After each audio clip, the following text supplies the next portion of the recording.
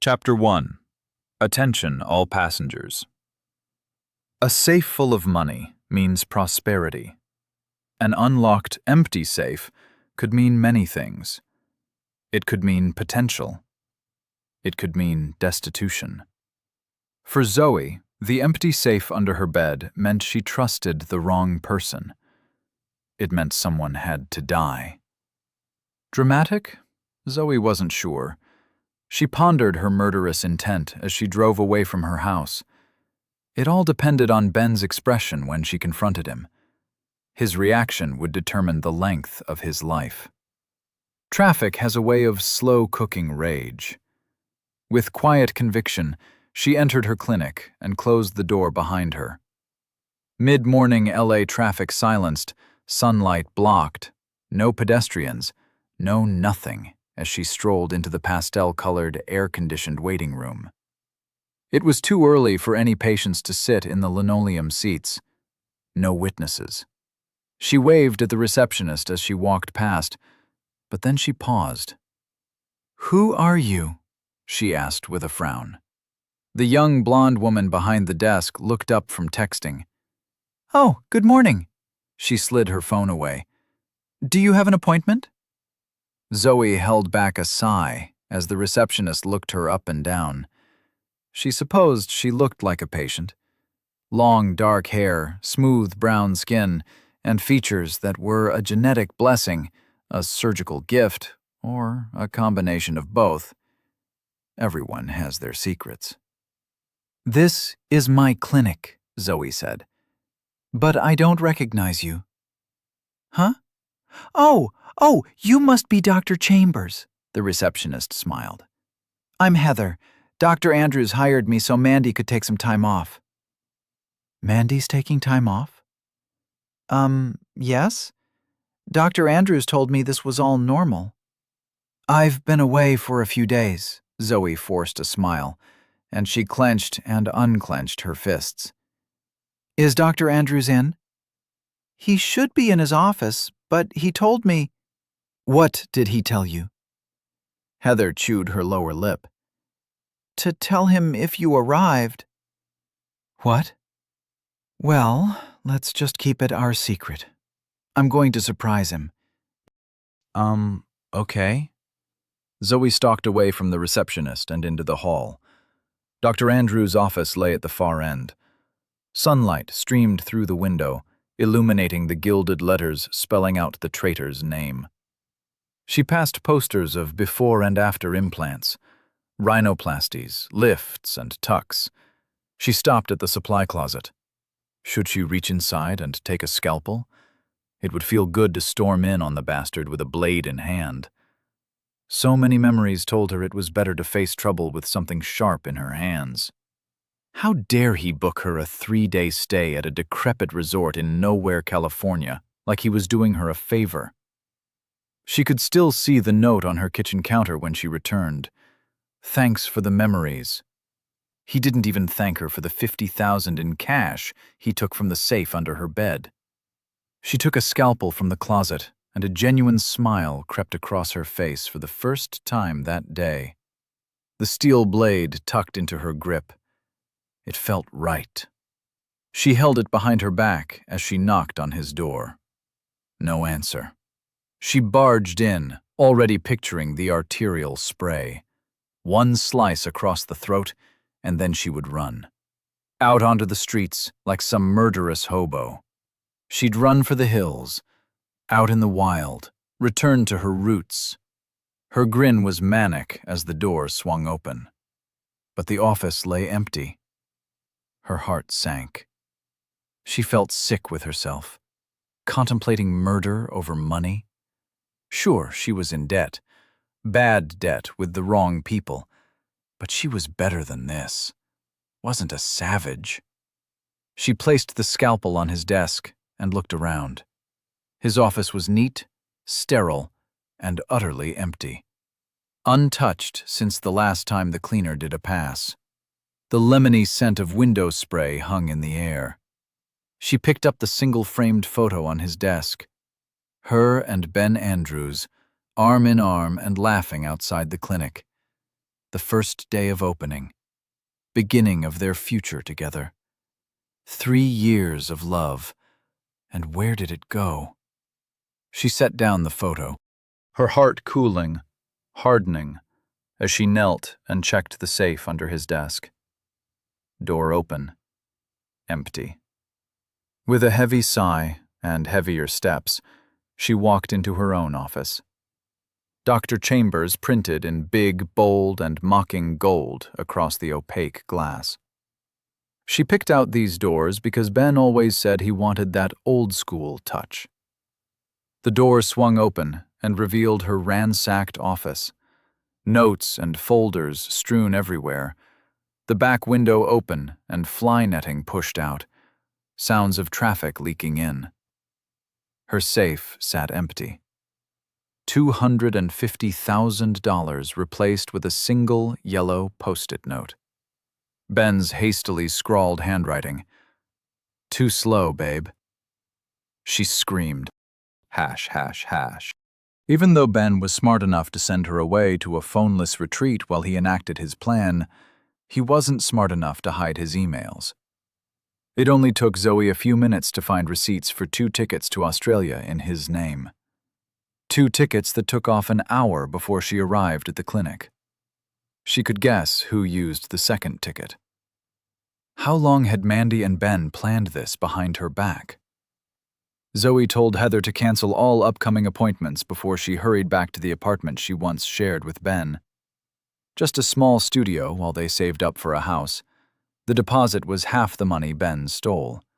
The other half was for paying off the people who put her through college. One lump sum that would free her from all shackles. She was almost 30, almost debt-free. She worked hard to get there, and now it was all gone because she trusted the wrong person. These thoughts circled her sanity like sharks around a leaking life raft. Her anger simmered as she spent a hectic afternoon pawning off everything of value to buy a nonstop red-eye flight from LA to Sydney. The anger got her pulled aside by airport security. They wanted to know her plans, and it was hard to keep the truth from spilling. But even she didn't know what she would do to Ben once she found him. Almost missed her flight, but they finally let her onto the plane. She leaned against the window and watched the world shrink with rising joy. A night of flying, and then she would be in Australia. There, she would find Ben, and she would make him pay. Hash, hash, hash. The moon glowed small but bright above the ocean. "Do you believe in God?" said the middle-aged man in the middle seat. "Or do you think this is a godless world?" Zoe turned away from the window. She smiled and tried to convey with the straightness of her teeth how little she cared about his conversation. But the man smiled back. Once again, Zoe regretted the fact a smile meant something different amongst humans than it did with dogs. He must be twice her age. A heavy beard and a scarecrow frame. He looked like he lived in a bunker. "It's a very important question," he drawled. "I ask because if there is no God, then who makes the rules? Who is the ultimate arbitrator of the morality of any decision?" Zoe sighed. Just her luck to be stuck beside someone like this on a 20-hour flight. The woman on the other side of the man smirked as she drank another vodka and Coke. Heavy black headphones over her short blonde hair, though from the way she reacted to every part of the conversation, Zoe doubted anything was playing through them. "I don't know," Zoe said at last. "I haven't really thought about it." He turned to her, eager, overbearing. "Oh, you should really think about it. Everyone should think about it and know, deep down, their answer to this question. Because if there is no God, then everything is permitted. The ultimate arbitrator is simply the strongest. Thus, it becomes our moral obligation to do whatever it is we can enforce." His eyes trailed down as he spoke. Was he checking out her breasts? Was he being that blatant? Zoe frowned at the wedding ring on his finger. Anger tightened around her stomach. If there was no God, then murder would be fine, wouldn't it? The man's eyes widened. Well, I don't know about murder, but certainly it becomes our prerogative to ensure that we live our lives without shackles. Zoe smiled. No, you see, if there was no God, then I could start killing people, say with the surgical tools in my carry-on luggage, and as long as nobody stopped me, I would be in the right. Right? His smile paled. Excuse me, young miss. He stood. I need to use the little boy's room. The woman with the headphones stood to let the man out into the aisle. She grinned at Zoe as she sat back down. You're a psycho, she said with a cheerful Australian accent. Oh, so you were listening. The woman slipped her headphones around her neck. She seemed about the same age as Zoe, but the smile on her face was light and childish. Guilty as charged. You really brought surgical tools onto the plane? No, they took them when I went through the metal detector. The woman laughed. Oh, wow, you're not joking. Want to have a drink with me? Zoe massaged her forehead. Sure. The woman knocked back the rest of her drink and pressed the attendant light above her. As she reached up, the sleeve of her jumper slid down, exposing an incoherent spattering of tattoos. Only good thing about international flights is the free booze. I suppose. It can't be the company. The woman placed a hand upon her heart. Pirate symbols inked across her knuckles. Wounded, she chuckled. I'm Isabella. Call me Bella. You? Call me Zoe. They shook hands in the space previously occupied by the older windbag as the flight attendant arrived. What'll you have, Zoe? Bella asked. What are you drinking? It's a red-eye flight, yeah? I want to order a Bloody Mary. I'm drinking what you're drinking. Delightful. Bella turned to the attendant. 2 of your finest Bloody Marys, please. The hostess returned with 2 plastic cups half full of vodka and ice and a couple bottles of tomato juice from concentrate. Bella poured out the juice with practiced hands and passed the drink over to Zoe. You must try one. It's the worst Bloody Mary you'll ever have. Cheers. Cheers. They drank, and Zoe grimaced. You know, she said as she tried to rinse her mouth out with more of the concoction, today's been the worst day of my life, but this might be the worst thing that's happened so far. A male voice responded. I know something that might cheer you up. She looked up at the older man with a frown, but before she could respond, she froze, startled like an animal as an inhuman voice resounded in her head. Before the juice upon the tongue, the fruit must ripen. Before the flower grows flesh, the tree must sprout. Before the sapling reaches the sky, the seed must touch the earth. Welcome, seeds. Welcome, earth. Zoe looked around. Her heartbeat grew, flooding panic through her body as she tried to place the voice. She turned to the people beside her. Did you hear? System initializing. System initialized under the authority of the Crimson Armada. Welcome to the system. Do you wish to register? Yes/no. You have limited time to make your choice. 30. 29. Zoe blinked. For a second, she wondered if God was speaking to her, or maybe something worse. What the hell is happening? But the numbers kept on counting down. Chapter 2. Time keeps ticking. Zoe stared at the text inside her mind. An echoing voice, inhuman, unnatural, counting down. She knew it was real, with the same certainty she knew she was real. The numbers ticked down, and pressure towered above her brain. A wave rearing high and ready to crash upon her. She felt as though she were drowning, and she knew everyone else felt the same. Blind, animal panic. The need to respond. Fight or flight. Yes or no. The entire plane sat stunned. Somewhere, out of sight, a baby cried. Could the baby hear the same countdown as her? How was it supposed to respond to such a request? How was she supposed to respond? She exchanged a glance with Bella, but the jovial woman was pale-faced and speechless. "Do you see it as well?" Zoe asked, though she already knew the answer. "Maybe we're drugged?" Bella said with a weak laugh. "Some kind of mass hallucination?" The older man still stood in the aisle. His face grew red, and he growled like a cornered dog. "I know what this is," he said, loud enough to attract the stares of those around them. "This is government mind control. They're trying to hypnotize us like a bunch of chickens. And to that, I say no. No, I won't be a part of your so-called system. I'm a goddamn—" An electric crackle cut his tirade short. Little flames guttered from his eyes as molten goop poured down his cheeks.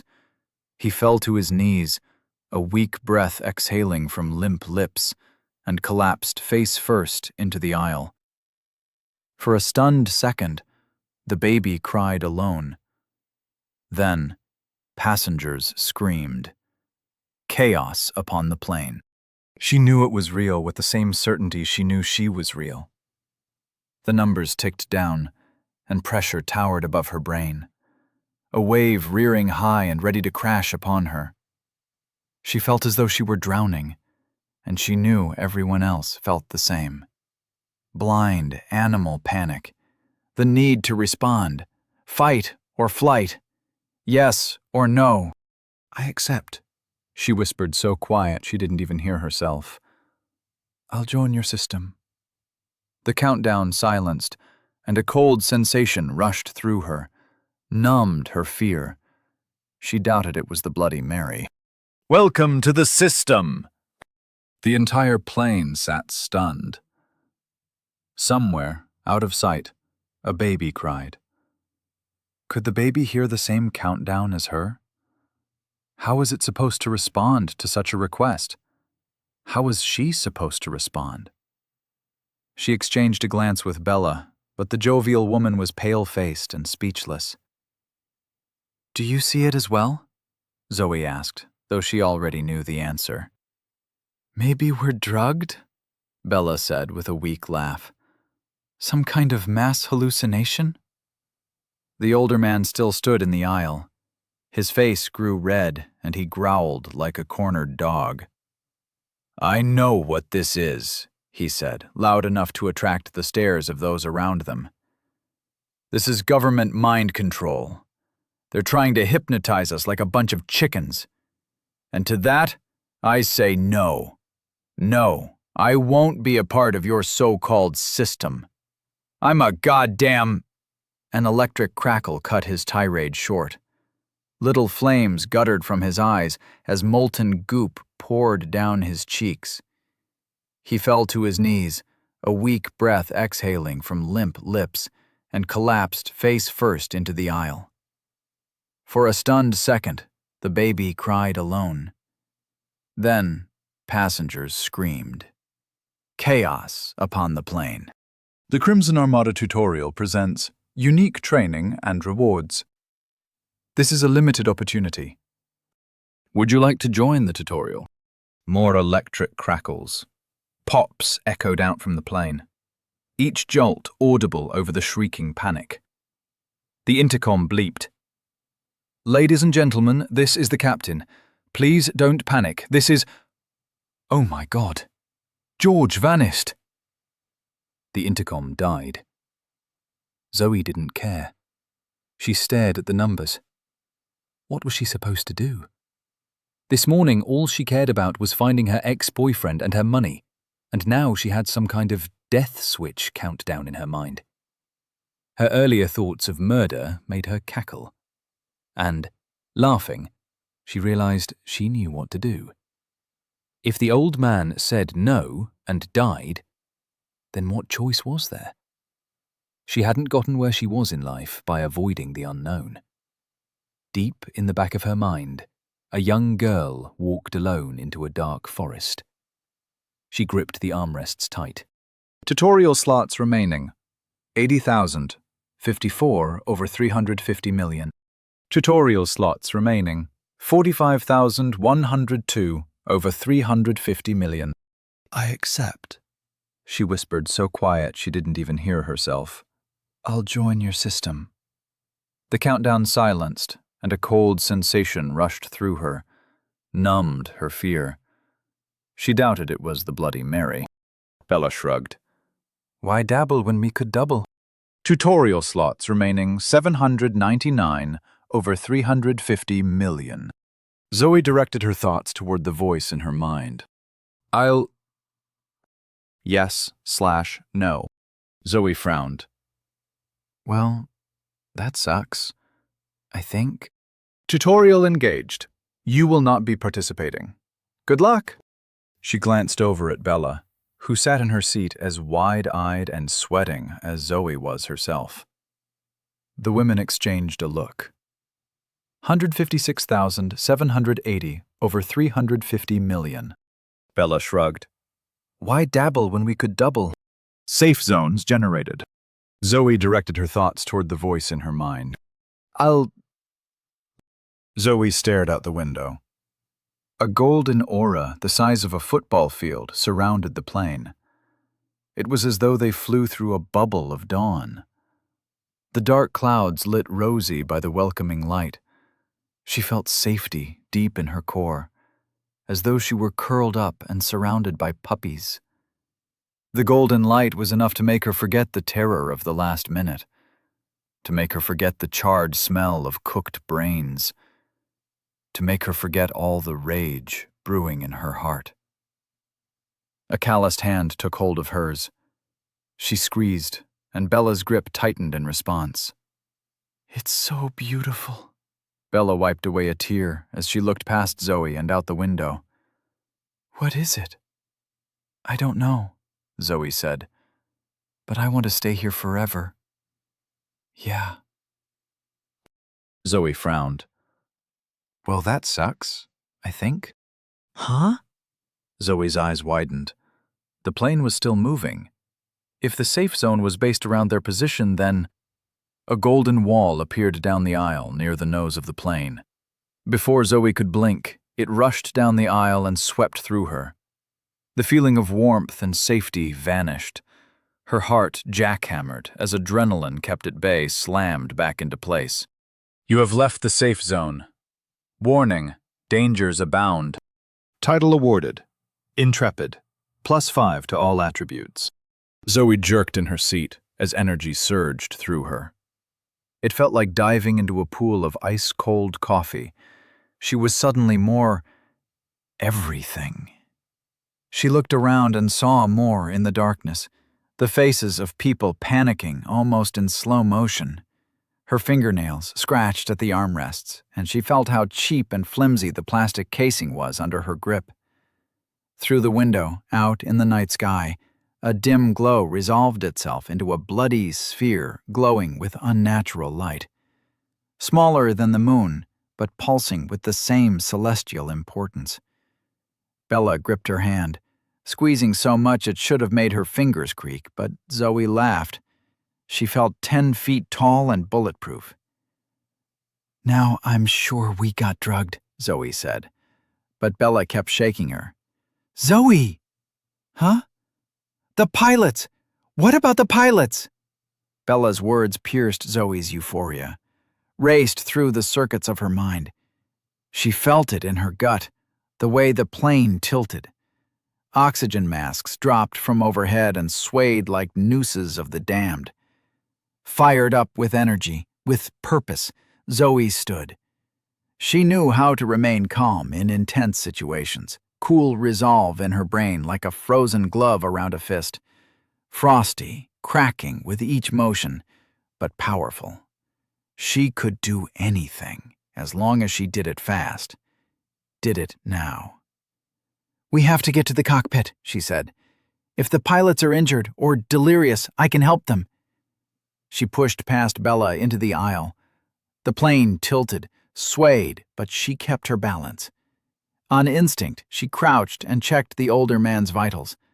A blue spark of static zapped between his skin and her fingers. She shook her hand and checked again. Dead as dead could be. Never even learned his name. He might have been a pedantic, philosophizing ass, but he didn't deserve this. She looked around at the babbling conversations, the sweat and the stress, the panic. Nobody deserved this. So why was it happening? The echoing, inhuman voice derailed her thoughts. Phase 1 complete. Landmass integrated. Phase 2 beginning. Zoe stared out the window. A golden aura the size of a football field surrounded the plane. It was as though they flew through a bubble of dawn. The dark clouds lit rosy by the welcoming light. She felt safety deep in her core, as though she were curled up and surrounded by puppies.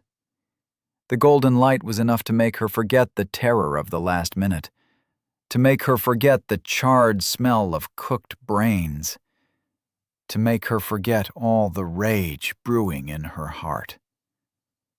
A calloused hand took hold of hers. She squeezed, and Bella's grip tightened in response. "It's so beautiful." Bella wiped away a tear as she looked past Zoe and out the window. "What is it?" "I don't know," Zoe said. "But I want to stay here forever." "Yeah." The panic bubbled up again, but Zoe shoved it down.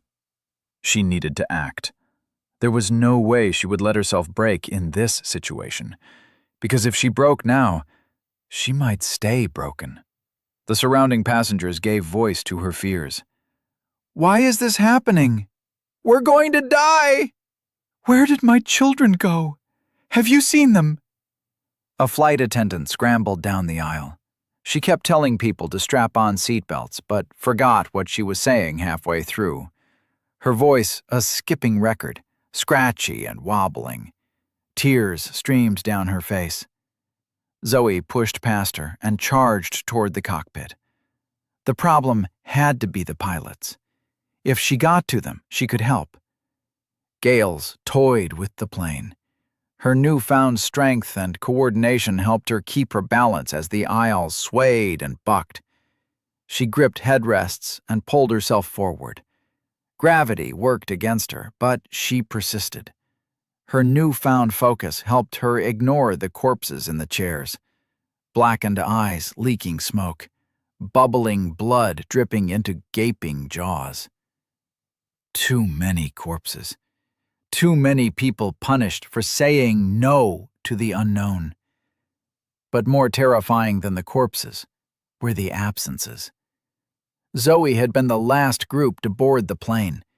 She walked past hundreds of people before she found her seat.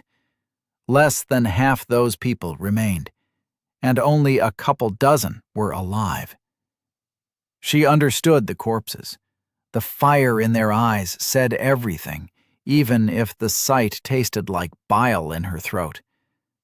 But she couldn't explain the empty seats. Where did they go? Was it the tutorial? She pushed the concern out of her mind as the numbers ticked down in her mind.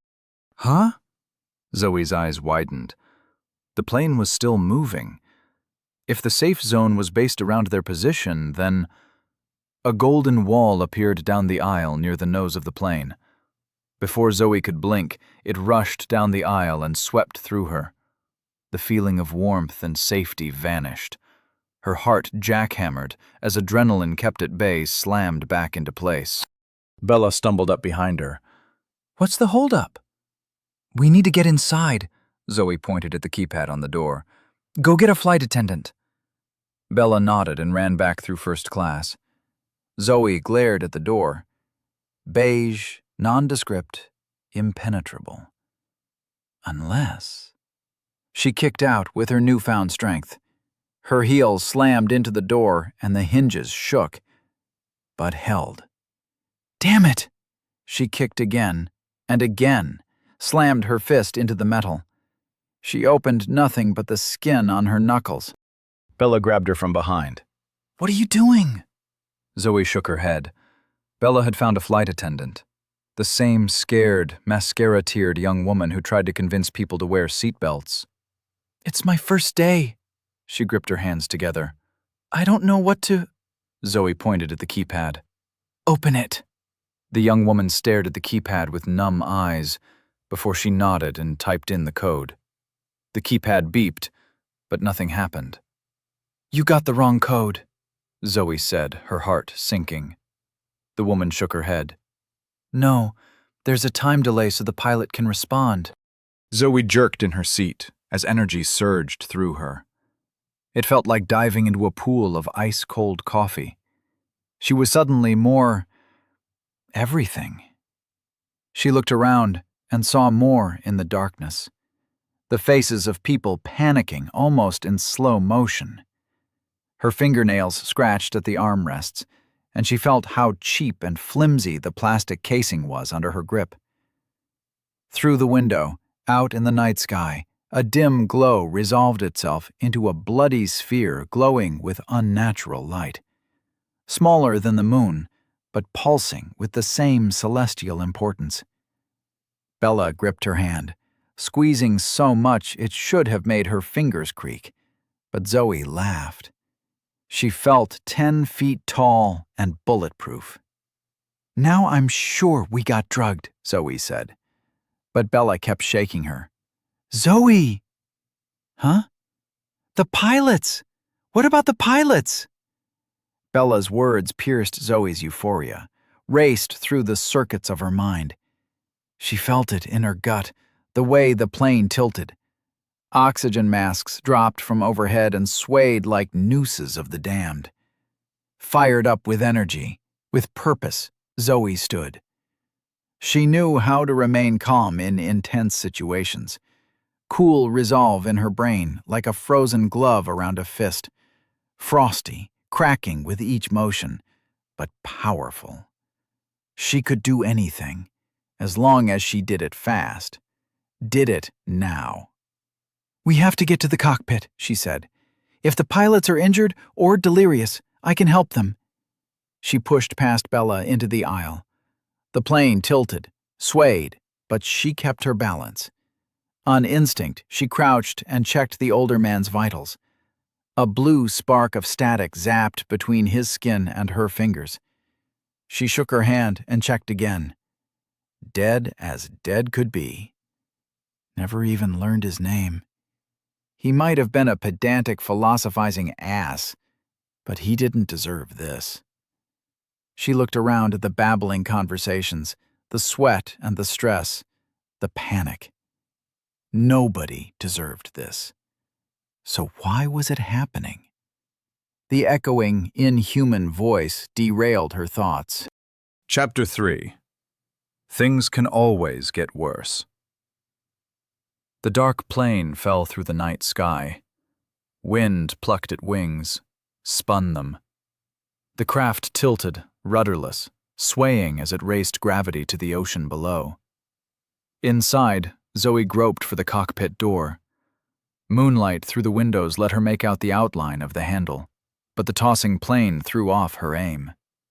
When the notification shut down technology, she heard the door click. She hoped the door clicked, because if the power outage unlocked the door, they could reach the pilots, they could reach the controls, they could right the plane. She found the handle and swung the door open. All hope died.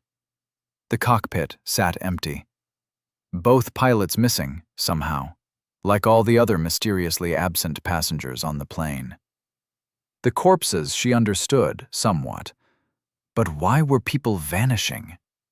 She forced herself to step inside the empty cockpit, the space eerie and abhorrent.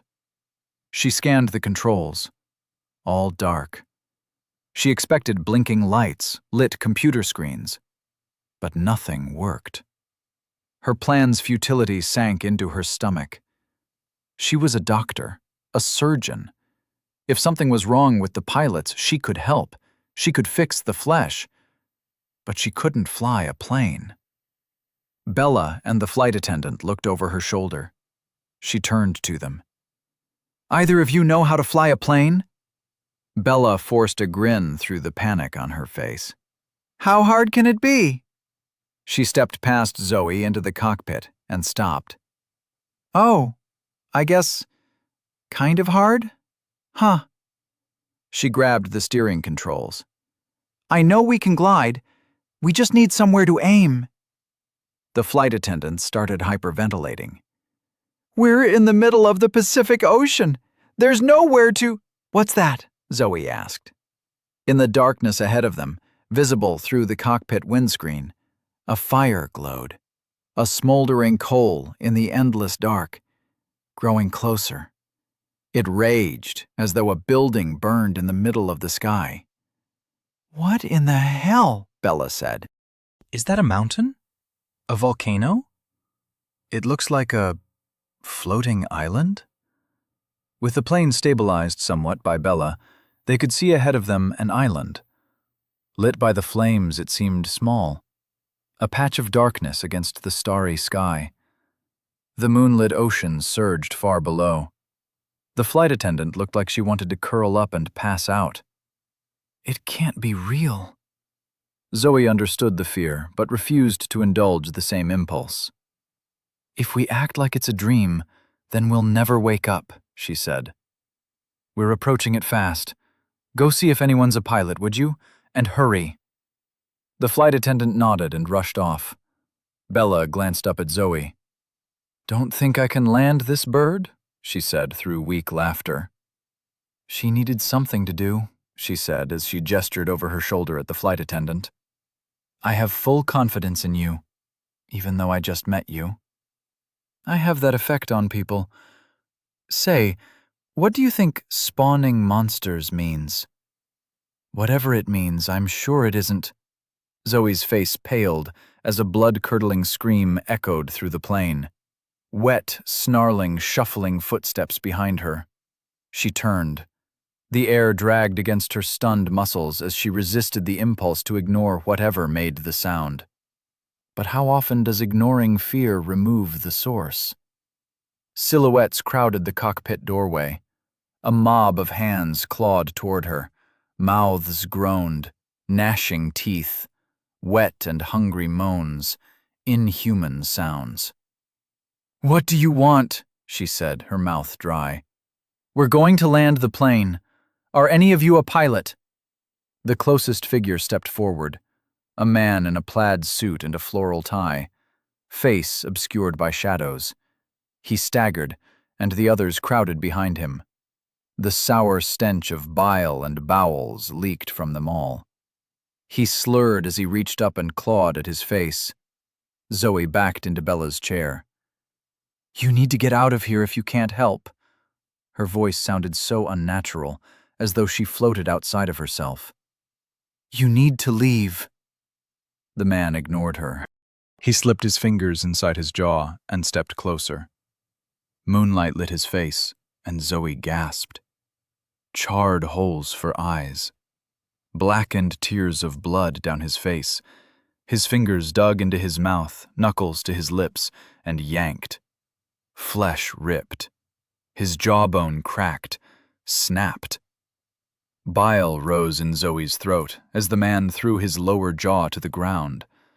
The wet sound made Bella turn. Her eyes widened at the sight of the dead marching into the cockpit. Zoe placed a hand on her shoulder. Focus on landing the plane, she said. I'll keep you safe. The island grew in the distance. A forest, a small town, a mountain, lit by fire and moonlight. The jawless man lurched forward and grabbed at Zoe. Clumsy, awkward, like a puppet of a man. She grappled with him, pushed back. She kicked at his guts with more force than her body should have conjured. Her shoes split skin. The jawless man gurgled as clotted blood spilled. Loops of intestine fell around his shoes. He stumbled into the others behind him. Despite the grotesque gore, Zoe grinned. The cramped cockpit might be a death trap, but it limited the numbers that could approach. A woman with long braids scrambled over the jawless man. She hissed as she swiped at Zoe. Her manicured nails sliced through the air. Zoe stepped back, dodged a swing, but bumped into the co-pilot's chair. Razor-sharp nails dragged across her sides, split flesh like water, bounced off her ribs. Zoe cried out and clutched the wound. Blood flowed hot through her fingers. The hissing woman licked her scalpel-sharp nails. Her tongue split upon the wicked claws before she twisted and surged forward. Claws raised to finish the job. Zoe punched her in the face. Knuckles crunched through bone. The hissing woman sagged to the ground. Once again, Zoe marveled at her new strength. There was no way she could punch that hard yesterday, even if it was Ben's smug face. But now? She felt her mind floating out of her body as it rejected the unreality of the situation. The jawless man grabbed her ankle. No, she wasn't dreaming. Couldn't let herself think she was dreaming. Questioning reality would wait until she wasn't about to die. Though we're always about to die, aren't we? Laughter bubbled up from her guts, and she let it spill. Cackling, she stomped and shattered the jawless man's head under her heel like a rotten cantaloupe. Cold spiked inside her body, a rush of ice from temple to taint. The inhuman voice echoed through her head. Level up! You are now level 2. Please select an element to incorporate. Sky, metal, blood. The panic bubbled up again, but Zoe shoved it down. She needed to act. There was no way she would let herself break in this situation, because if she broke now, she might stay broken. The surrounding passengers gave voice to her fears. Why is this happening? We're going to die! Where did my children go? Have you seen them? A flight attendant scrambled down the aisle. She kept telling people to strap on seatbelts, but forgot what she was saying halfway through. Her voice a skipping record, scratchy and wobbling. Tears streamed down her face. Zoe pushed past her and charged toward the cockpit. The problem had to be the pilots. If she got to them, she could help. Gales toyed with the plane. Her newfound strength and coordination helped her keep her balance as the aisle swayed and bucked. She gripped headrests and pulled herself forward. Gravity worked against her, but she persisted. Her newfound focus helped her ignore the corpses in the chairs. Blackened eyes leaking smoke, bubbling blood dripping into gaping jaws. Too many corpses. Too many people punished for saying no to the unknown. But more terrifying than the corpses were the absences. Zoe had been the last group to board the plane. She walked past hundreds of people before she found her seat. Less than half those people remained, and only a couple dozen were alive. She understood the corpses. The fire in their eyes said everything, even if the sight tasted like bile in her throat. But she couldn't explain the empty seats. Where did they go? Was it the tutorial? She pushed the concern out of her mind as the numbers ticked down in her mind. The tongue tightened around Zoe's neck and drew the dead woman's mouth closer. Teeth wriggled in gums like maggots, rancid stink of rot and coffee. Zoe gagged as her lungs emptied, her last breath drawn out by the slippery appendage. The plane shook. "Grab hold of something!" Bella cried out. "She'll be rough!" Zoe tried to look, but the gripping tongue wouldn't let her turn. She growled, knees buckling. No, she couldn't let this happen, not with this new strength inside her. Just because the world changed didn't mean she wouldn't survive. She couldn't give up. So she tried something desperate. She released her grip on the woman's arms. Immediately, the larger woman grabbed a hold of her.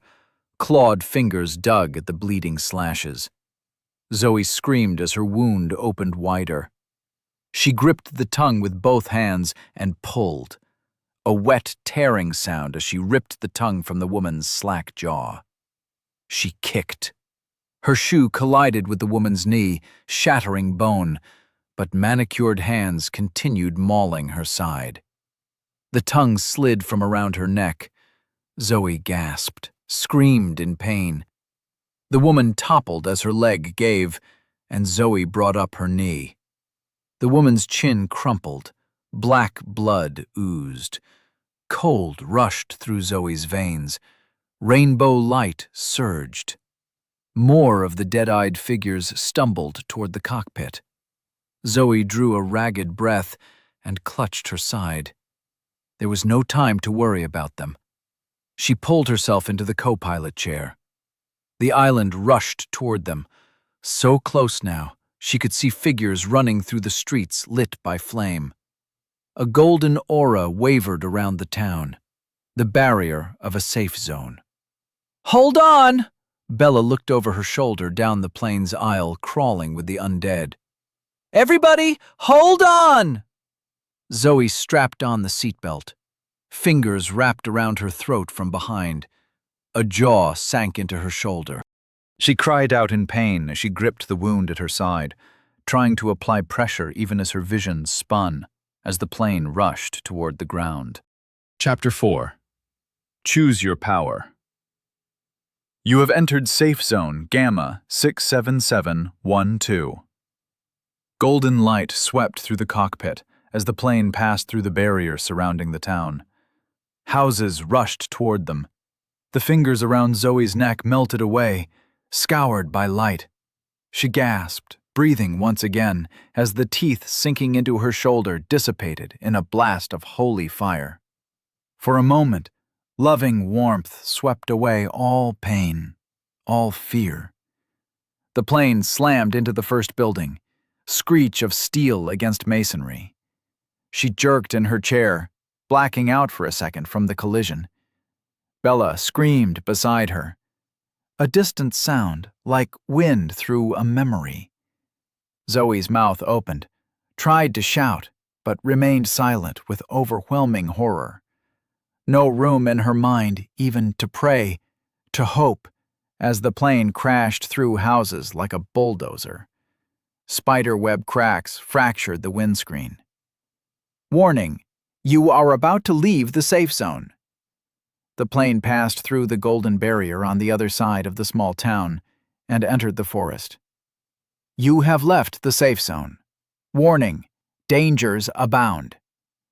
Crunch and groan of trees breaking before steel. A branch whipped the windscreen. The glass shattered.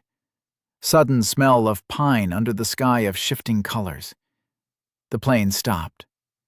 Zoe breathed, sobbing, adrenaline thumping through her like a judge's hammer. The pain in her side, a reminder. She lived. Beside her, Bella laughed. Blood dripped from her forehead from an errant piece of glass, but she wiped it away without a care as she unbuckled herself and staggered to her feet. "I landed a goddamn plane!" she screamed, like an eagle. "I'm immortal!" She glanced over at Zoe, and the joy crumpled from her face. "Oh, no, no." Blood-soaked Zoe's clothes dripped from the cuffs of her pants, the slices in her side pumping out more. Zoe fumbled at the seatbelt, but her fingers grew numb. "Zoe," Bella said, "can you hear me? Don't move, all right?" Bella undid Zoe's seatbelt. Zoe slumped down and slid onto the floor. Pain bloomed as the adrenaline faded. She groaned, or thought she groaned, but the sound was faint, distant. Colors flared in the night sky, but her vision darkened with every leaden blink. Bella pressed against her side, said something. Zoe looked up at her. Pressure, She said. stitches. Need stitches. Bella nodded. She pulled off her jumper and bundled it against Zoe's wound.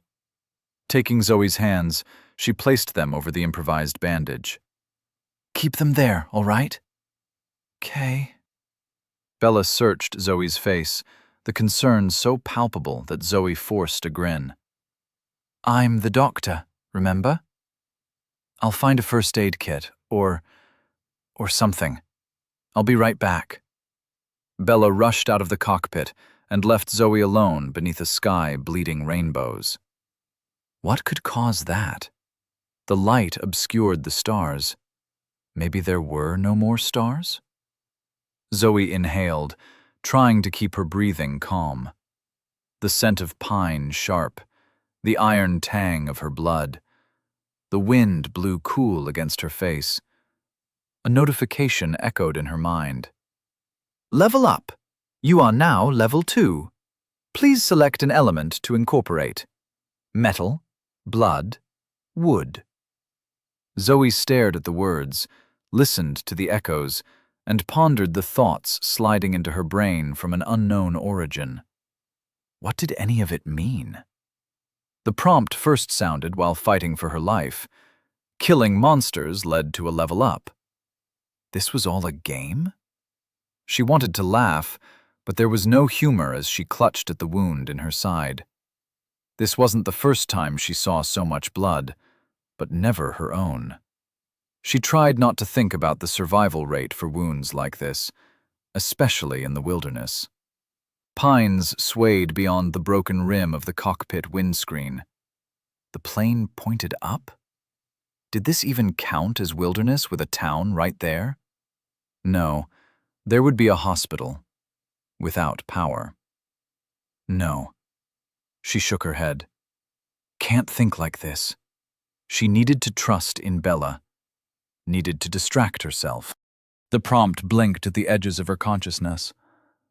Please select an element to incorporate. What could that mean? But if she was about to die... No. She would not die.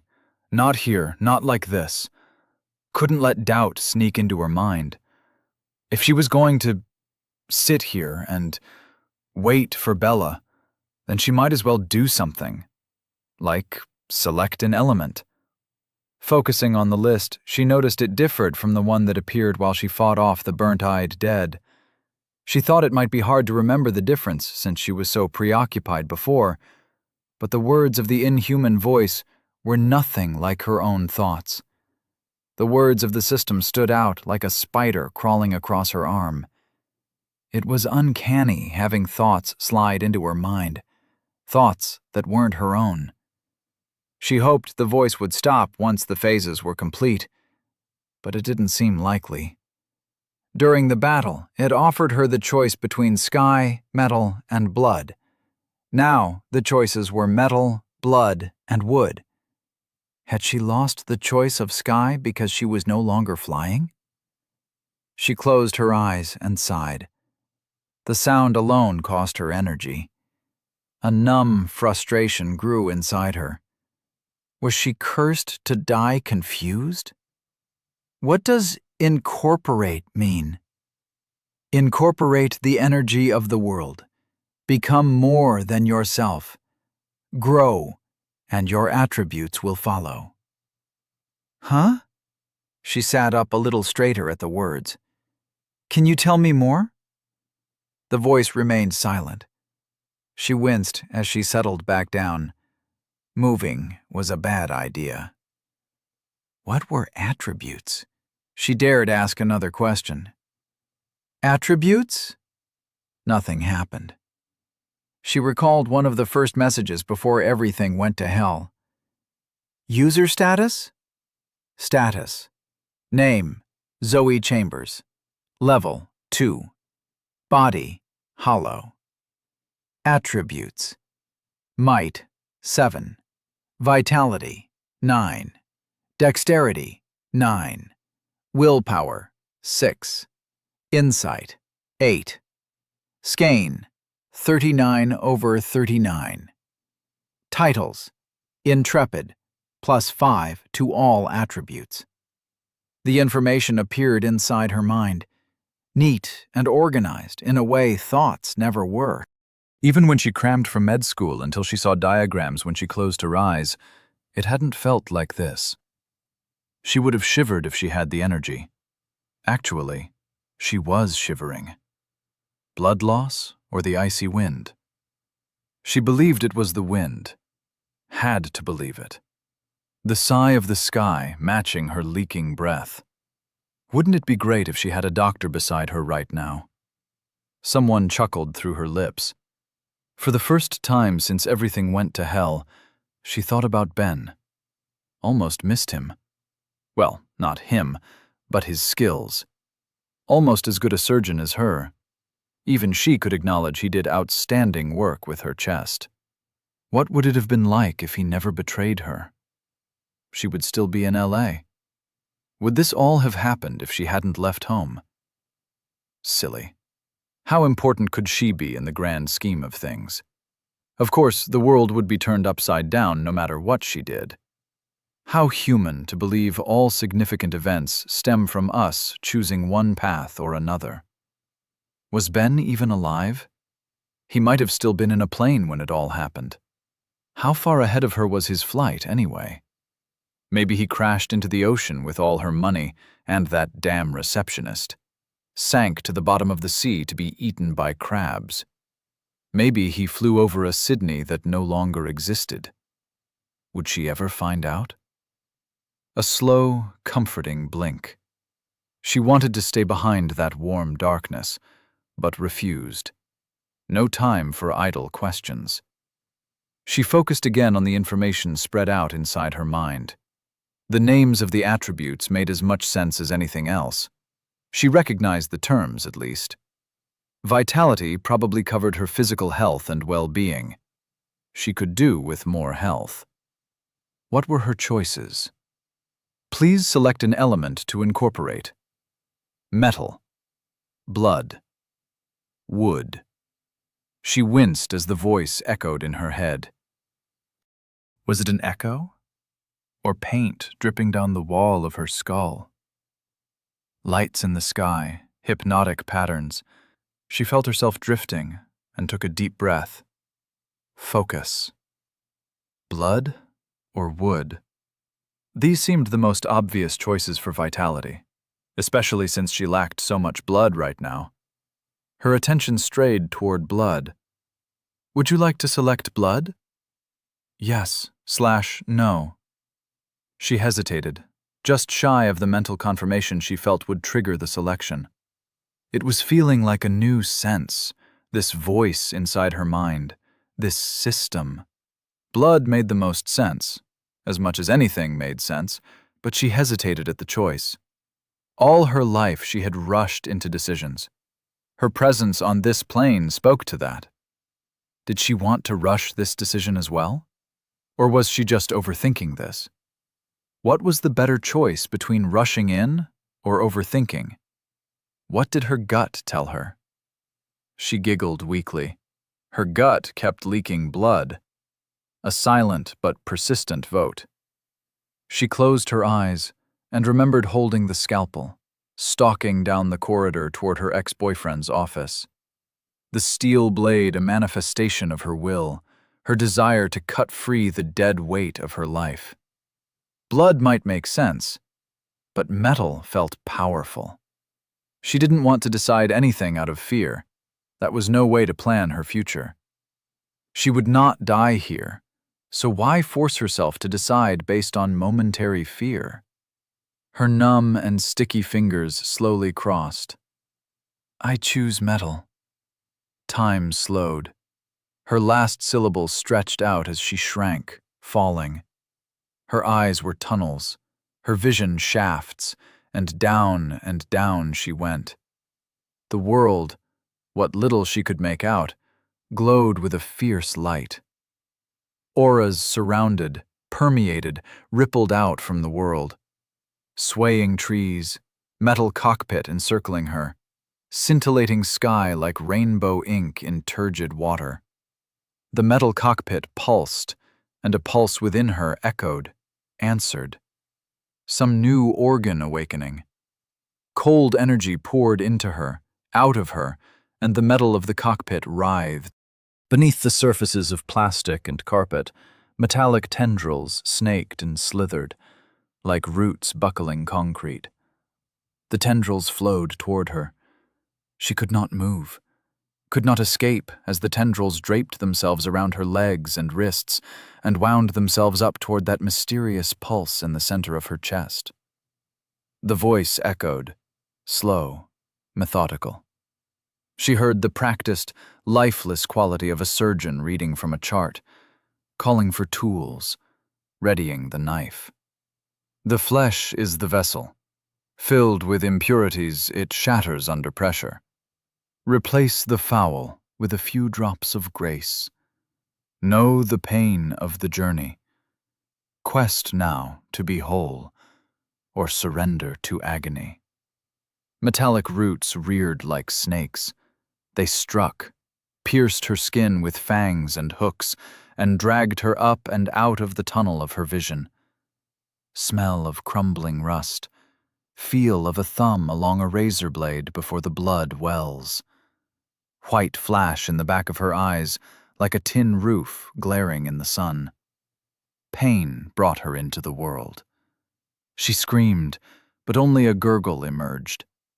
Black filth welled up in her throat, a taste like tar, like bile, like licking an ashtray filled with tears. She vomited. Her vision swam with tears of garbage. The wound in her side widened as thick, grimy streaks oozed out with the trickling blood. Cold energy rushed over her. Metal, piercing, pouring in, engraving itself upon her soul as the black filth poured out and the tendrils rushed to fill the void left behind. An instant can be a lifetime. As she drowned in the pain, a door in the back of her mind creaked ajar. A crack of light, an inhuman whisper, a choice presenting itself with every illusion of innocence. Stop the pain. Reject the system. Yes. / no. Chapter 5. Trapped in the fridge. Zoe glared at the thought.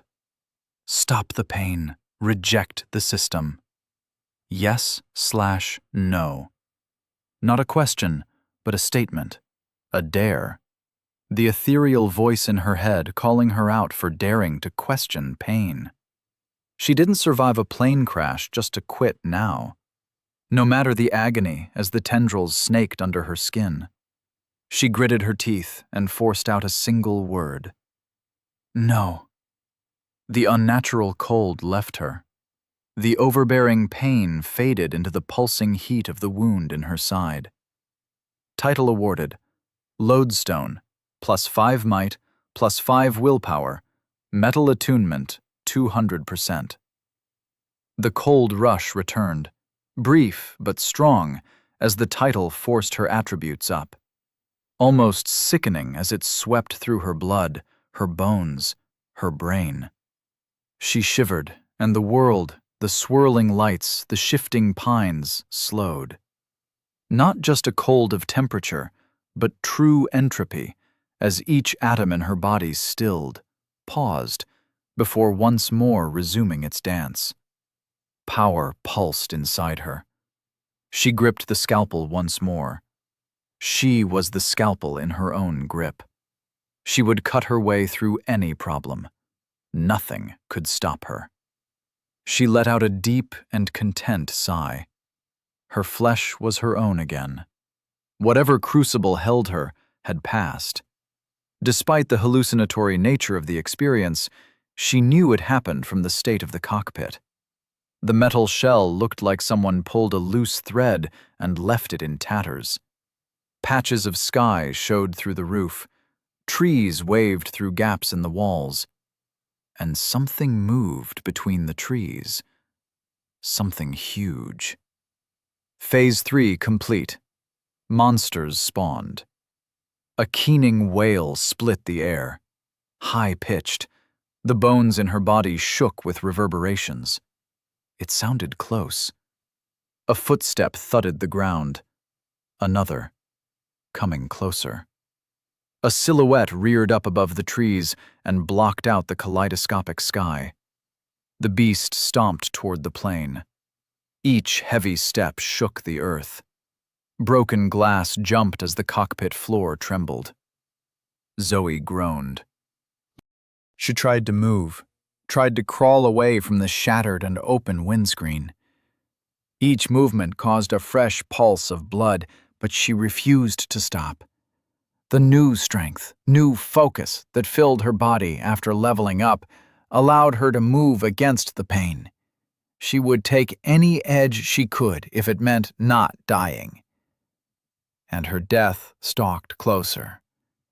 The system called it a monster, and Zoe agreed.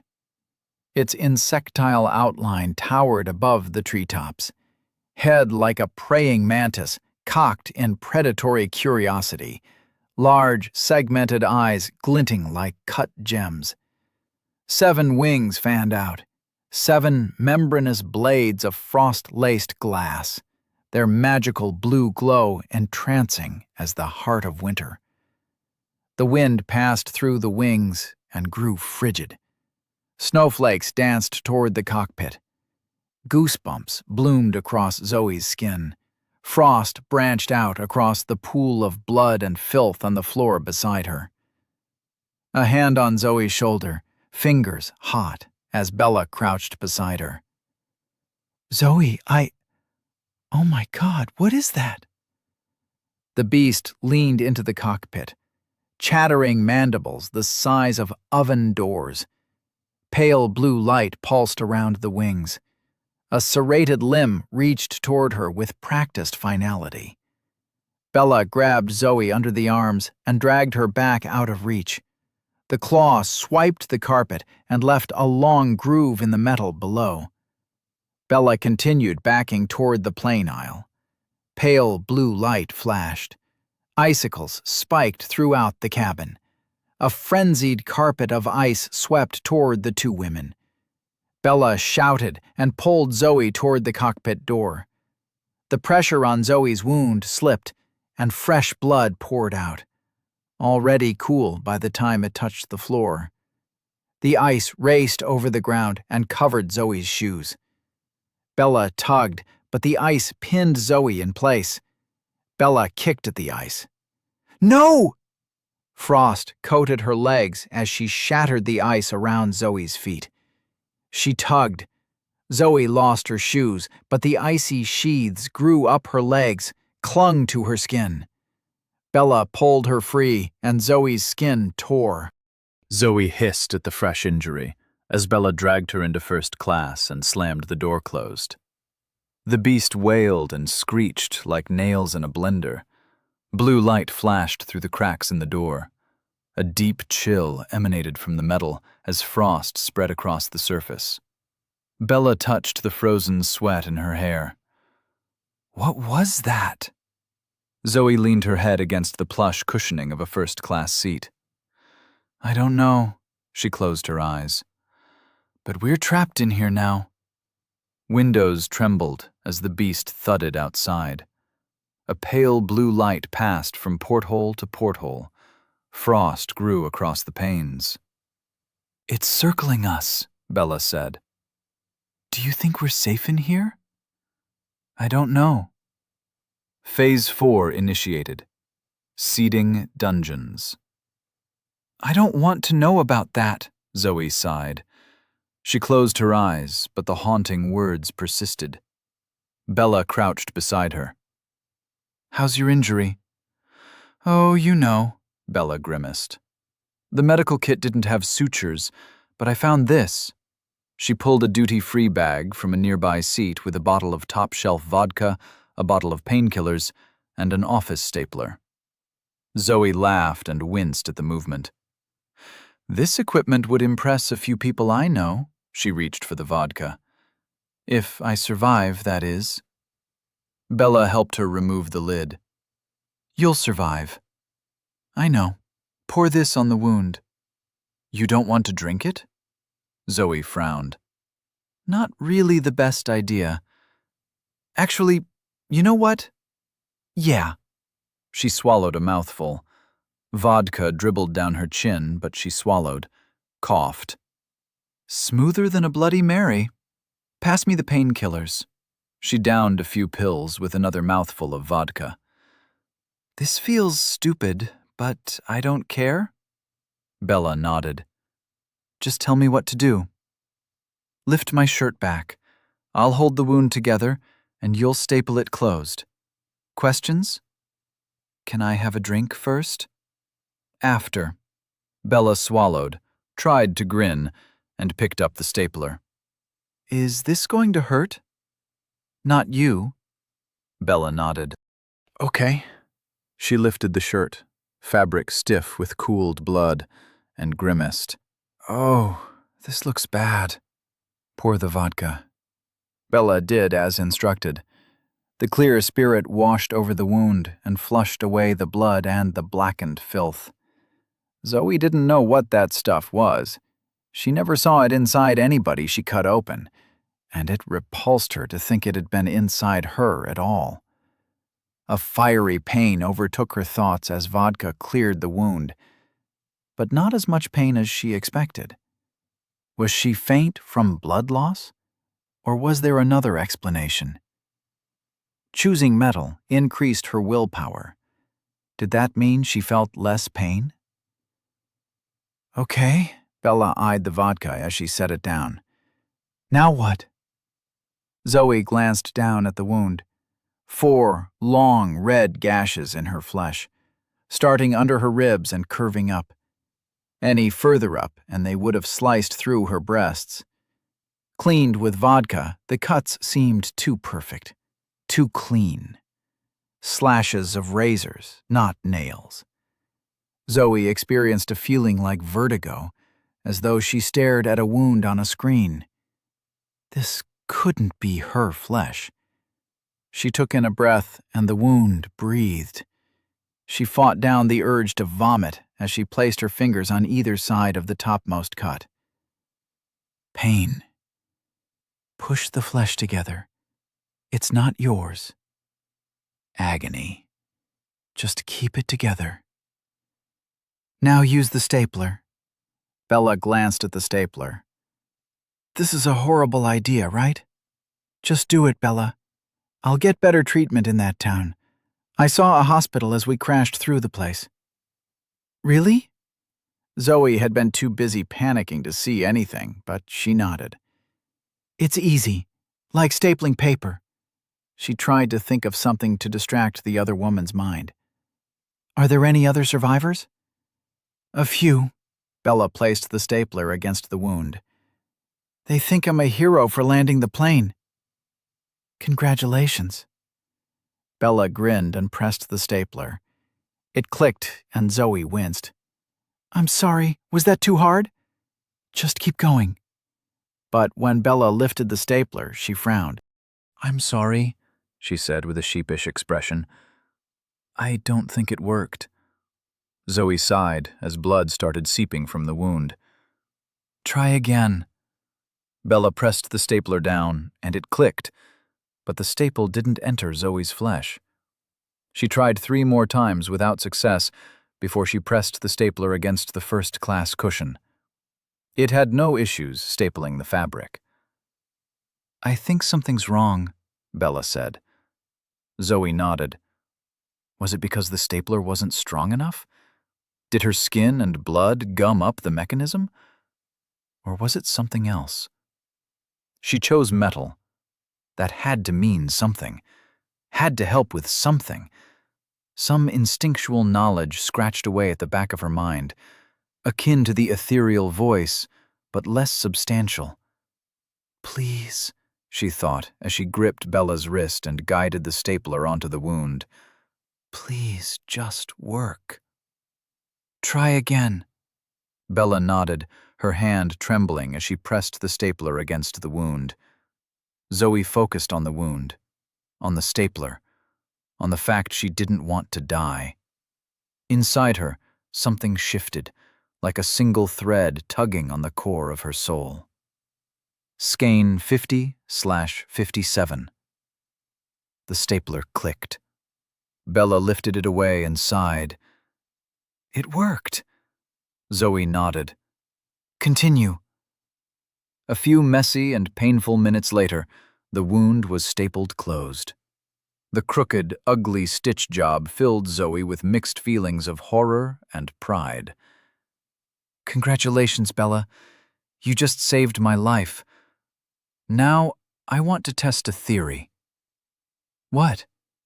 Zoe offered her wrist. Scratch my arm. What are you... I have a hunch. Okay. Bella's nails slid along Zoe's skin. Do it harder, Bella. Mark me.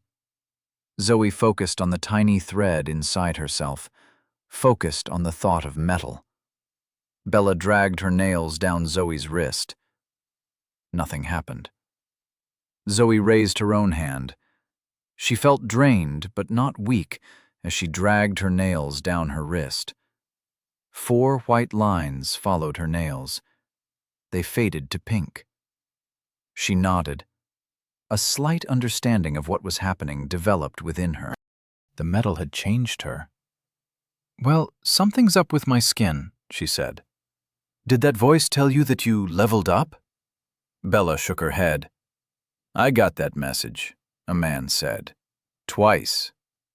Zoe glanced up as the stranger walked into first class.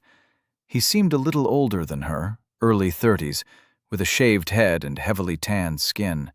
His movements graceful as a ballet dancer, despite the ex-wrestler frame packed into his Hawaiian shirt. A shirt stained with the same blackened filth that poured out of her. She knew he wasn't lying, but the hairs on the back of her neck stood up. He leaned against a chair, not too close, his eyes studying her. I leveled up while fighting those... zombies? He shrugged. That voice in our heads, it's changing the world. So it makes sense that it's changing us. He glanced down at his shirt. Definitely don't recall drinking a gallon of black crap before the flight. Zoe pulled her shirt down over her wound. Who are you? My name is Anton, he smiled. I believe I owe you my thanks. What? If it wasn't for you, we never would have survived the crash. Bella coughed. Actually, I'm the one who landed the plane. I know, he grinned. But she fought off the zombies, no? That's when you got the level up prompt, right? Zoe nodded. Anton's stare was like being studied by a fascinated child. What prompt did you get? She asked. It told me I leveled up and asked me to select an element. I chose sky, he grinned. Look at this. He jumped and floated a few meters through the air before landing closer to the cockpit door. His fingers trailed the metal, and he frowned. Ice cold, he glanced over at the women. The voice told me I got the achievement Tailwind. Do you think I'll be able to fly? Bella sighed, her breath fogging in the cooling air. I didn't get any reward. No level up. Even though I landed the plane and saved us all. Zoe gripped her hand. You did great. Now can you get me some bandages and a clean shirt? Bella's eyes widened. I'm so sorry. She opened the plane's first aid kit and took out the bandages. Hey, you! Anton, was it? Yeah? Check the overhead compartments. We need some new clothes. He gave her a mock salute and opened compartments. Rather than walk from compartment to compartment, he swung himself like a monkey, grinning at his newfound power. Zoe watched him, keeping pressure on her wound, and couldn't help but notice the gore stuck to his knuckles. If he leveled up twice, it meant he killed a bunch of those zombies before they passed through the safe zone barrier. He fought without weapons. Even though it was a life or death situation, it implied an unnerving comfort with violence. And unlike her, he was uninjured. Bella finished wrapping the wound as Anton brought over a few travel cases. "Some clothes in here," he said. "I don't know what size." "That's fine." Bella made a shooing gesture. "Now give us some privacy." He saluted again, his eyes intent on Zoe, before he turned and walked away. "Oh," he said over his shoulder. "The rest of the survivors are talking about how to get to that safe zone we flew through. You should join us as soon as you can." He tapped the window. "Seeing as you're the only two who know why this entire plane is coated in ice." Chapter 6. A Meeting of the Damned. Zoe frowned as Anton waltzed out of sight. There was a peculiar familiarity to the man. It felt like she saw him before, as though a friend pointed him out in a crowd and warned her about him. But she had since forgotten his face. Bella's tugging at her shirt distracted her from this trail of thought. Her shirt was too soaked with blood to be salvaged. Rather than lift it over her head and risk reopening the wound, Bella cut it off her with scissors from the first aid kit. "What?" Zoe said, when she saw Bella's expression. Bella tried to avert her gaze, but failed. "Nothing," she said. "Just... wow." Zoe rolled her eyes. "They're not real." "Oh, I'm a plastic surgeon. I dated a plastic surgeon. We operated our own clinic. The field comes with perks." "I'll say. Just help me out of my bra." "No need to get frosty." "Hey, don't poke my eye out." "Are you done?" Bella grinned. "Never." They found Zoe a loose, pinstriped button-up shirt and a woman's navy blue formal blazer. A pair of clean sweatpants replaced the blood-soaked pair.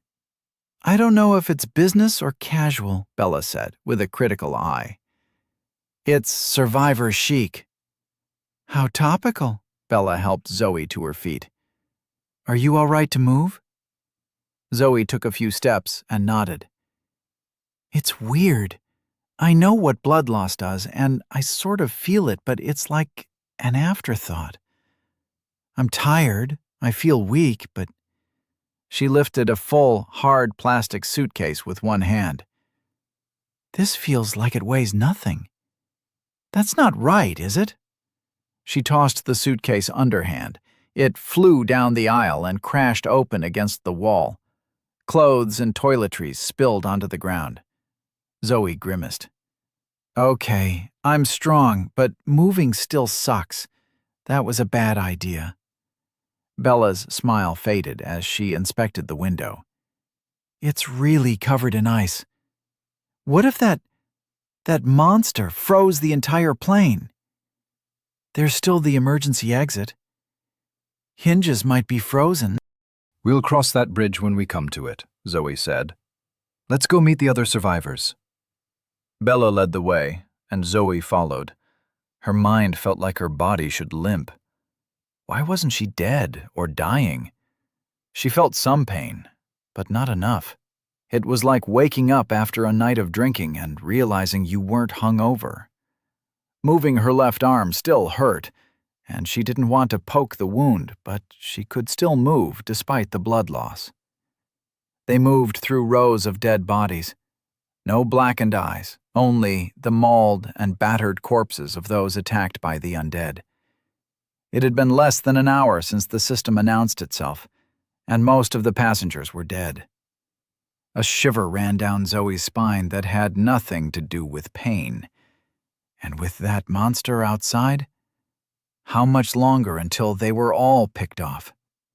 No, not all of them. She intended to survive. They headed toward the galley, where Zoe could see a group of maybe a dozen people milling about. Before they got too close, Zoe wanted to check something. She nudged the mental prompt in her head. Status. Status. Name, Zoe Chambers. Level, 2, +1 free point. Body, metal. Attributes, Might, 16, plus 9. Vitality, 9. Dexterity, 9. Willpower, 15, plus 9. Insight, 8. Skein, 50 over 57. Titles, Intrepid, plus 5 to all attributes. Lodestone, plus 5 might, plus 5 willpower, 200% metal attunement. She did some quick mental arithmetic. Her might sat at 7 when she first checked her status. That was after she received the Intrepid title. So her starting might was a 2? If might resulted in the strength coursing through her body, then she was 8 times stronger than an hour ago. It seemed lodestone only affected might and willpower, and those leaped higher after selecting metal. She frowned.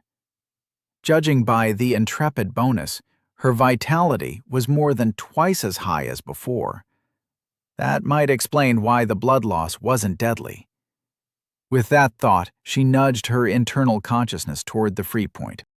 It wiggled like a loose tooth, a sense of almost pain, almost incompleteness, almost pleasure, before it snapped into vitality. Now she had 10.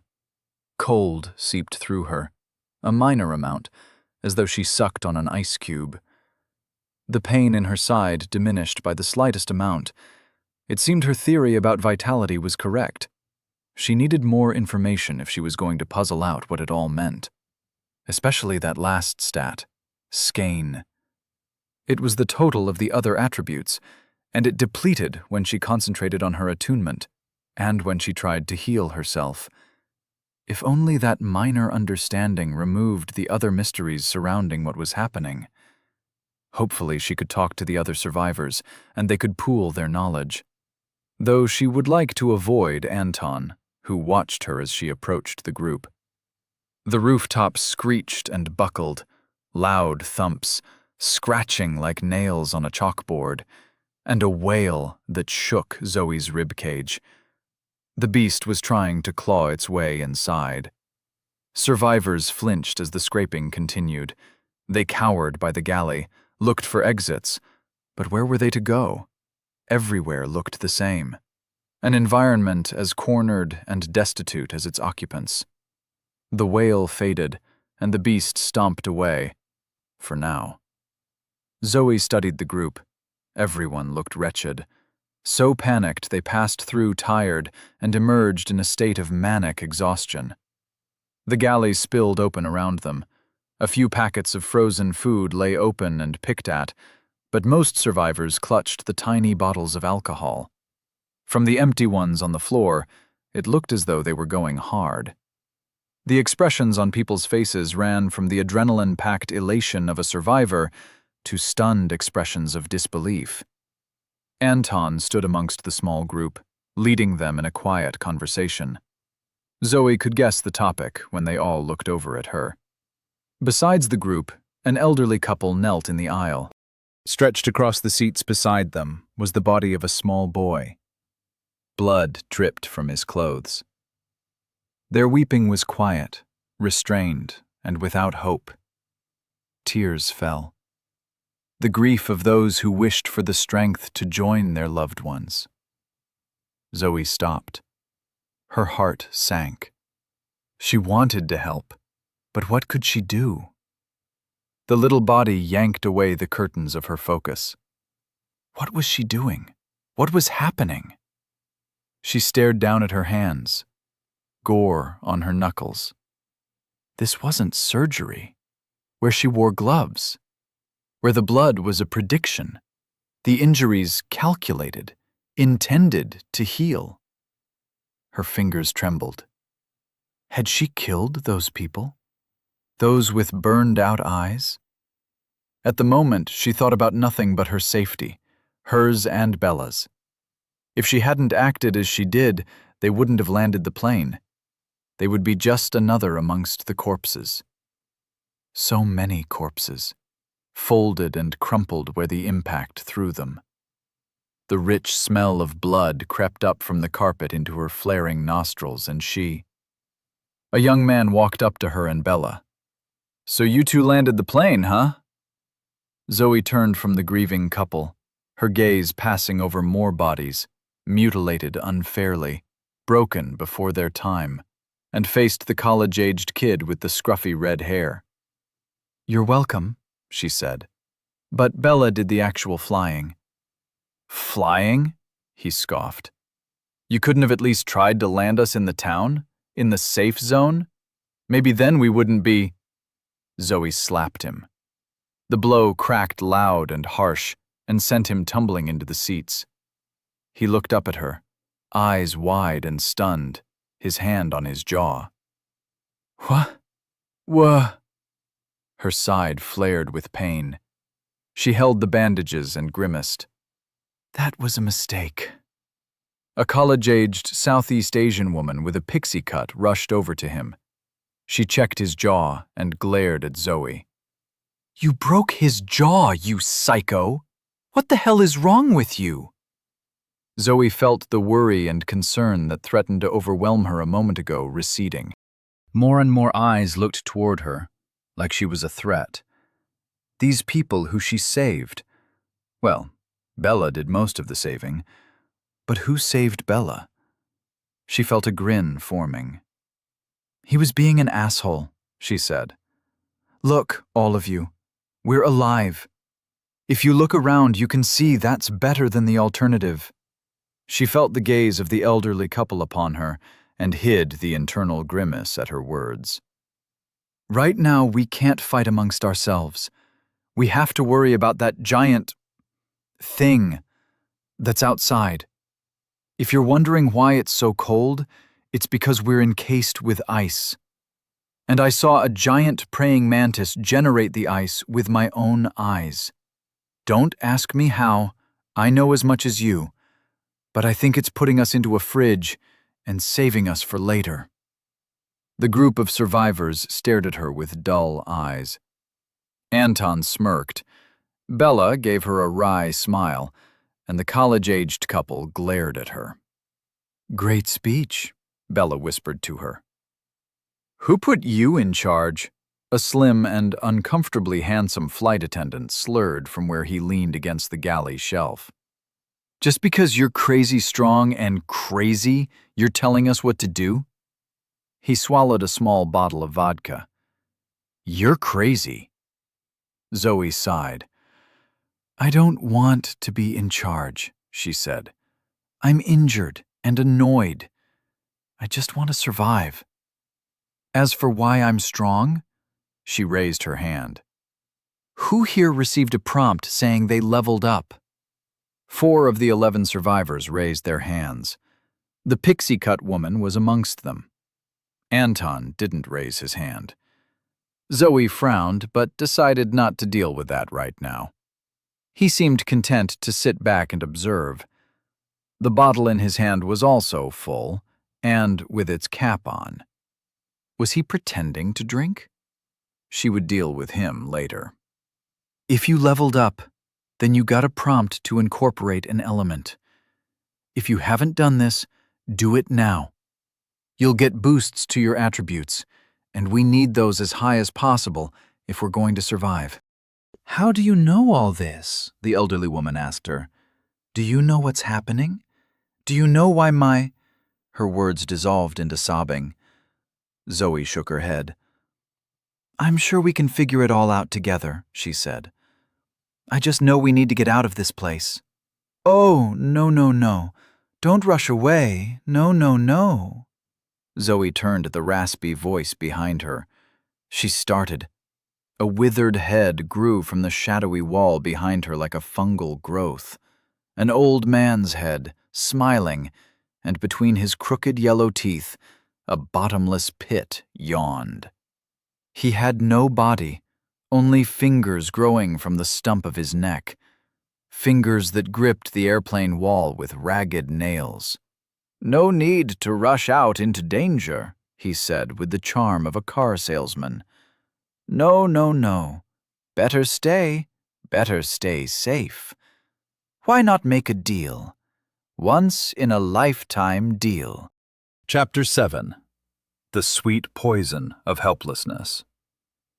There was no light source inside the plane, but the sky glowed. Multicolored swirls spilled through the ice-glazed windows and illuminated circles of the scene.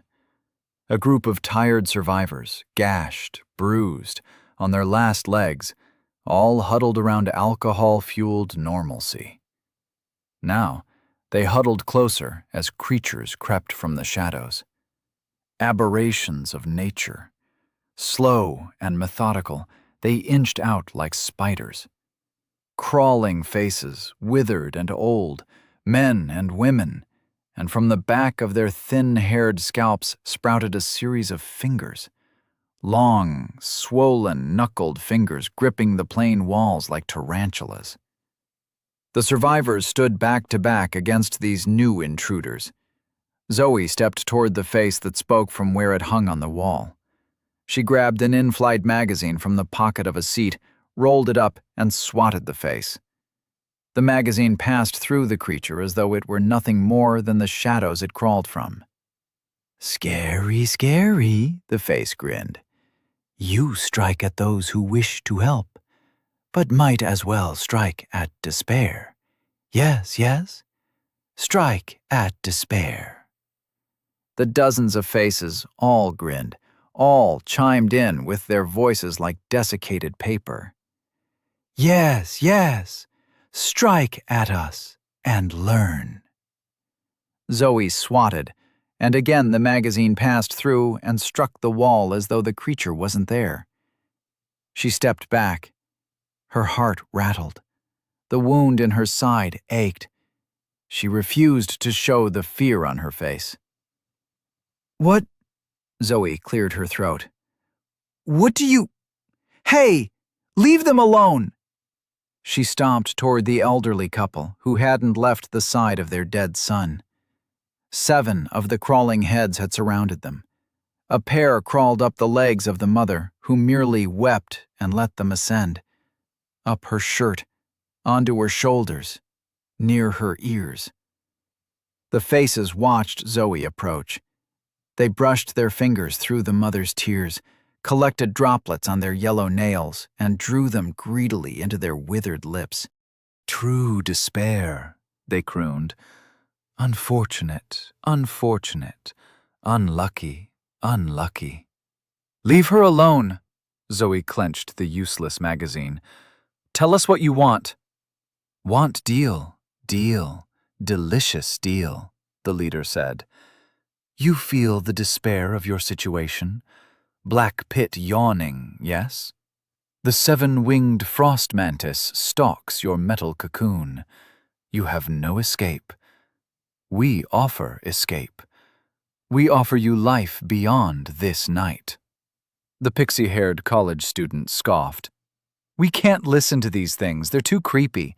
You can see out the window the monster is gone. We just need to get to the town. It can't be more than a few hundred feet away." The face grinned and crawled in a circle until it was upside down, and the wide smile seemed the deepest snarling frown. "Yes, yes, flee into the woods, infested with mouths, hungry mouths in this new world. Be the first to feed yourselves to the snarling shadows.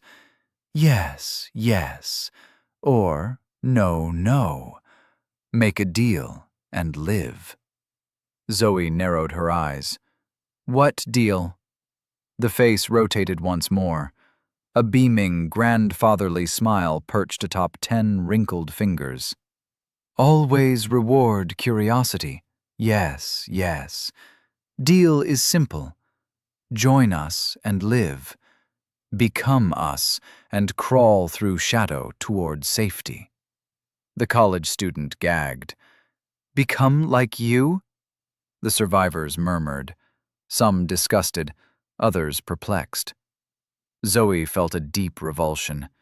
Even after all the changes happening so fast, she couldn't imagine herself becoming like this thing in front of her. Her expression revealed her thoughts, but the thing kept smiling. "We were all not us once upon a time. Another world, another sky. We lived and wept until the shadows crawled and offered us a hand. Same hand, same hand, same hand we offer you now. Ah, look, she has decided. She has agreed. The creature pointed at the crying mother. A dozen of the things crawled over her. Shadows draped from them and cocooned her. She turned to face the group, the horror in their eyes matched by the depths of her despair. I just can't face the pain. Her husband reached for her. Melanie, don't. His hand passed through her. The tall, shadow-cocooned form crumbled, and the heads fell to the floor. They crawled away on silent fingers toward the walls, and at the bottom of the pile, a new face emerged, withered, smiling, but unmistakably the once crying mother. Is not bad, no, no, she said as she crawled toward her husband. Join me, join us. The world is vast, and despair is endless. Let us escape together. Yes? Yes? He shuddered as she crawled onto his shoe, but did not kick her away. She crawled up his leg, his flannel shirt. Blue polish flaked from her fingernails as she crawled toward his ear. There she whispered something nobody else heard, and he nodded. I'll join you. Yes, yes. Into the darkness. Yes, yes. Out of sorrow. More heads crawled toward him as more emerged from the shadows. Zoe couldn't move, couldn't drag her eyes away from the scene. The heads crawled, emboldened, toward the survivors. Some backed away in horror, but others let them ascend, let them whisper. Another shroud formed. Wisps of darkness covered the scratched cheek of a lonely man, his face melting into relief as it melted like hot wax. As his body shrank in on itself, and not him alone. Where 11 stood, 8 remained. Despite herself, Zoe felt curiosity. What did the heads whisper? What secret, what truth could persuade someone to shed their humanity in such a grotesque fashion?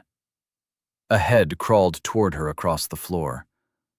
Maybe there was an escape from the despair looming in her heart.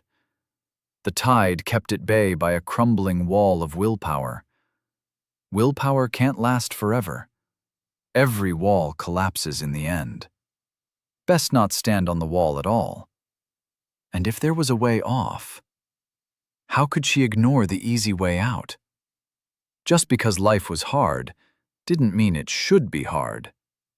Just because one deal left her in debt didn't mean every deal would. Just because some people betrayed her didn't mean everyone would. Bella grabbed Zoe. We have to get out of here, she said. We can't listen to them. Zoe frowned. Did she trust this girl more than the others? More than the whispers of these creatures? She was a stranger, after all. Something flickered in her peripheral vision. A head on her shoulder, lips moving.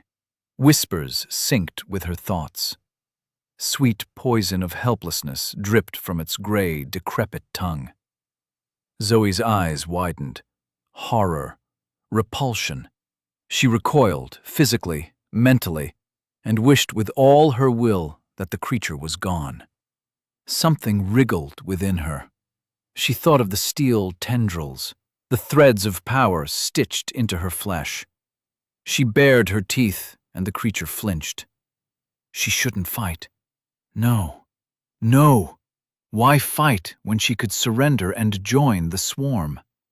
There was no need to be a lonely girl. She didn't need to be young in the dark house of broken windows, calling out for a mother who would never come. No, Zoe growled. How dare these creatures pluck at her mind? The thread whipped within her. A silver flush swept over her brown skin. Steel sheathed her, and the sound of a snapping rope echoed in her mind. The creature shrieked and leaped from her shoulder. It landed on the ceiling and skittered away, scowling as smoke curled from singed fingernails. Zoe swayed, but Bella caught her. Just as she suspected, skein was the tangled power she felt within herself. She couldn't be sure if it was the metal tendrils or something else, but she had used it twice now. First when healing herself, and now when she repulsed the insidious creature. It had taken 10 skein to reject one creature, and though it remained at a distance, already more crawled toward her. She didn't have enough skein. Soon they would overwhelm her. Soon she would join the other survivors in the shrouds of tattered shadow. Bella tugged on her, and Zoe nodded. "We have to get out of here," she said. "But how?" "Emergency exit. It's frozen. We'll force the door." Zoe hoped her new strength was enough. "Maybe we can reach the town before the mantis gets us." Bella nodded. "Let's go." Zoe caught the unspoken doubt in Bella's voice. But what other choice was there? 6 humans remained: Zoe, Bella, Anton, the 2 college kids, and the drunken flight attendant. As a group, they retreated from the crawling heads. Dozens of the monsters swarmed from the shadows, crawling fingertip by fingertip with the glacial patience of the inevitable. All smiles, all joy, as they sang about the sweet release of their deals. Zoe backed toward the emergency exit. The survivors crowded behind her. The monsters kept their distance, but gained by inches.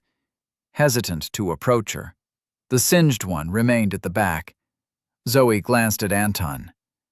"Can you open the door while I keep them back?" she whispered. He gripped the handle, tried, and grimaced. "All my attribute boosts are in insight," he said. "I'm not strong enough." "Fine." Zoe's hand closed around the handle to the emergency exit, cooled in her hand, and pulled. Metal ground against metal, but ice held the door.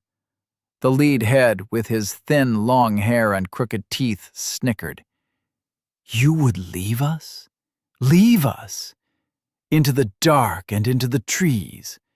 Lose yourself out there and stumble in snow until the mantis picks you off one by one. Think we will not find you, hopeless fools out there. Think you will not make a deal when you sob before the onslaught of insectile blades." Zoe glared. "Shut up!" She gritted her teeth against the pain in her side and wrenched. Ice splintered. A gaping hole in the plane's side. The door fell into darkness.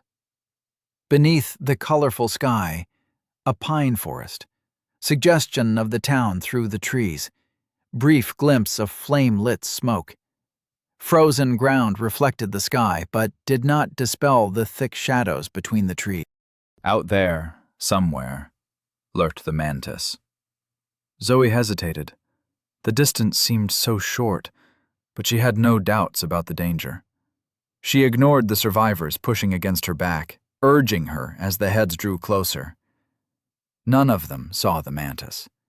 She alone witnessed the cruel, predatory perfection of its wintry gaze. No hope lay in the pines beyond, and it wasn't the creeping heads that told her this. A stiff wind blew through the empty doorway. Glittering sparks of frost rode the breeze. The heads, sensing the uncertainty, charged. Zoe stomped down on the first monster to get too close. Steel flashed up her bare foot as she concentrated her will. The creature hissed as she crushed it between her toes. It melted into shadows and smoking slime as the cold sensation of power ran up her leg and into her body, pooling inside her, building into something more. Damn. It took even more skein that time, but the creature stopped advancing. She felt the way the string of power wriggled within her, like wrestling a snake. Her control was abysmal, Less a sense of control, and more like she wildly flailed. But if she put her mental grip there, held it like that, maybe she could figure this out before she ran out of skein, before they all died. The creatures watched. Heads bobbed on fingers. Smiles sharpened at the corners. "Nowhere to go," sang the leader, waving pointer fingers like a conductor. "So little skein. Kill one, kill two, we shall claim you in the end." Anton stepped beside her.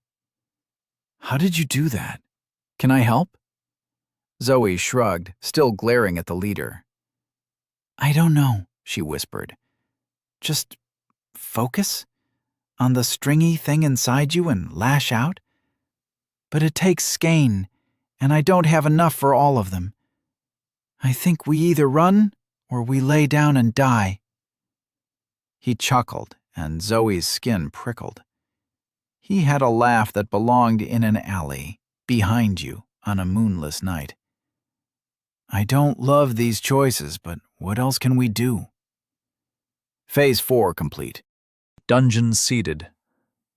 The pockets of the world hold more than loose change. Find treasure. Find yourself. Find your way out. 20 feet from where the survivors stood, amidst the crawling heads, the air buckled, groaned. The monsters shrieked as a door appeared. Tall and wide, built of shattered mirror fragments clung together with thick red grout. Grout flowed and seeped into the carpet, endlessly. Blood. Etched into the center of the door was the black outline of a bell. Shadows seeped from the outline. The heads too close to the mirror brushed its surface, and it sucked them inside. For a moment, they shrieked soundlessly inside the reflection, before vanishing. Despite the alien nature of its construction, despite the danger, the door beckoned. "What else can we do?" Zoe pointed at the dungeon entrance. "How about we go in there?" Chapter 8. Under the Eye of an Alien God. The door rippled with pulsations of dread power. A portal of broken mirrors and drooling blood. The black impression of a bell leaked, as welcoming as a crocodile's mouth to a plover bird. "You're crazy." Bella wiped sweat from her brow, a spiderweb tattooed on the back of her hand. "We can't go in there." The college girl nodded. "I agree. I'd rather risk the trees than wherever that door leads." She gripped the edge of the door, looked out at the dark snow beyond, and paused. "Someone's coming with me, right?" Anton stared at the dungeon door. "We've already learned this world punishes the cowardly," he grinned. "Maybe it rewards the brave?" And he sprinted for the door. The creatures surged. Clawed fingers reached for his legs, but he leaped and sailed over the grasping monsters. He twisted in the air to face the survivors. With a jaunty wave, he struck the door. The mirror gave as though it were water. Shards bobbed on the bloody grout. For a moment he floated inside the reflection, waving slowly, shrinking, before he vanished. Immediately, the system's ethereal voice chimed. "A member of your party has entered the Mirror Bell dungeon. This is a Black Star dungeon. Enter within 60 seconds to join them at the dungeon entrance." 60. 59. 58. Damn, now Zoe had a time limit. She envied Anton's decisiveness. No, she envied him entering first. Would he get a title for being first into a dungeon? The monsters gave the dungeon a wide berth. But just because it was dangerous to them, did that mean it was dangerous to her? She knew there was risk involved, but what really made her envious of Anton was how he ignored the safety of the group. But should she care? Why was it her responsibility, just because they looked at her? She turned to Bella. "I'm going in there." Bella nodded. "I'll follow you." Zoe smiled, if only to hide the weight those words placed upon her shoulders. The college kids looked at them like they were crazy. The redhead clutched his swollen jaw and pointed to the trees. He mumbled, incoherent, but easy enough to guess the meaning. Zoe shook her head. The pines were an illusion of safety. She knew the mantis stalked those shadows, waiting for them to flee into its serrated arms. But more than that, she agreed with Anton's words. The only way to survive this new, insane world was to embrace it. The world had changed, but one of those changes was the power coursing through her. That let her swat away monsters. That let her bitch slap annoying people. That let her survive a gruesome wound. The door was 20 feet away and surrounded by crawling heads. She could make it. Time to commit. "Keep close to me," she whispered to the survivors, "and I'll keep them away from you." Bella placed a hand on her shoulder. "Right behind you, mate." The college kids looked warily between her and the darkness outside. Zoe put them out of her mind. They would follow or they wouldn't. She couldn't make them her concern. She clutched the wriggling power, the skein. It felt like a fire hose flailing, and she directed it toward her skin, toward repelling the smiling monstrosities. Her dark skin flushed silver, and she charged. Monsters hissed as she neared. Fingernails skittered along the carpet. They fled her approach, but were too slow. Her steel feet crushed smiling faces like balloons of maggoty pus. Black ichor sizzled and steamed against her skin. She felt more in control of this strange power. She didn't need to lash out as hard to destroy these creatures. She could be more frugal, more precise. Nevertheless, her skein plummeted. Only 10 feet to go, and the heads struggled to create a path amidst the shadows and swirling light. 5 feet left. She tried and failed to quell the rising dread. What happened at 0? Would she die? The leader leaped from the roof toward her face. Fingers splayed like grotesque wings. It latched around her throat. She stumbled back, hit Bella, and slid to the floor. Her pulse hammered. The creature grinned like an old man pulling a slot machine. Why even fight? Why rush into the unknown? Better the devil she knew. Her limbs went limp. The fleeing creatures turned. Smiling, they swarmed the survivors. Singing despair, reaching anemone of withered fingers. Bella slapped at the leader's head, but her hand passed straight through and slapped Zoe's cheek. Foolish to fight these things. Foolish to even try. Nobody could hurt them. Always more. Can't fight shadows. Better to lay back. Easier to accept. Bella slapped her other cheek. Get up, Zoe! Pain flickered through her thoughts, a tiny tear in the curtain of despair. Another slap across her cheek. Zoe snarled. Her skein pulsed. 8/57ths. Steel flashed with light across her throat. 6/57ths. The leader hissed. 4/57ths. Whispered. 2/57ths. Begged. 0/57ths. Died in an explosion of greasy smoke. Zoe's gasped as cool energy spiked in her guts. Level up! You are now level 3. Your first step was a stumble, but now you stride. Open your eyes and behold your new world. Please select an element to incorporate. Metal, might +4, willpower +4, lodestone title applied. Blood, vitality +4. Shadow, willpower +2, insight +2. Zoe's vision swam. Her body was heavy, stiff. Before she could think about the information streaming through her mind, Bella hauled her to her feet. Zoe leaned against her, but Bella pushed her in the back and into the dungeon door. Zoe struck the fragmented mirror and fell through the light. Fell through darkness. Fell through a space between worlds. ###. Sunlight slanted through the blinds and struck her eye. Zoe paused as she walked into her clinic's operating room. A moment in the doorway as a dream faded. But the climate-controlled room beckoned. She stepped beyond the threshold into eggshell walls. An old man sat on the operating table with his legs swinging. He wore a lavender gown. Zoe remembered the argument with Ben. He wanted teal gowns, as though that color would soothe anybody. The anesthetist hadn't set up yet. There were no nurses. She couldn't find the patient's chart, but still, she smiled with practiced formality.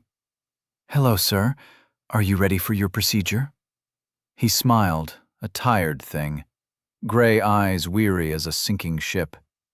"Which procedure was that, Dr. Chambers?" She bit her lip. "I'm sorry, the nurse hasn't prepared your chart, Mr. Rue." "Well, Mr. Rue, maybe you can tell me why you're here today." He smiled again. "I'll leave it up to you. Consider me a blank canvas." "That's not really how this works." "I want you to mark me." His finger trailed along his cheek. "How would you make a man's face reflect his sins?" She stepped back, glanced toward the exit, toward the surgical tools lined neat and stainless on their tray beside the operating table. "I think you have the wrong kind of doctor." "No, you're here. How would you perform your work of face-shaping, doctor? How would you mark the man who destroyed your world?" The dream resurfaced, heart-clenching horror, a screaming plane, kaleidoscopic sky, monsters, despair. She stared at him. "What?" He smiled. "I initiated the system on Earth. Now, I ask you what you—" She grabbed the scalpel and plunged it into his eye. Razor tip met pupil, but the pupil dilated. Wider and wider until she tumbled into an endless pit. Swallowed. Zoe fell. The memories of a dream, slowly fading. ###. Zoe fell. Raced down. She went skydiving once for a friend's birthday party. The way wind whipped her hair, pulled her limbs up, caressed her skin. This felt similar, but the space she fell through, a vast nothing. Not dark, but an absence of anything. She saw forever, and the empty horizons hurt her eyes. She glanced down. Forever extended in every direction. Bile at the back of her throat. She retched, but her stomach was empty. Nothing within. No heartbeat in her ears. No pain in her side. She mentally nudged at the feeling of the system, summoned her status. Nothing. Was she dead? A vast hand rose and caught her. She should have shattered, but she landed soft as a feather upon a palm the size of a basketball court. A woman loomed over her, a face appearing out of the dark nothing. And Zoe wept. For the woman was beautiful. Zoe spent her career reshaping flesh, making the aesthetic aspirations of her clients a reality. She knew the goals and the theories and the practicalities of physical perfection. All this torn asunder as she gazed up at the goddess. Long hair framed colossal eyes. Plush lips smiled ever so faintly. Impossible to describe the colors of hair or skin or eyes. What color is love?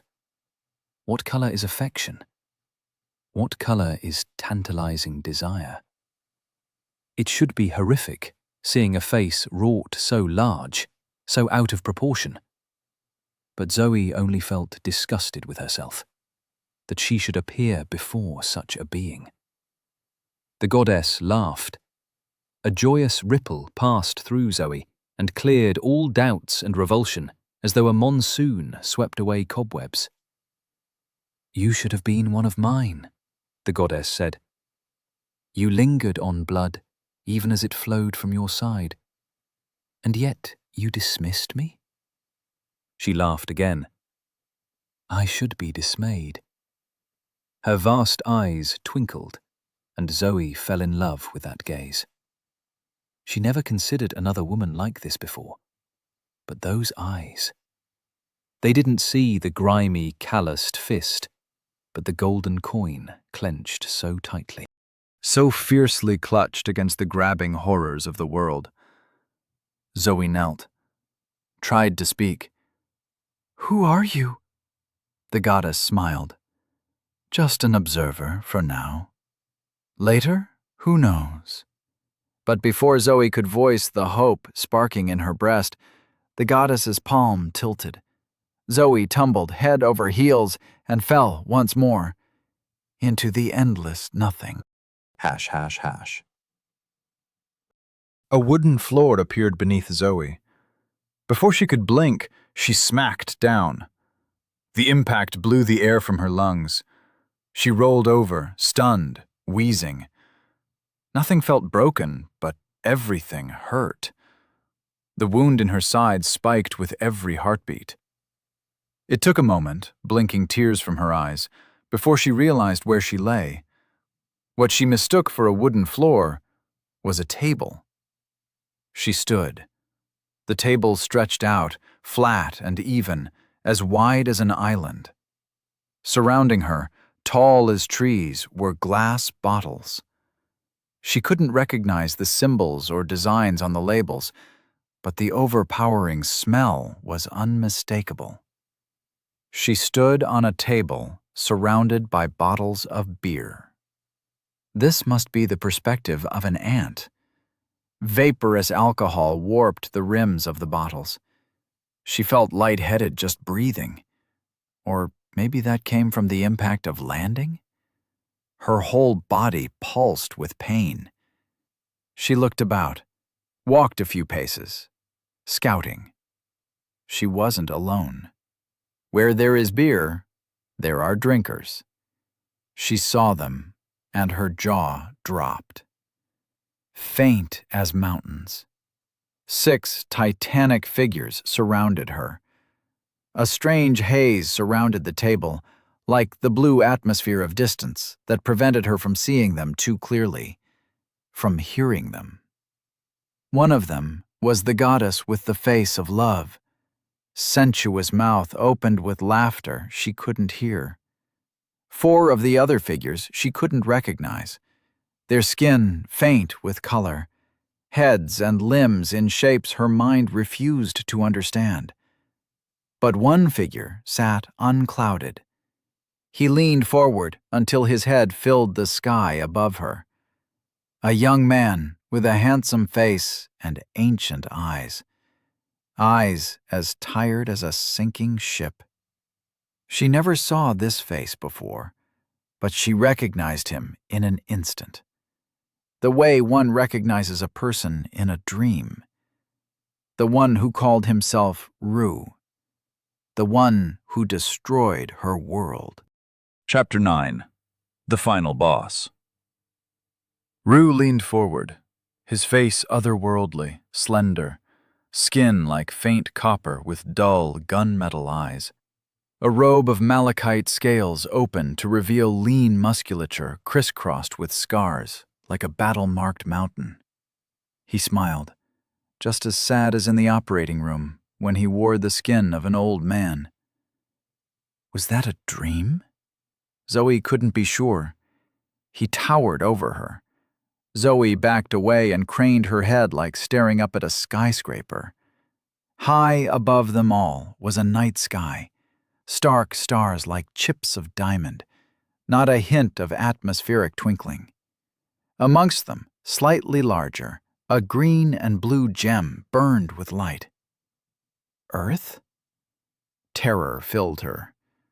Rue's voice echoed around her, inescapable. Zoe Chambers, you are here because you have proven interesting. 2 titles. Intrepid, because you left a safe zone the moment it was defined. Do you know how rare that is? Of course, you don't, but it should be commented upon. Zoe shook her head. She wished there was somewhere to hide. I was in a plane, the anger in her voice surprised her. I had no choice. None of us had a choice. He nodded. Yes, a coincidence gave you that title. But 100 people on that plane received Intrepid. Only 5 remain. That makes you interesting. As for choices, his smile grew cruel. Welcome to the universe.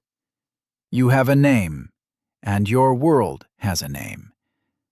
But I should call you both dust. No choice in your planet's history outweighs the bureaucratic decision to allocate your world to me. His eyes flashed like steel in the sun. Your second title, Lodestone, received for being the first person to incorporate metal. Both titles are products of chance. What's interesting is that you are in the first party to enter a dungeon.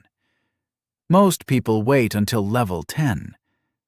To think you would enter a dungeon without a gate, before you even forged your body. His laughter boomed. Well, I guess you didn't know better. Zoe glowered up at the giant. She was astonished she could feel anything other than terror, but the way he dismissed her like she was a bug. She supposed she was a bug to him. What's so special about metal? He leaned close. His face filled the world. Because metal is the affinity I chose long, long ago.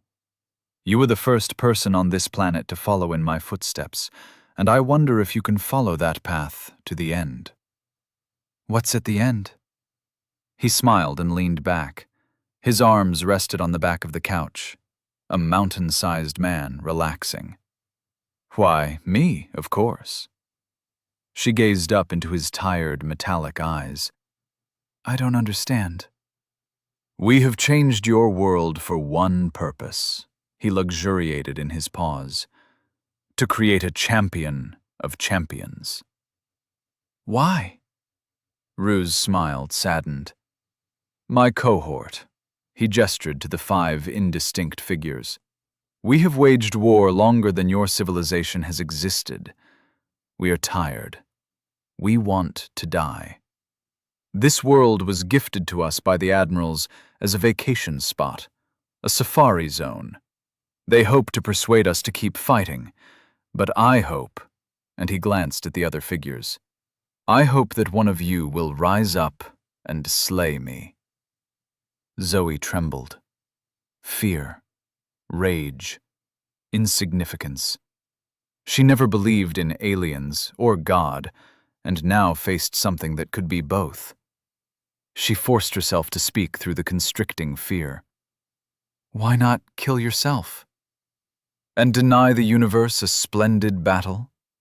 Your world has much to learn, but it shall learn everything in time. The goddess shoved Rue with one delicate hand. The gesture strained her slender dress of amber strings. The shove was playful but frustrated. Zoe sensed a long history between them, longer than anything she could imagine if Rue's words were true. You're scaring her, the goddess said. She doesn't need to know all of this. Stick to the plan. You're the one who pulled her out of the teleporter. The goddess shrugged. Can't deny she's interesting, can you? Remember when she stabbed you in the eye? She really should have been one of mine. She leaned forward. Once you're full of metal, choose blood, won't you, little one? Zoe blinked. She had no idea what to say or how to respond, but one question welled up, an urge more pressing than any other desire. "Can I go, please?" She couldn't think of asking for help, for asking for the world to be turned back to how it was.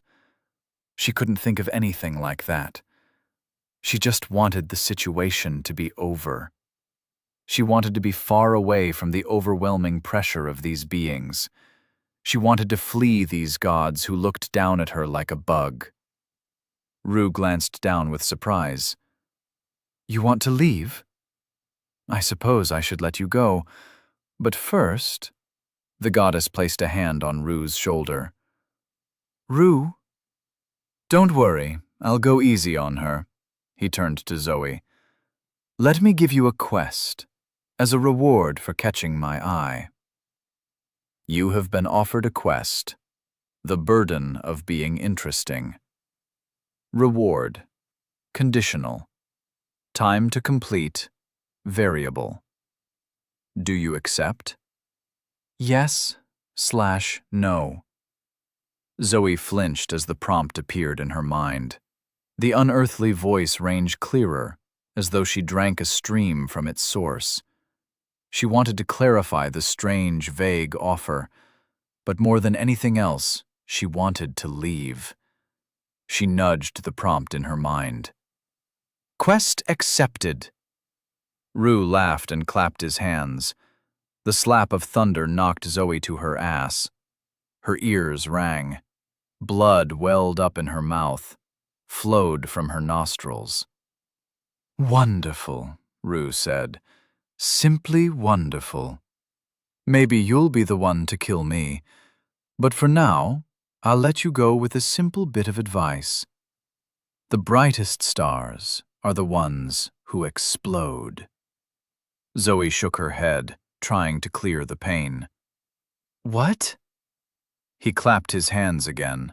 The thunder slapped her onto her back. She groaned on the wooden ground. "Goodbye, Zoe. I truly hope we meet again." The table vanished. She fell. ###. Zoe coughed up blood. She lay on warm stone. Her eyelids glowed pink. Sunlight above her?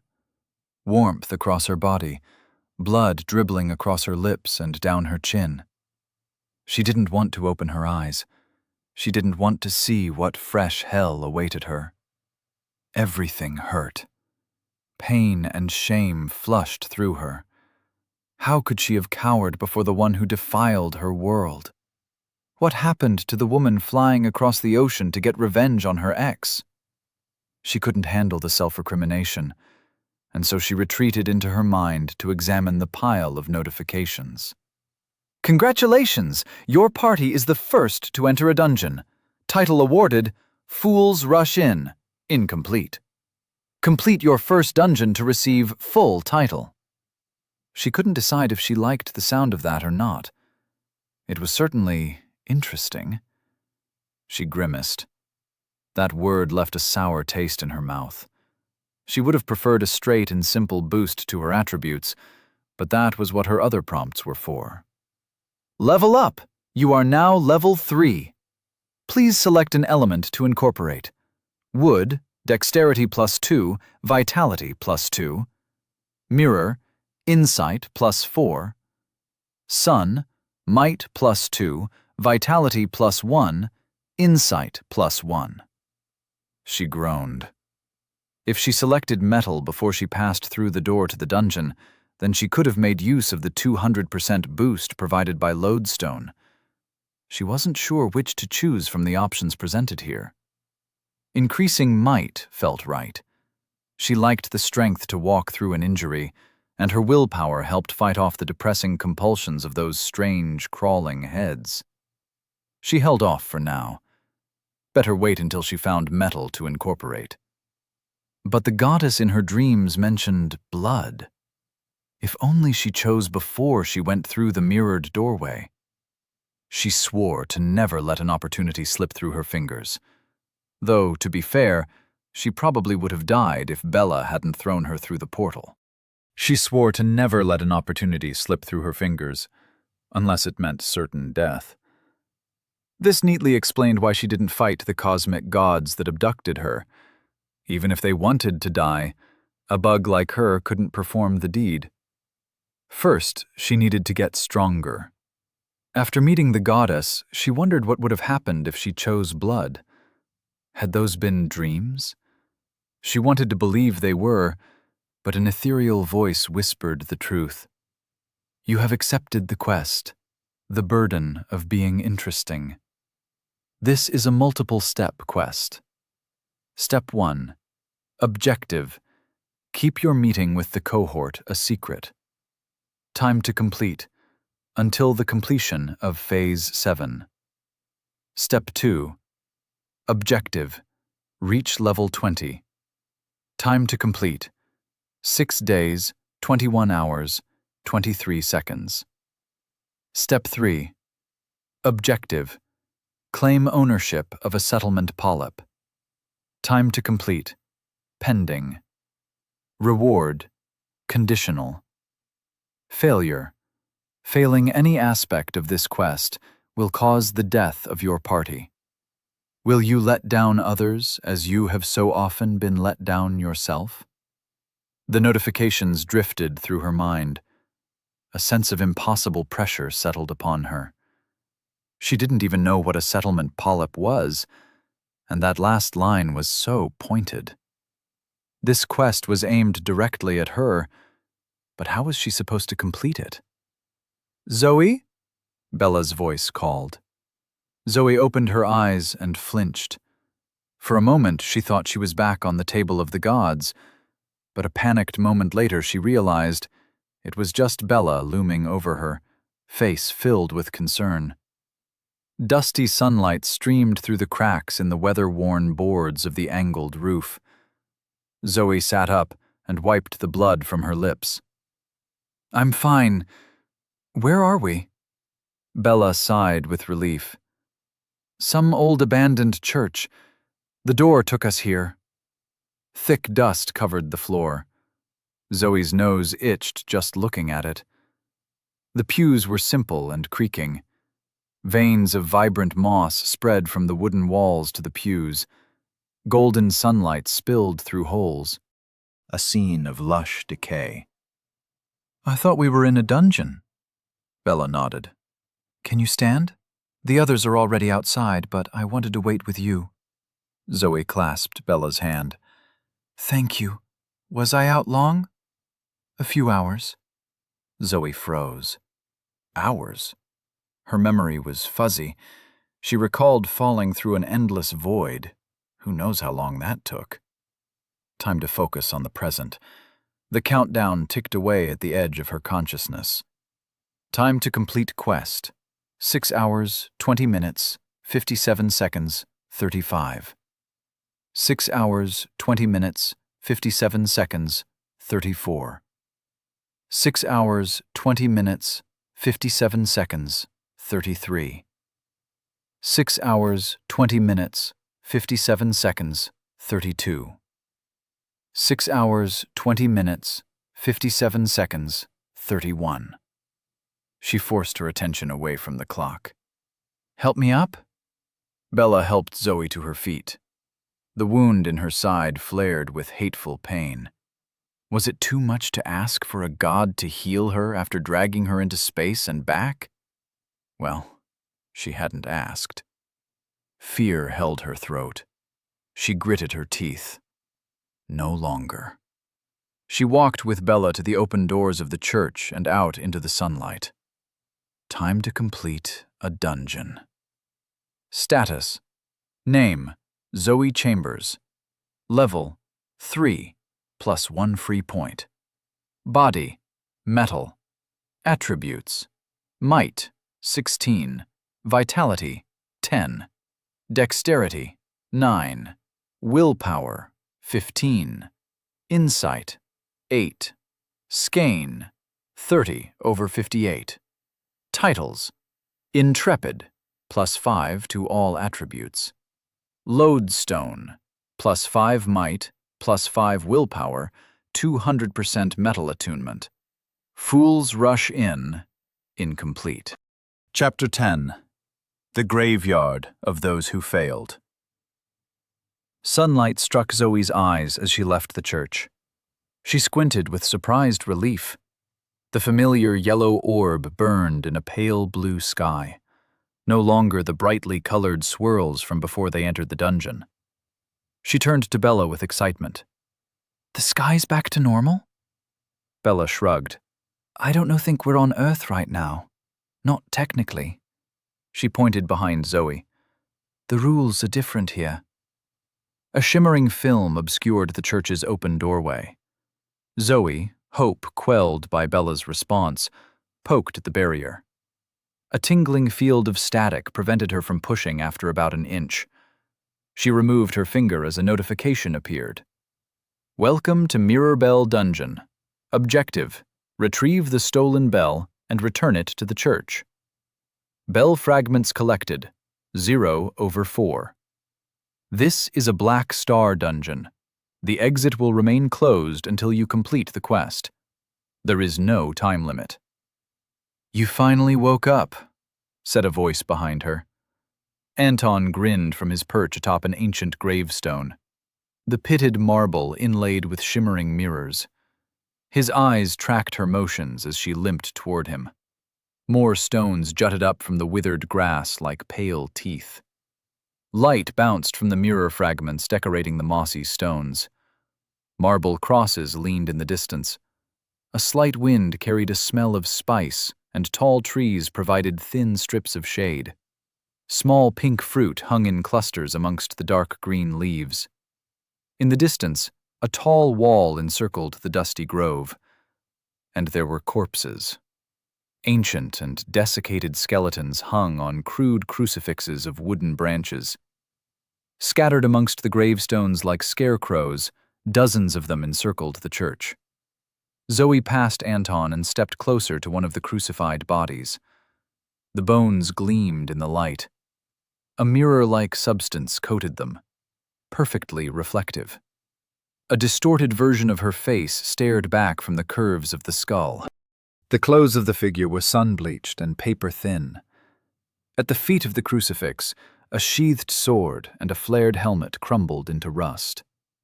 Similar items rested at the base of the other corpses, all of them ruined by time. The crucified skeleton twitched. Mirrored jaw clicked. Fingers stretched. But the heavy spikes through wrist and ankle kept them in place. Zoe stepped back, her heart pounding, and the figure stilled. "What is this place?" Zoe asked, looking around. Anton shrugged. "A church, a graveyard, some trees. What it looks like, I suppose.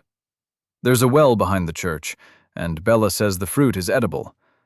We won't starve if we take time to figure things out." "That isn't what I meant." "How am I meant to explain how a magic door took us from one world we don't recognize to another? All I know is nothing's attacked yet, and I've seen no trace of this bell we're supposed to find." Zoe examined the nearest grave. A spiral of tarnished mirror set inside pearlescent marble. She could only read the name by touch.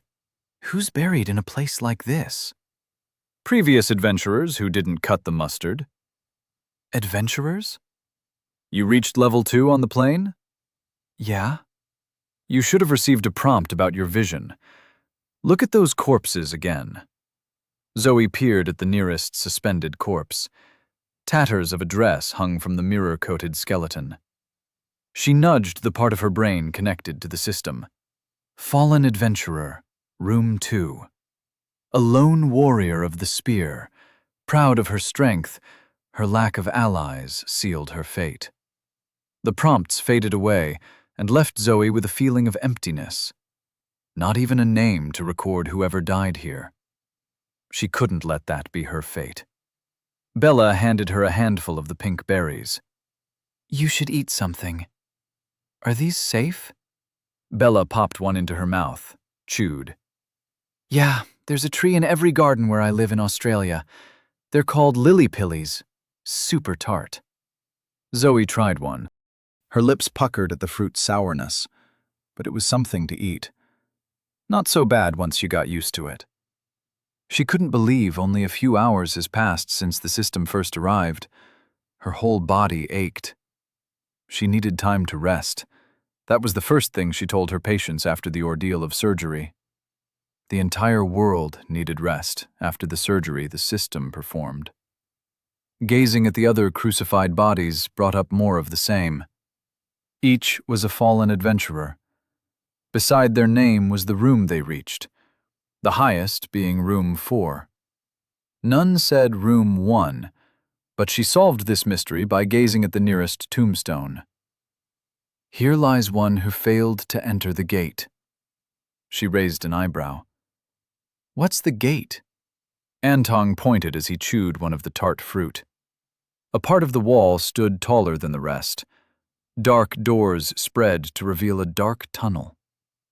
That opened, Anton swallowed, when you exited the church. I think it was waiting for our entire party to enter this area, he smiled. I'm glad you were unconscious, to be honest. It was nice to relax. Bella shook her head. I don't know how you can relax. How would stress make any of this better? He shrugged. Anyway, I'm monitoring the situation. Zoe sat on the grass, her back against a gravestone. The sun felt good on her skin. She could sit here for a while. Could probably fall asleep, if it wasn't for the quest ticking down, urging her forward. She eyed the open gate. Was that the way forward? Where are the others? Cassie and Joel? Anton pointed to a copse of trees. Over there. How's his jaw? We figured out how to use skein to boost vitality. Oh? Yeah, skein is that wiggly thing you were telling me about. You can push it into one of your attributes to increase the effect. That trick you did to burn up those weird crawling heads? You were boosting your willpower. Zoe nodded. His explanation clicked into place with the knowledge she had developed instinctively. Is there anything else we can do with skein? Not that I figured out yet, but maybe give me more than a couple hours? Zoe laughed. So what are Cassie and Joel doing? They snuck off an hour ago, probably doing what young people do. He waggled his eyebrows. They're not too happy with you, by the way. Because of his jaw? Sure, and they think coming here was a mistake. How so? Bella picked up the short curved sword from under a crucified body. She drew the blade from the sheath. We're trapped here until we finish the quest. She gave an experimental swing. Cassie kept saying we should have tried to make it to the town, to the safe zone, you know? Zoe closed her eyes. The sunlight warmed her face.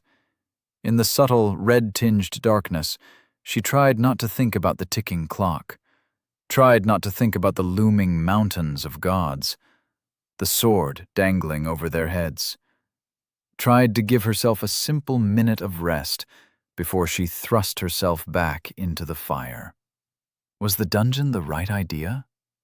Should she have run for the town and risked the mantis in the woods? Who knew? Who cared? This was where she was now. We wouldn't have made it, she said at last. Know that for a fact, do you? She opened her eyes at the voice. It was annoying, full of righteous indignation, and belonged to Joel. His jaw was swollen, but unbroken. His blue eyes glared at her from under a mop of scraggly red hair. Beside him, Cassie stood with her hands on her hips. They were both flushed, a little sweaty. Strands of Cassie's hair stuck out of place. Zoe rolled her eyes. I know we're alive now, she said. So we would be dead if we tried for the town? Joel asked. Cassie nodded, her arms folded with a sense of smug superiority. Face it, she said. Your rash decision trapped us here. I didn't make you go through the door. No, but were we supposed to go off by ourselves? Zoe laughed. I wouldn't have stopped you. She pointed at Anton. He went through the door first, but you're not mad at him, are you? Cassie stamped her foot. But you were in charge. She wanted to argue, say she wasn't in charge, shouldn't be in charge. But the quest ticked away in the corner of her mind.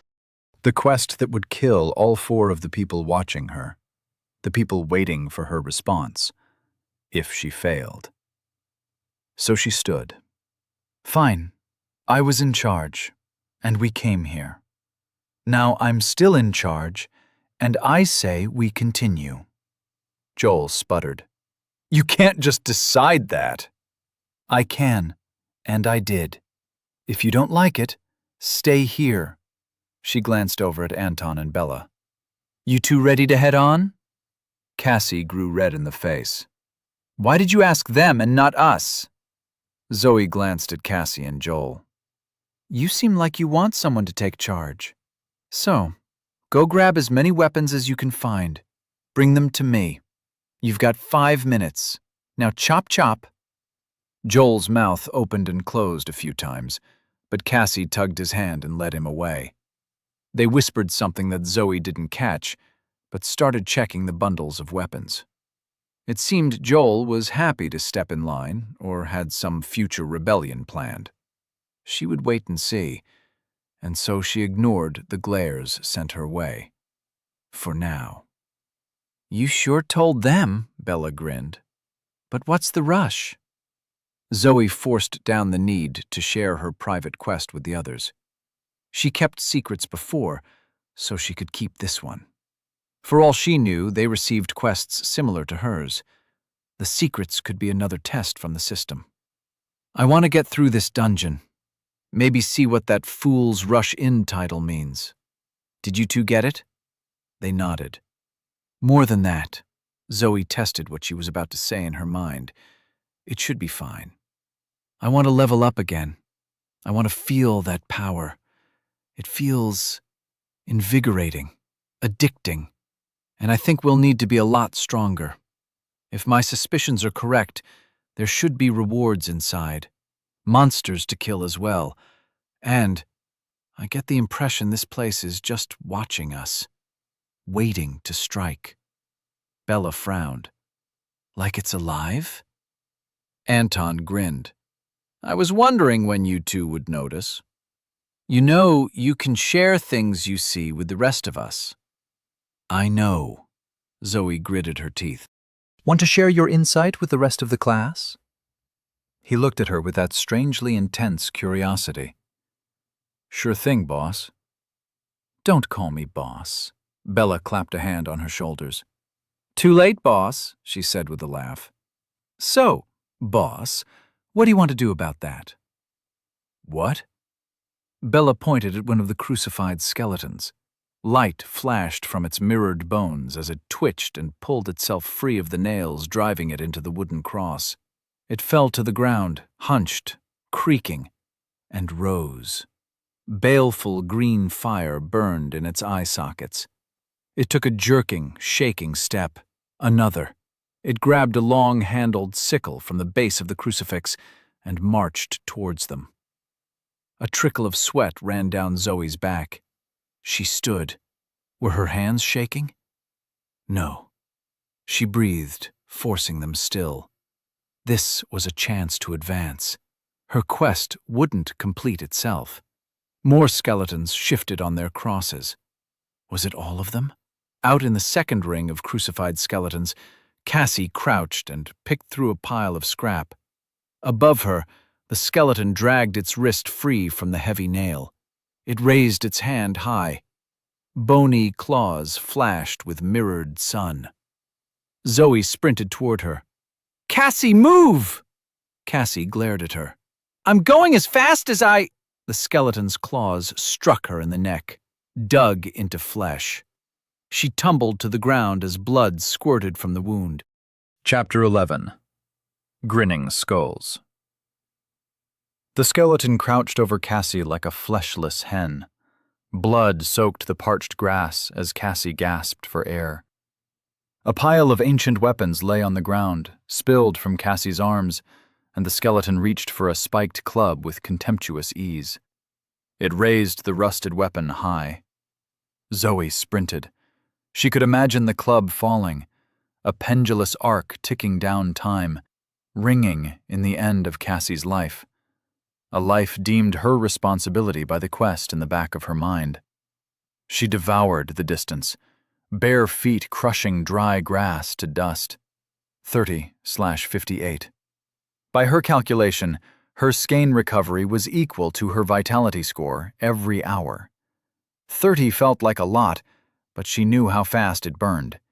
She couldn't risk spending it all. 0 skein would have her passing out again. But she could spend some, and so she grasped the thread of power within. 25/58. Desperation brought control. Her skeins surged, muscles strained with power. Her toes gripped dirt, sending up chunks with each stride. She shot forward, faster than a human had any right to be. But not fast enough. The club came down and struck Cassie in the back of the head. Bone cracked. Blood oozed. Somewhere, Joel screamed. The skeleton, grinning, raised the club again. Zoe leaped through the air. Her stitches tore open as she crashed into the skeleton, rolled across the ground. The mirrored skeleton flailed in her arms. Baleful fire flashed in her face as it clacked its jaw, percussion without meaning as she straddled it. The club swung into her side. Crude spikes dug into the flesh below her reopened wound. Too furious to even wince. 20/58. Above her head, 2 fists formed a hammer glinting like steel. She snarled and brought them down like a meteor. ###. Anton sat on the tall headstone and tapped his heel against the mirrored surface as Zoe pounded the skeleton into mirrored splinters. Once it stopped moving, she started tending to Cassie. That was good. He liked Cassie. She was young, but not as stupid as he had been at her age. Hell, as he had been yesterday. Not that he was smart now. He gazed at the back of his hand. Scars and wrinkles and some freckles and hairs. So much going on, and it was just a tiny piece of skin. Another skeleton strode toward Zoe like a broken puppet. The black woman rose, her fists ready as blood spoiled her pinstripe shirt. Hideous shirt. Anton smiled up at the sky. The others hadn't noticed the curve beyond the blue, like looking up at a great reflection, almost invisible through the fog of distance. He remembered being out in the California desert, digging graves at dawn, staring out at the mountains. That's how blue they looked. If his insight grew higher, maybe he could see himself sitting in that mirror ball graveyard in the sky. He couldn't believe how much he could see now. When prompted to pick an element, he only picked sky because of the Sky High Club. He chuckled. It was still funny, sure, but the selection made his mind explode. Not that he was smarter. High school math still lay dumped in the back of his mind like something that fell behind a fridge. Would he ever see his fridge again? A 6-pack of IPA sat on the middle shelf. Tall cans, a little treat. His reward for a job well done after Australia. What happened to those cans when the world broke apart? He sighed, but couldn't stay sad.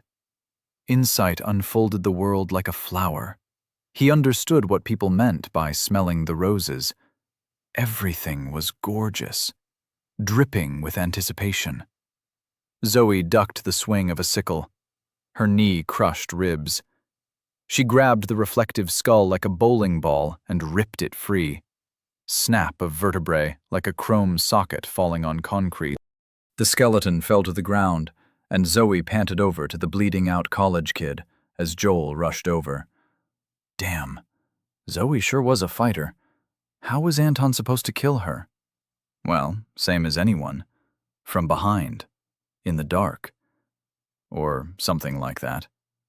Bummer to follow someone across the world just to kill them. He didn't know why Zoe and her boyfriend were running, but he wasn't paid to know. They paid him to put bodies in shallow graves. Depressing thought, but he was glad he didn't have to do that anymore. Sure, she owed his boss money. Hell, he owed his boss money. But who knew if his boss was even alive? Anton whistled and hopped down, marveling at how he floated and tiptoed through the gravestones. He dodged the strike of a skeleton and kept walking. Bella and Joel stood guard above Cassie, while Zoe tore hideous bandages. He left them to their foolishness. They were fighting the wrong thing. Couldn't they feel it? Strings hummed beneath the dusty soil, linked the graves. Each step he took, each twitch of the skeletons, all of it plucking at the invisible web. He held out a hand, feeling the way the wind blew across the hairs on the back. Was it sacred? Should he give up his life of violence? Tears welled in his eyes. Maybe he was just really happy. He didn't have to give up anything, really, but he liked the way he felt. Insight was good, and he determined to gain more of it. He wanted to open the flower of the world. But to do that, he needed to level up. To level up, he needed to kill monsters. Feel that cool rush like sucking down the inhaler he stole from his friend in high school. Whatever happened to that kid? Wimping Larry? Limping Harry? Whatever. Wind bristled the hairs on the back of his hand. They moved in time with the pulsing strings. He jumped over the spear point of a mirrored skeleton and landed on a grave. The skeleton turned and slashed, but Anton leaped away. Ignore the distractions. Follow the strings. Find the puppeteer. Then he could level up. Hash, hash, hash. Bella stood guard, rust-pitted machete in one hand and a heat-warped wooden shield in the other. A skeleton dragged a long, thin sword, carving a perfect furrow in the dirt as it stalked toward her. Runes down the blade's length that hurt her brain to observe. Horned helmet fused to its shiny skull by a century's rust. Green flares for eyes. A grin of shiny chrome reflected her distorted figure, as though the marching death already devoured her. Foolish excitement filled her. How could she stand here with weapons and fight monsters? This was too much like the online games her brother played. He was Cassie's age, and her vision dipped to see the blood oozing from the girl's wound as Zoe crouched and wrapped a pinstriped rag around the wound. Was Cassie going to die? Was her brother already dead? She knew he would have jumped at the chance to play a real-life game. He had to be in the tutorial. Had to be. But what about her parents? What about... She shook her head. How could Zoe be so calm? She hadn't even hesitated to charge the skeletons. Bella followed without hesitation, but couldn't hide that she hadn't taken the first step. The skeleton neared, marching, grinning. Bella never experienced death outside a hospital. Never experienced blood outside a slip of a kitchen knife or a bad time of the month. Even on a mining site, even setting explosives underground, actual injuries were few. People didn't get clubbed to death by spiked maces in a dungeon that looked like a rural church. It didn't happen. The skeleton swung its sword underhand, contemptuous, fast. Her insight let her see it coming. She pulled her shield into the way. The blow rang through her arm and knocked her to the side. Her strength let her keep her feet. She could run. Out the corner of her eye, she saw Anton walking about. What was he even doing? Doing nothing to help. She could be like him. But that meant leaving Zoe. Leaving Joel, who stood behind her, a blunt axe in his hands, facing his own adversary. She couldn't leave. The momentary cowardice burned out like a moth in a grease fire. She gave up running away when she entered the dungeon. She stepped back to her place as the skeleton raised its blade. She had the same title as the others. She felt stronger, faster, more aware. Who cared if she didn't take the first step? The skeleton's blade met her shield. Runed iron bit through wood, found flesh, blood flowed. She gritted her teeth against the pain and swung the machete as hard as she could. It cracked against the skull. The skeleton staggered back. Green flames sputtered from its eye sockets, flared from the fractures as the jaw unhinged in a silent roar. It pulled the sword from her wound, and she cried out. Blood slicked the hand clasping the shield handle. She let it fall and swung again. Both hands gripped the machete handle. Rusted blade met ruined. Sparks flew as the skeleton deflected her attack, and she stumbled forward. Clawed fingers reached for her eyes. She ducked back. The blade should be heavy. She stepped in and swung again, striking a shoulder and chipping bone. Mirrored flecks filled the air. She swung again, and something stirred in her chest. A cord wrapped around her muscles. Her blade crashed through the skeleton's helmet, bisected the shining skull. The bones dropped into a pile. Green fire died. Bella stood, panting, as blood ran hot down her fingers. In the distance, more skeletons climbed from their crucifixes.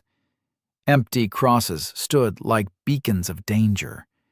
Mirrored bones flashed like walking sunshine. Bella picked up her shield and stepped forward. Zoe rechecked Cassie's vitals. Stable, but unresponsive. Blood soaked her bandages. Zoe needed to tear off more, but that could wait. She placed her hands beside the wound, focused on her skein. It squirmed in her chest like a python. She felt it directionless, wanting to flow into her attributes. She directed it toward Cassie. The skin in her palms tingled, burned, but nothing happened. She sighed and sat back, defeated. Her skein could not pass beyond her own flesh.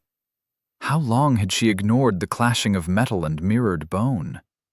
Bella stood a dozen paces away, clubbing at a legless skeleton with the twisted remnants of her machete. Joel leaned against a nearby grave, his shirt dark with sweat as he heaved up his guts, an axe handle in a white-knuckle grip. Collapsed skeletons littered the surrounding grass. Zoe wondered at the lack of cold death energy. Did she feel none because she needed to select an element? Skeletons moved in the distance. A line of them pursued Anton. What was he doing? "Joel," she stood. "Come here." He scrambled over. "Is she all right? Cassie?" Zoe stopped him from shaking the young woman crumpled on the ground. "She's not bleeding out, but she's not conscious. We need to keep her safe." "What if we get her to a hospital? To doctors?" "I'm a doctor, Joel, and we can't know what hospitals will look like once we get out of here. Listen to me, Joel. That's our first step, getting out of here. Do you understand?" Joel looked up at her with dull eyes. A thin slice on his forehead framed his face with trickling blood. He nodded. His earlier rebellion seemed beaten out. He cleared his throat. "I understand you. But she'll be all right?" Zoe didn't want to lie, but this was no time for uncertainty. "She has us to protect her. We'll get through this together." She looked him in the eye. "She'll be fine." He nodded, too busy cradling Cassie's hand to respond. Zoe couldn't be sure if he believed her, but she walked away. A stirring in a nearby pile of bones caught her attention. The mirror-like substance wasn't just a coating. Even the shattered segments were reflective. She touched a rib, room temperature and smooth. A finger reached out of the mirror world and pressed against her own. The bone twitched under her touch. She jerked her hand away. The bone rocked. slight movements that could have been the wind if the bones weren't too heavy. They jostled and twitched faster until they rolled across the ground, inching toward each other. Zoe's eyes widened with horror. The skeletons were reforming. Chapter 12. For the good of the party. The bones moved back into place. If the skeletons rose again, Zoe was the strongest in the party, but she would tire. She would fall. Cassie was already down. Joel and Bella were only level 1. How long before their bodies lay under headstones? How long until they all joined those who failed to reach the gate? Fragments of bone crawled like ants and clicked into place, the sound like glass splintering. It should have been easy to win. With advanced strength, advanced instincts, and a myriad of weapons scattered about, the skeletons should be easy to pick off. Over a dozen skeletons lay broken, but dozens more climbed down from distant crucifixes. They marched toward the living and blocked off access to the gate. They couldn't make it unscathed, especially while carrying Cassie. And try as she might, Zoe wasn't ready to be the person who left an unconscious girl to fend for herself. Sweat dripped down her back, cold with fear despite the heat of the false sun. She refused to run. This encounter had to give something. Her quest dripped like a leaky ceiling. She needed to level up, and running from these skeletons wouldn't help. None of the shattered skulls provided an inkling of energy, but now she knew why. They weren't dead. Should she hit them harder? Burn up more skein? Rue said nobody entered dungeons below level 10. Was this why? Was it because her attributes simply lacked? 3 skeletons neared from different directions. She charged one before they could gang up on her. It thrust a halberd rusted to bluntness. Her arm caught the blow. Skein, she grabbed the pole and swung herself into a high kick. The mirrored skull flew into the distance. She pulled the halberd free of the skeleton's loosened grip and used the heavy pole to scatter its bones. Already her skein sat below half. She parried an overhead chop with the rusted halberd. Even with her superhuman strength, without skein boosting her might, the blow made her stumbled back. She gained distance and swung a retaliatory blow. The skeleton parried and stepped closer. Zoe eyed the open gate. Dark waited between the open doors. Was that safety? Greater danger? Zoe threw the pole as the skeleton drew close. It raised the blade to parry. She dashed forward. Skein, 15/58. Her fist shattered a mirrored sternum. Too close to swing, the skeleton brained her with the pommel. Skein, 10/58. The blow bounced off her head, ringing like a bell. She clapped her hands around the reflective skull. It crushed like an egg. Behind her, Joel and Bella bashed a skeleton into the ground. They both breathed heavily, wilting under the exertion. Blood dripped from Joel's face like a mask. Zoe grimaced. Her skein control kept increasing, but she still burned through it too fast. The gate beckoned. Should they make a run for it? "Boss!" Anton waved, grinning as he pointed to a statue. A proud angel carved from pink marble standing atop a column. Zoe frowned as her eyes itched at the sight. What was that? Veins of mirror spread from the carved smile to the outstretched wings. Each feather reflected the sun. The same light bounced off the skeletons advancing from the distance. "What is it?" she called to Anton. "I found it!" "What?" "The puppeteer controlling the skeletons!" At her feet, a femur slotted into a pelvis with a snicker of green fire. She picked up the joined bones and threw them into the distance. "What's going on?" Joel asked her. "Don't let them reconnect," she waved Bella over. "Go help Anton.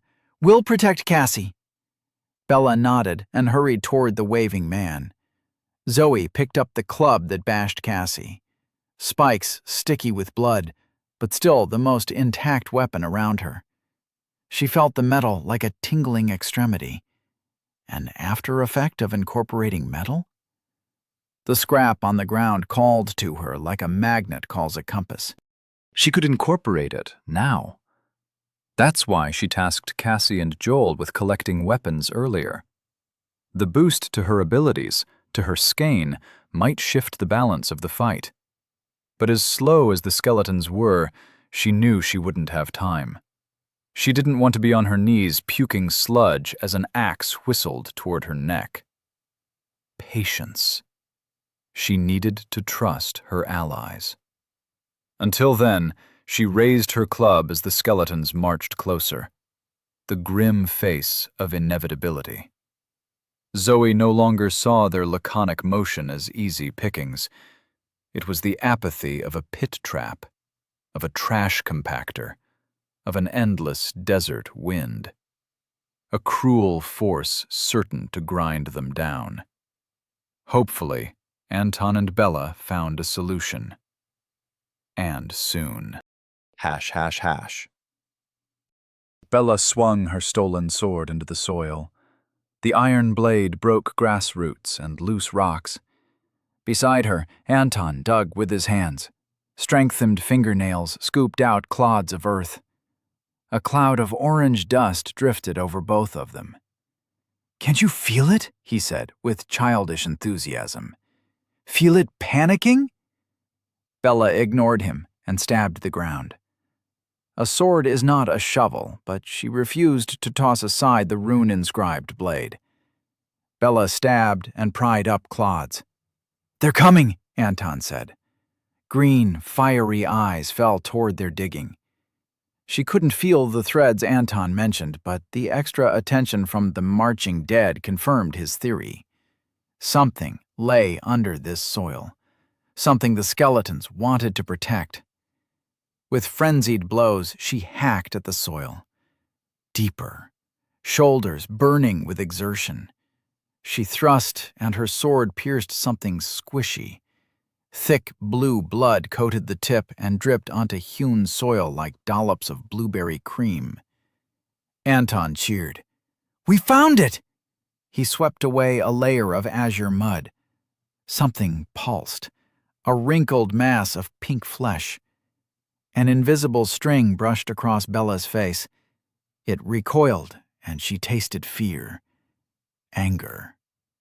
The skeletons screeched, their first sound besides the clacking of their mirrored bones.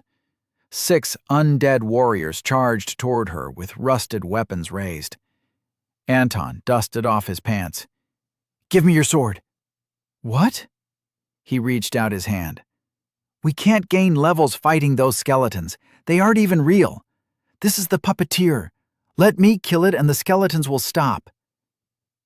"You just want to kill it and get all the levels for yourself." He shrugged. "How about we hold the blade together? Share the experience and we both level up. Sounds fair to me." The skeletons were close enough. Now Bella's reflection warbled on their bones. Did she look afraid? Resolute? What was the best thing she could do for the party? If she thrust into the creature below her, then it might die, but at what cost? If they didn't all grow stronger, would more of them end up like Cassie? She turned away from Anton and straightened the grip on her sword. "We level up as a group." Anton stared at her, his curious eyes dead and flat. His fingers twitched. Would he try to take the sword from her? She angled toward him, bringing the blade into a defensive position, but he already stood in front of her, face to face. Stale breath and boring gaze. His grip tightened around her wrists. "Don't forget," he said. "I'm faster than you. I see more than you. Call over the others, but I'm only doing this because I want to get out here alive." He stepped back and skipped away a dozen feet to kick out a skeleton's knee. The creature folded to the ground. Bella's hand trembled as the other skeletons turned on Anton, their weapons raised. He glared at her as he weaved between blows. "Hurry!" She watched him. Her sword weighed heavy, so how could he move so fast, so freely? She still smelled his breath. Below her, the puppeteer pulsed in the ground. What was the best thing to do? She couldn't be sure. Could never be sure. So she turned to where Zoe and Joel crouched over Cassie. "We found the boss," she called. "Let's kill it, together!" Hash, hash, hash. Bella's shout filled Zoe with anticipation, for that cold rush of death spawned energy. The only problem was the 13 skeletons standing between the split party. 7 marched toward the angel statue and the boss they dug up. The other 6 continued toward Zoe, Joel, and the unconscious Cassie. Could Zoe make it past the skeletons? Could she do it carrying Cassie? She glanced down. Cassie's impromptu bandages dripped blood. Selfishness warred with the desire to help, to heal. She shouldn't move her, but this wasn't a hospital. This was a life-or-death situation, and it wasn't just her patient's life on the line. She needed to protect everyone. The back of her neck prickled. She looked up and met Joel's gaze. "Go," she said. "Run wide around the skeletons and reach the others. Kill that thing. It's the only way to keep Cassie safe." Joel's eyes widened at her words, but he nodded. He leaned down to kiss Cassie's hand. "We were going to get married in Queensland. It was all, 'Go, now! You can both tell me your story later.'" He ran. A wide circle passed the skeletons. One lurched after him, but the rest continued toward Zoe and Cassie. It seemed they wanted to finish the job they started. Or maybe they knew Zoe was the greatest threat. She grinned as anger curled up inside her. Anger at the stacked odds that sent her into this place. Anger at the decisions that led to Cassie's coma. She would make the skeletons pay. No need to wait for them to reach her. She gripped the mace and charged. The distance between them evaporated. She swung toward the nearest skull. Before her blow connected, a brilliant green light flashed. She leaped back. Black circles burned in her vision. She backed away, swinging blind, hitting air. Her body tensed for the inevitable blows. She swung again as her vision slowly cleared. The mirrored skeletons lay loose and scattered on the ground like a disassembled art project. Zoe wiped away tears as the burning circles faded from her sight. Was it over? A shout cut through the momentary calm. She whipped around and saw Bella sailing through the air. The Australian woman thumped into a tall headstone and sagged to the ground. Her sword still in her grip, but she moved weakly, head lolling, stunned. What did that? The answer grew before her eyes. Myriad bones snaked over each and snapped into place. An ungodly construction. Serpentine, multi-headed, long arms flailing about with wounded rage. A blunt fist with snapping skulls for fingers punched forward. Anton tackled Joel to the ground. The fist smashed into the angel statue. Pink marble shattered. A cloud of rosy dust obscured the skeleton, but it grew higher, taller than a house, an asymmetrical monstrosity of bone. "No," Zoe whispered. The bones in front of her rattled before shooting off across the grass toward the monstrosity. She leaped, trying to stop some, but hit the ground empty-handed. The last bones snapped into place. Skulls collected at the head like a bunch of grapes. Fire lit up in a green crown from each burning eye socket. A jaw of a dozen jaws. The monstrous head surveyed the graveyard. oozing under the bones, squeezing between the cracks and joins in the head, a pulsing pink mass. Blue blood dripped, and where it landed, green flame sparked. 6 arms outstretched with snapping claws. The jaws rattled, a clattering sound like perverse laughter. 24 burning eyes fixed on Zoe. It stepped toward her. The raw tonnage shook dust from the earth. Another step, drawing closer, faster, charging, arms wide as the horizon. Zoe readied her mace. The weapon now felt worthless in her hands, but it was all she had as she faced the monstrosity of doom and bones bearing down upon her. Chapter 13. Runeblade. A colossal 10-fingered hand swept toward Zoe. Spines of mirrored bone at each fingertip. Zoe dove behind a tree, flash in the sun as they swiped like 10 scythes through the air. Pink-berried branches lopped off in her place. Silent and persistent, the monstrosity of bone grabbed the tree with 2 hands and hauled with tremendous strength. Roots tore free from the earth. A choking cloud of dust spilled out. Skull-tipped fingers reached into the dust, and their eye sockets flared green. Cones of baleful fire swept like searchlights. But Zoe was gone. Panting, she ran as blood flowed from her reopened wound.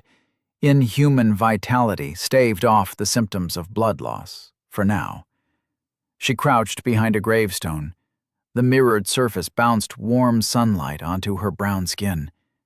Pressed tight against her cover, she gazed at the headstones in front of her and watched the skeletal monstrosity through the reflections. It swiped apart another tree in its search. Lily-pillies scattered and rolled across the dusty ground. A hand brushed her shoulder as someone crouched beside her. Anton. "This isn't my fault," she glared at him. "Didn't you kill the puppeteer?" He sighed. Ever tried holding a sword handle with 2 other people? It was an awkward stab. The puppeteer used skein before it died. "It's using skein?" He nodded. "That's how I found it, like walking through a spider web. Don't worry, it's still bleeding out. It can't have long to live." "Long enough to kill us all?" Yeah, that's a good point," he grinned. "So, what's the plan, boss?" Booming thunder knocked them to the ground. Zoe felt the explosion in her stomach. Green fire splashed over the cracked headstone. Zoe looked up from a pile of masonry. A skull screamed toward her, jaw clacking as green flames shot from behind like a rocket's trail. She dove to the side. Pain flared as fire washed over her and singed her clothes. "Get distance," she said. "We'll wait for it to bleed out." Anton nodded and scrambled away. The monstrosity reared up behind the headstones, towering, mirror-bright in the sunlight, and swiped. Bony claws shattered marble. Anton ran one way and Zoe another. It looked between them with silent calculation, head swiveling to scan the graveyard before it stomped away. Toward Cassie. "Damn!" Zoe clenched a fist. "Hey! Over here!" The monstrosity ignored her. She looked about for a weapon. Nothing but rubble, and so she hefted a hunk of marble the size of a bowling ball. With her might, it felt decent. She hurled the rock. It sailed through the air and struck the monstrosity's back. Bones shattered like ceramic tile, but the creature kept stalking. "No!" Joel charged. His axe gripped tight, pulled back over his shoulder. He swept at the ankle of stacked bones like a maddened lumberjack. Blunt steel met mirrored bone. Sparks flew, chips flashing in the light. The monstrosity swept down a massive claw. Joel ducked the contemptuous strike. He chopped again. Flaming skulls swiveled, grinding bone on bone, and stared at him. A tail lashed. Joel raised his axe to block, but the serpentine vertebra snapped through the wooden handle and struck his shoulders. He sagged to one knee. Another tail snaked out, cracked his ribs, and flicked him head over heels. He crashed through a crucifix and lay in a limp heap. Skulls rotated to survey the graveyard with green flames and chrome grins. Zoe ducked out from behind a headstone and launched a fastball marble chunk. It struck a skull, and both exploded. For a moment, she saw the pulsing pink flesh. Blue blood flowed like a leaky faucet, but another skull slid up from the waist and into place, protecting the puppeteer. Zoe got an idea. "To me!" she called. A skull shot toward her like a rocket. She ducked behind a cruciform headstone. Flaming bone shrapnel exploded out. The headstone cracked in half and collapsed. Zoe kept moving. "To me!" She hoped the others understood. She hoped they came fast. If not, they would all die here. ###. Bella gripped her sword and crouched behind a fallen tree. Lily pillies crunched under her boots. The iron blade leaned against her shoulder. Runes she couldn't decipher soaked in alien blood. The monstrosity stalked out of sight. She heard Joel shout. Explosions. The sickening smack of meat hitting marble. She needed to do something. "To me!" Zoe called. "To me!" Bella wanted to help, but her limbs didn't want to move. Something held her in place, something unnatural. She gritted her teeth, strained, and tried to release the sword. Nothing. Blue blood flowed into the sharp runes. Each scratched cipher sucked down the azure nectar like a thirsty drain.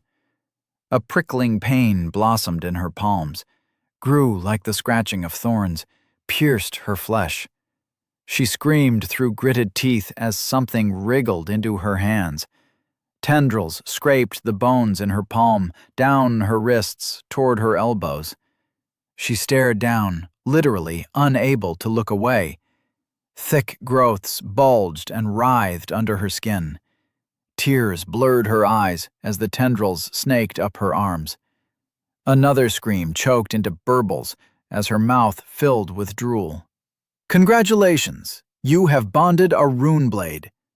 The inhuman, impersonal cheer of the voice in her head made her sob. She didn't want to bond. She wanted to throw this thing away. Rune blades cannot be discarded, only taken in combat. And how disrespectful to throw away a gift before it unwraps you. Terror filled her. What did that message mean? It felt like someone whispered from behind her shoulder, as though someone reached through her skin, found the invading entity, and spurred them on. Tendrils spread like brambles through her flesh. Across her chest, limbs, her muscles sliced open. Blood flowed from cracks in her skin. Glinting thorns emerged from the cuts like shark fins. The roots entered her neck, and her panting breath became a wheeze as her throat constricted. Choking. Taste of iron as the tendrils climbed higher. A scratching against her skull echoed in her ears. Pain, unlike anything she ever experienced.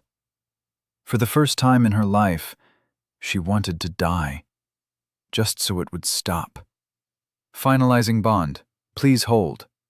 A cold iron hand grabbed hold of her brain, so cold it froze any sensation of pain, stilled any sensation of self, of world. Her vision shrank. The blade was everything. An ancient iron axis around which the world spun.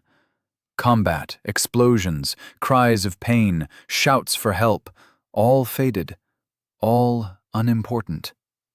The blade revolved, and the blood-drunk runes glowed with profound meaning. An iron gland bloomed inside her mind, and she understood the eldritch pictographs. Please select a rune to finalize bond. Thunderclap, Sunderer, Endless Heaven, Wildfire, Drought. Each rune bulged in her mind, pregnant with meaning. They weren't individual symbols. Each told a chapter in the runeblade's story of the blade. Echoes of a destroyed world, the ash of continents, an atmosphere in flames, a wielder charred beyond identification, blackened skin sloughed from cracked bones as they strode through the molten foundations of their world. The blade kept them going. Each rune was a beginning, a sprout, and from it, destruction would grow. Which to choose? Anticipation grew within her. She thought she understood each symbol, except for Endless Heaven. It was the fulcrum of the blade's story. She knew it was a barrier, something about space, but she couldn't see much clearer. Would it be helpful in a situation like this? And with that question, her mind drifted beyond the immediacy of the blade. Her consciousness oozed between the thorny iron grip and dripped into the present. The others were in trouble. They needed her. What was she doing? Bond destabilized. Bond connection terminated in 10 seconds. 10. 9. Bella stared at the numbers. The voice said she could only remove the sword by failing in combat. Yet now it was ending the connection? What did that mean for her? Iron brambles ground against her bones. A sense of reluctance oozed into her mind. It came not from her, but from the blade. She directed her mind toward the system. Ideally, she would ponder this question over hours, study and weigh up the choices. But she had mere seconds, had to act on instinct, and so her mind returned to her hometown, to her family packing their car and driving away from a devastated farm, driving away from a way of life destroyed. She chose drought. Congratulations! Isabella Moore has successfully bonded with the sword that cut down the sun. Congratulations! You are the first person on this world to bond with a rune blade. Title awarded, Doomed. +5 to all attributes for each unlocked rune soaked in blood. -5 to all attributes each day the blade goes thirsty. Cold energy twisted through her, as though the brambles froze within her flesh. The blood oozing from the cuts in her skin congealed, hardened, flaked away. The blade whispered in her mind, and she could move. Power inside her, like the first rush after the plane left the safe zone. She stood and surveyed the graveyard. How much time passed while the sword invaded her? Seconds? Minutes? Anton and Zoe fought the bone monstrosity with scavenged weapons. It swiped and thrashed. Anton dodged like the wind, and Zoe shouldered each blow she could not avoid. But despite her might, they knocked her to the ground. Anton leaped from a swinging hand up towards the monstrosity's head. A rocketing skull exploded, and he spun away in a cloud of green fire. Their blood spattered the dusty grass. They needed help. Her sword weighed nothing. An extra limb with veins connected to her brain and her heart. Blood pumped through the rune of drought, and a nauseating wave of heat pulsed from the iron. The air shimmered, warped. The blade grew hot, but it did not burn her. It could not burn her. Not yet, came a haunting whisper. She ignored the threat. She charged forward and screamed out the pain of the bonding, the rage at her situation, the terror of death. The monstrosity's tail lashed at her. She swept up the blade. Pulsing heat met mirrored bone, and the bone shattered. She cut at the creature from behind. The blade devoured moisture. Grass and bone alike crumbled in an expanding sphere of heat. The monstrosity rotated on itself, legs facing one way as its pelvis twisted about. 4 clawed arms like combine harvesters fell from the sky. She swung, she parried. Her rage would cut down the sun, but she was only one woman. She was only level 1. A skull-tipped finger pushed past her guard and bit into her stomach. Teeth chomped away at her flesh. The force of the blow knocked her away, but the skull detached and continued chewing. Green fire singed the wound. She screamed and struck with the pommel. The skull shattered, but it had bought the time it needed. Bella looked up and saw a bony foot raised to stomp her. Hash, hash, hash. Zoe watched with wide-eyed dread. The monstrosity raised its foot high. A barbed heel stomped down on Bella. The other woman rolled, but not fast enough. The heavy foot smashed her leg under its mammoth heel. Bones snapped, jutted through flesh. Bella screamed like an animal. The sound wrenched through Zoe's guts. This wasn't supposed to happen. She was supposed to keep them alive. Blood flowed from her wound. She felt lightheaded, woozy, and tired. So goddamn tired. A dozen punctures in her shoulder from flaming shrapnel. The bony pieces dug deeper with each breath. Anton limped up to her. One eye swollen shut, left arm limp. "Let's run," he said. "We can make it to the gate while it's distracted with her." Zoe stared him down. Did he think they would make it by themselves? If this was the beginning of the dungeon, what would the rest be like? "We aren't leaving anyone." "Fine," he spat blood. "You said you had a plan?" "Do you think you could reach its head? Run up its arms or something?"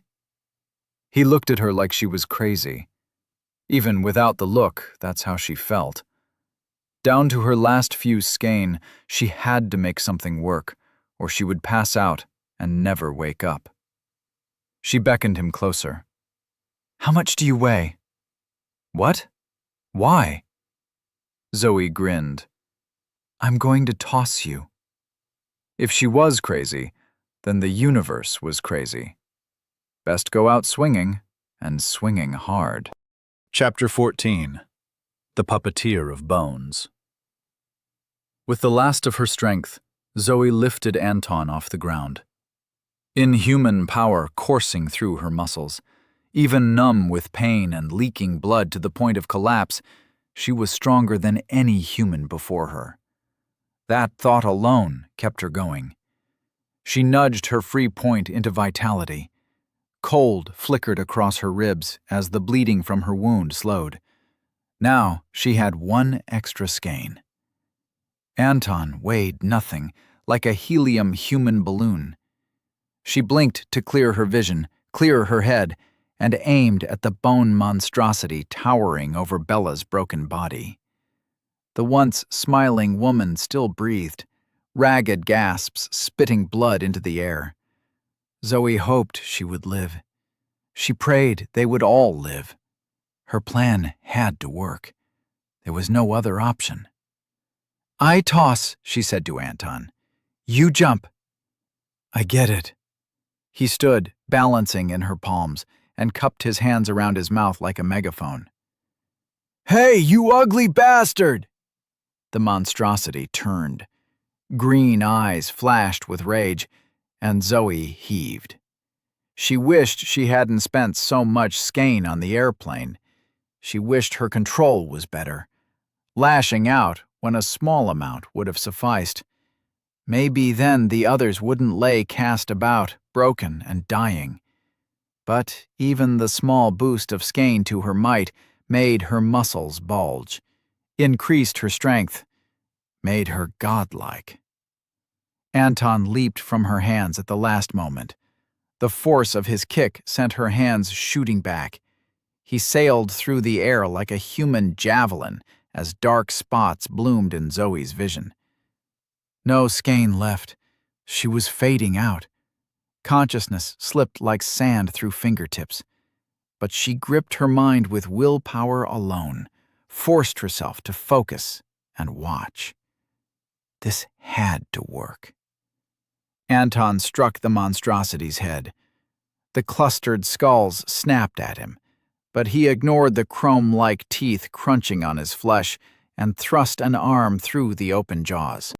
A cruel bronze dagger in his hand plunged into the pulsating pink mass. Teeth gnashed. Hands of spines and skulls reached up to grab him, but he thrust again and again. The creature staggered, arms falling limp. Huge taloned feet crushed graves. Stepping closer to Zoe, a gout of blue blood sprayed into the air. The creature's legs fell apart as the puppeteer lost control. An inaudible, ethereal sound as cables of skein snapped. Bones exploded out and rained down. Amidst its own carnage, the creature fell toward Zoe like a lopped tree. Her eyes widened. She twisted, urging leaden muscles to move. Just move! She rolled her limp body out of the way as the creature crashed beside her. An arm, a shoulder, a chest, a head of spilling skulls. Some fire still glowed green. A hand, each mirrored finger tipped in a grasping rib cage, shed bones as it reached for Anton. Plucked him, still stabbing wildly, and tossed him through the air. The force of the throw snapped the monstrosity's arm at the elbow. Anton spun about and struck the branches of a tree. He didn't fall out. Zoe rolled over, vision fading, and stared at the pink mass. Blue blood oozed out of its stab wounds.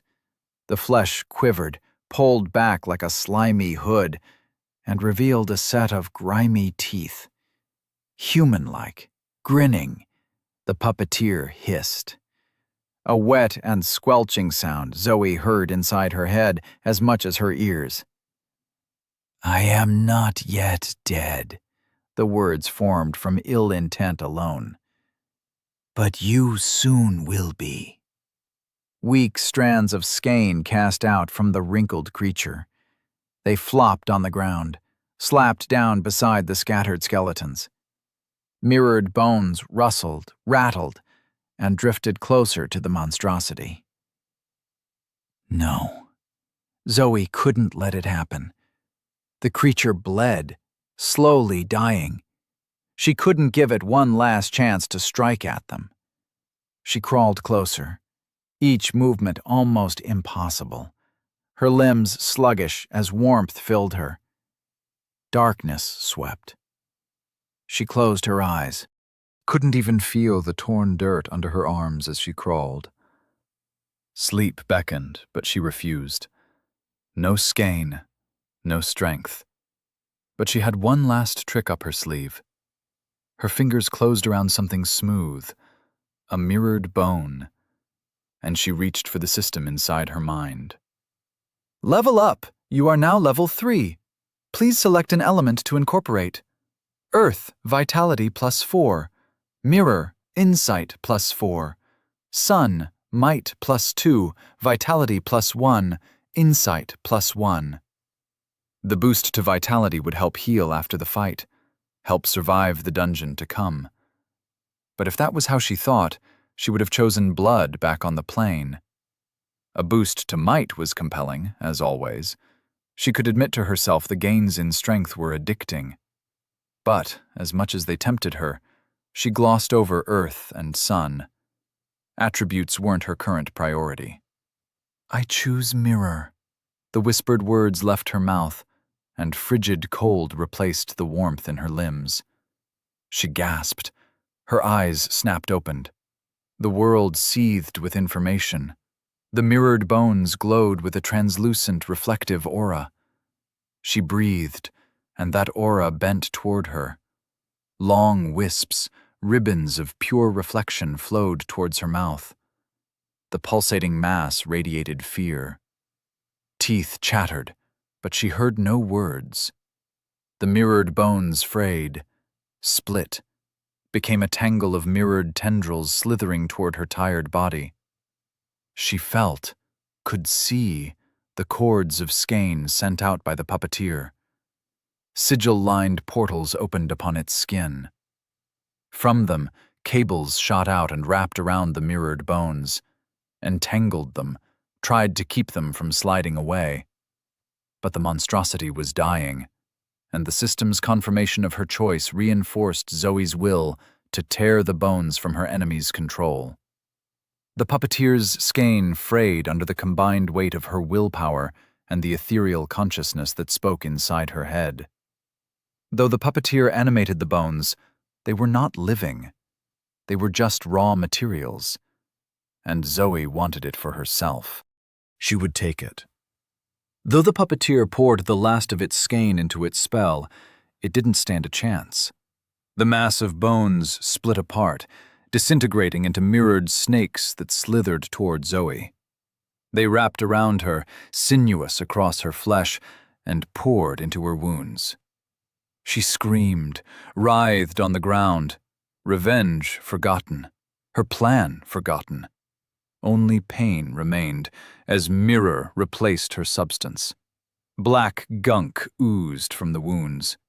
She vomited, a taste of burnt rubber and blood, feeling under her skin like cockroaches fleeing a burning mattress. She gasped, sobbed, and waited to pass out. Stop the pain. Reject the system. Yes. / No. Through gritted teeth, she spat her defiance. Pain flared, white-hot, blinding as gunk slid from her wound. Time slipped away. She expected the torment to last forever, but the pain faded, and her vision returned. A clear blue sky above her extended up to a mirrored curve. Skein 4/63. Part of her hoped for a title after incorporating mirror, but she supposed with all the people in the world, it made sense someone else would have chosen it first. She sighed and gingerly sat up. The aftershocks of pain made movement cautious and slow, though only the old wound hurt. She felt it clotting. Hopefully, it would heal for good soon enough. Carefully, she brought herself to her feet and staggered over to the puppeteer. It bared its teeth. Skin ballooned, sagged, and a bloodshot eye laced with green fire stared up at her from between folds. She understood its rage. Words that were not words conveyed in the ancient glower. A timeless monstrosity, plucking lives for centuries. It could not die. It would suck the flesh from her bones and make them dance. It was... Zoe raised a foot and stomped. Crushed pink flesh under her heel until parts were sludge. She spat onto the creature as cold energy coursed through her veins, filled her muscles. Her entire being flooded with cold. She exhaled a frosted breath and staggered off to tend to the others. Notifications echoed at the back of her head. Puppeteer of Bones defeated! Skein rewards distributed based on individual contribution. Calculating contribution. Contribution calculated. Distributing rewards. Level up! You are now level 4. Level up! You are now level 5. Level up! You are now level 6. The void within you grows. Do not let your hunger exceed your grasp. Please select an element to incorporate. Earth, Vitality +4. Mirror, Insight +4. Sun, Might +2, Vitality +1, Insight +1. The warning about the void sent a chill down her spine, but she didn't really understand its meaning. She cursed internally at how she was stumbling through the dark. a rat in a shifting maze. How long could she keep living like this? How long could she even keep living? Not for the first time, and she doubted for the last. She wished she had been faster in entering the tutorial. So much of what was happening made absolutely no sense. She neared Bella and dismissed the prompts from her mind. The woman lay gasping, eyes wide. She reached out a hand, and Zoe clasped it as she knelt beside her. "We killed it," Zoe said. Bella chuckled. "I got the same notification." She still gripped the sword in her hand. The blade remained hot, but no longer radiated intense heat like before. Blue scabs lined the runes. Zoe checked Bella's broken leg and gasped with shock. Bone no longer jutted out from the skin. "You set your leg?" "The sword," Bella said through gritted teeth. "It's pulling me back together." Zoe checked the wound. Something slithered and stirred beneath Bella's flesh. Bone clicked together, and blood oozed from the wound. As she watched, a metallic thread stitched the wound closed from the inside. Bella moaned with pain as her injuries sealed themselves. She squeezed Zoe's hand tight through the procedure. "What kind of sword is that?" Zoe asked. Bella glanced at the blade with a complicated expression. Longing? Disgust? "I don't know. The system calls it a rune blade. I know it will strengthen me, but to be honest, I'm scared." Zoe understood the feeling. "At least it's fixing your wounds." Bella shook her head. "It's pulling me together, but it's not healing me." Zoe stared again at the perfect stitches. Of all the things she saw so far since the world changed, this struck her as the most magical. After years of study, of practice, seeing a wound heal itself left a feeling of lightness she hadn't felt in a long time. Reminded her of the sunny day when she opened the clinic, a space for herself. She smiled before relief bubbled up inside her. First, she snickered, then she laughed. Bella joined and, hands held tight, the two women cackled until Anton fell out of the tree and crashed onto the ground behind them. He limped over, smiling in his odd way. "You both leveled up?" They nodded, and he rubbed his hands together. Though one arm still seemed stiff and sore. "Good," he looked at Zoe. "What's next?" Bella looked up at her as well. "You killed the bone puppeteer, and you took charge before. So, what's next, boss?" Zoe nodded as the responsibility slipped around her neck like a collar. She didn't need the threat of the quest anymore. Her actions had proved it to herself. She didn't want these people to die. So, what next? Find Joel, check on Cassie. We make sure everyone is looked after and leveled up. We rest, restore our skein, and then we head through the gate. She gazed toward the dark passage in the distant walls. An open mouth with hidden teeth, waiting for them to march inside. Let's see what else we can kill in this dungeon. Chapter 15. A fire burned between them. They found Joel beside Cassie. The 30-foot trail of blood drops showed how he crawled to reach her side before passing out. Zoe's heart slowed as she approached the two bloodied bodies. But they still lived.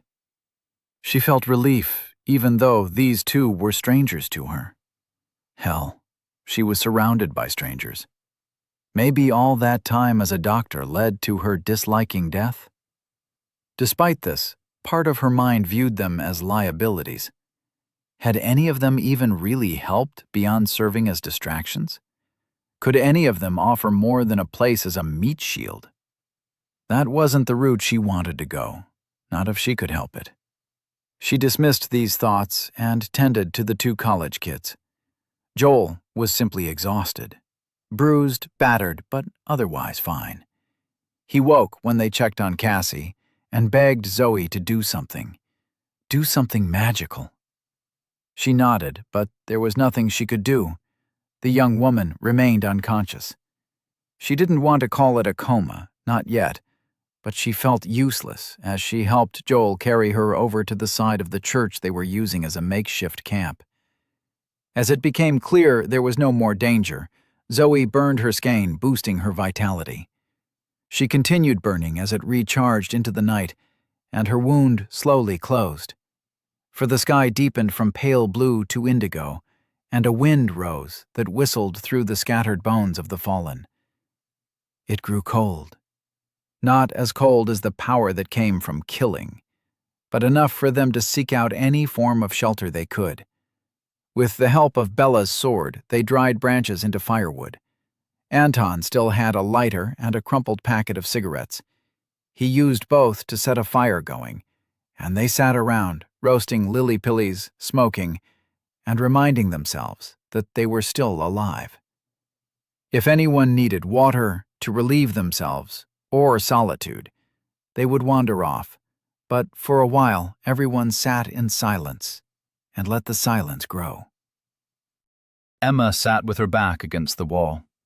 The once broken leg extended out before her. It seemed fine, not any trace it was broken, but still, she winced with every step.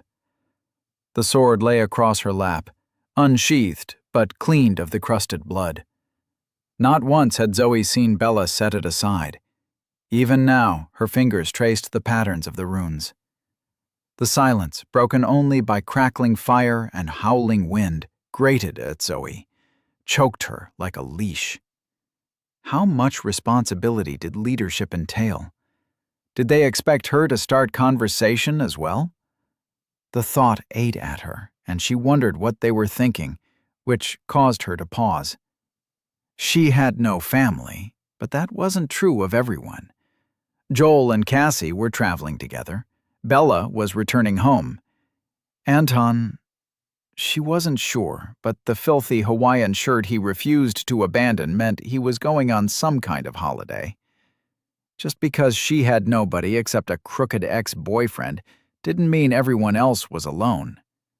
That didn't mean they weren't thinking about loved ones, thinking about a world torn apart and scattered. She opened her mouth, found it dry, and coughed.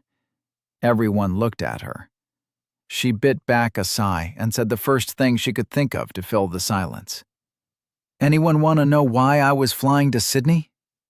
They looked at her, firelight dancing on blank faces, before Bella grinned. "I'll bite." She set the rune blade beside her. "And what did it have to do with the surgical tools you had to dispose of?" Zoe chuckled. "I forgot about that." What she wouldn't give to have those tools with her now. "I was chasing my ex-boyfriend. He sent me off to a retreat for a few days. Out of nowhere, right? So I thought he was doing something nice, and I had been stressed at work and in general. There's some debt built up, though I suppose that doesn't matter anymore." She stared at the fire for a moment as the realization dawned. She laughed and wiped away a tear. "So my boyfriend robbed me. Broke into the safes I had at my house and my office. Then they left. Him and our receptionist. No idea how long that had been going on. I thought she was flirtatious with everyone. You know I'm the one who performed her breast implant surgery. Just ungrateful. Anyway, they flew to Australia the day I got back. I saw red and chased them. No idea what I planned on doing with the surgical tools, but I wanted to make my ex suffer. Bella raised her eyebrows. "You flew across the world to kill someone? That's... No!" Zoe flushed at having the words said aloud. "I mean, of course I wouldn't do that." She wouldn't. She was sure she wouldn't. "But I was furious, you know? I probably would have demanded the money back, screamed at him a bit. Nothing dramatic." Was that all? After fighting literal monsters, it should be easier to admit to how easy the violence came. How crystalline her plans for hurting Ben had been. There are so many ways to skin a cat. But she didn't want to become another monster in this world so full of them. She caught Joel's eye. Red rimmed behind his red hair, but a puzzled expression as he watched her. "What's up?" she asked, tossing the invisible conversation ball to him. "Why didn't you go to the police? If your boyfriend stole the money." Zoe grimaced. "I didn't earn the money legally. Nobody was harmed, but the police weren't an option." Bella sat up. "Now I'm even more curious. If we find some alcohol, I'll tell you." "Sounds like a date. First thing we do once this is over is march into a bar and drink them empty." But the reminder of all this being over, of them being safe, and thus the implied alternative of their deaths, killed the conversation. Fire crackled, and wind howled as dark clouds raced across the dark mirror in the sky. This little pocket dimension had no moon, no stars, only a deep, cold night swallowing all hope. Bella cracked her knuckles. "I was going home, obviously from my accent," she chuckled. I just spent 6 weeks going around America. You know what I'll miss the most?"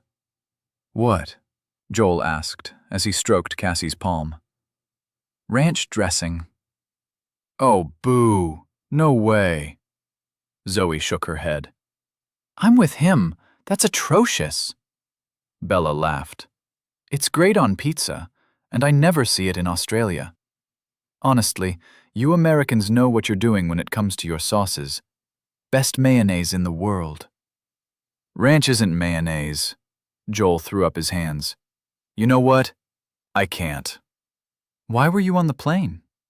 A sad smile touched his lips as he looked down at Cassie. "We've been at university together for 2 years, met as freshmen. She's always wanted to go to Australia and New Zealand, so we saved and got tickets." He took a deep breath and let out a sigh. "We were going to elope. I had a whole underwater photo shoot planned for the Great Barrier Reef. It was meant to be the best 2 weeks of our life." "That's really sweet." Bella patted his shoulder. "You'll get your chance, mate." "Thanks." Joel smiled, but his eyes darted toward Zoe. Seeking confirmation, but what could she say? She wanted Cassie to wake up, but there was only so much she could do. "What about Anton?" She turned and looked about the fire. "Wait, where did he go?" "He bailed?" Bella asked. "Must have your talk about cutting off your boyfriend's junk with a scalpel." "I didn't say that." "Subtext, mate. He walked off that way." She pointed. "What's with you two anyway? There's a weird tension." Zoe stood. "I'm going to go and find out." She walked away from the fire, away from the shelter of the wooden church wall, and into the cold wind that whipped shadows through the graveyard. Her eyes, little mirrors now, reflected the world. With her enhanced insight, she found Anton amongst the scattered remnants of the puppeteer of bones. He kicked at a loose rib bone and sent it flying. She saw that he saw her arrival, and he saw that she saw him see her. They stood, with the corpse of the once pulsating puppeteer between them. "What's up?" he asked. "What are you doing over here?" "I can't wander off." "You can. I trust you to be safe more than I trust the others. Who knows what else lurks in this place?"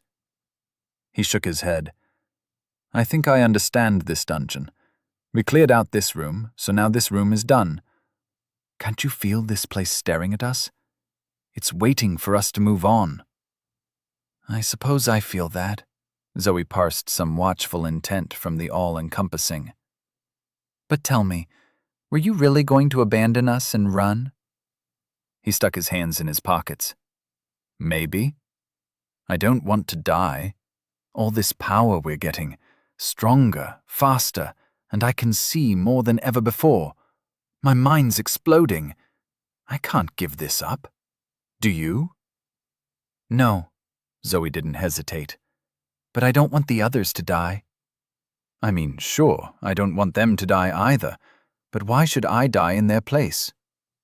Nobody has to die if we work together. See, I think that's just naive. You would have died today if I didn't help you, if Joel and Bella didn't buy us time. I would have run. You didn't run. And you know you wouldn't survive through the gate alone, no longer than you would have here. He scowled. I found the puppeteer. I dug it up. You think you would have survived without me? No, I don't, Zoe smiled. And that's exactly my point. We need each other. This dungeon, it's only going to get harder. Once we leave, I don't care what you do or where you go, but in here we need to work together. He stared at her, that same expression from the plane, as though he knew a secret. She would figure out what that look meant, she swore to herself, even if she had to beat it out of him. But not yet. Not right now. First, she needed to survive. She stuck out her hand. Can we work together? He nodded. Sure thing, boss. They shook hands, and a tiny portion of the load on Zoe's shoulders fell away. Do you want to come back to the fire, or do you have more brooding to do?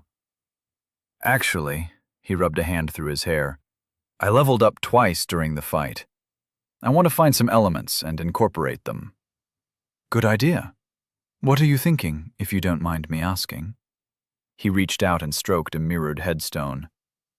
I want more insight, as much as I can get.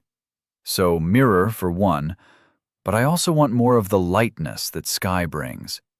I think I'll climb atop the church and see if I can't incorporate the wind. You've thought about this a lot. He shrugged, but she saw the prideful smile. It seems important. I think it is, she said. Good luck, and come back to the fire when you want. We all need rest, and food, I suppose. If I have to eat another one of those nasty-ass fruits, I might just go through the gate by myself. Zoe grimaced. I know. Hey, she pointed at the puppeteer.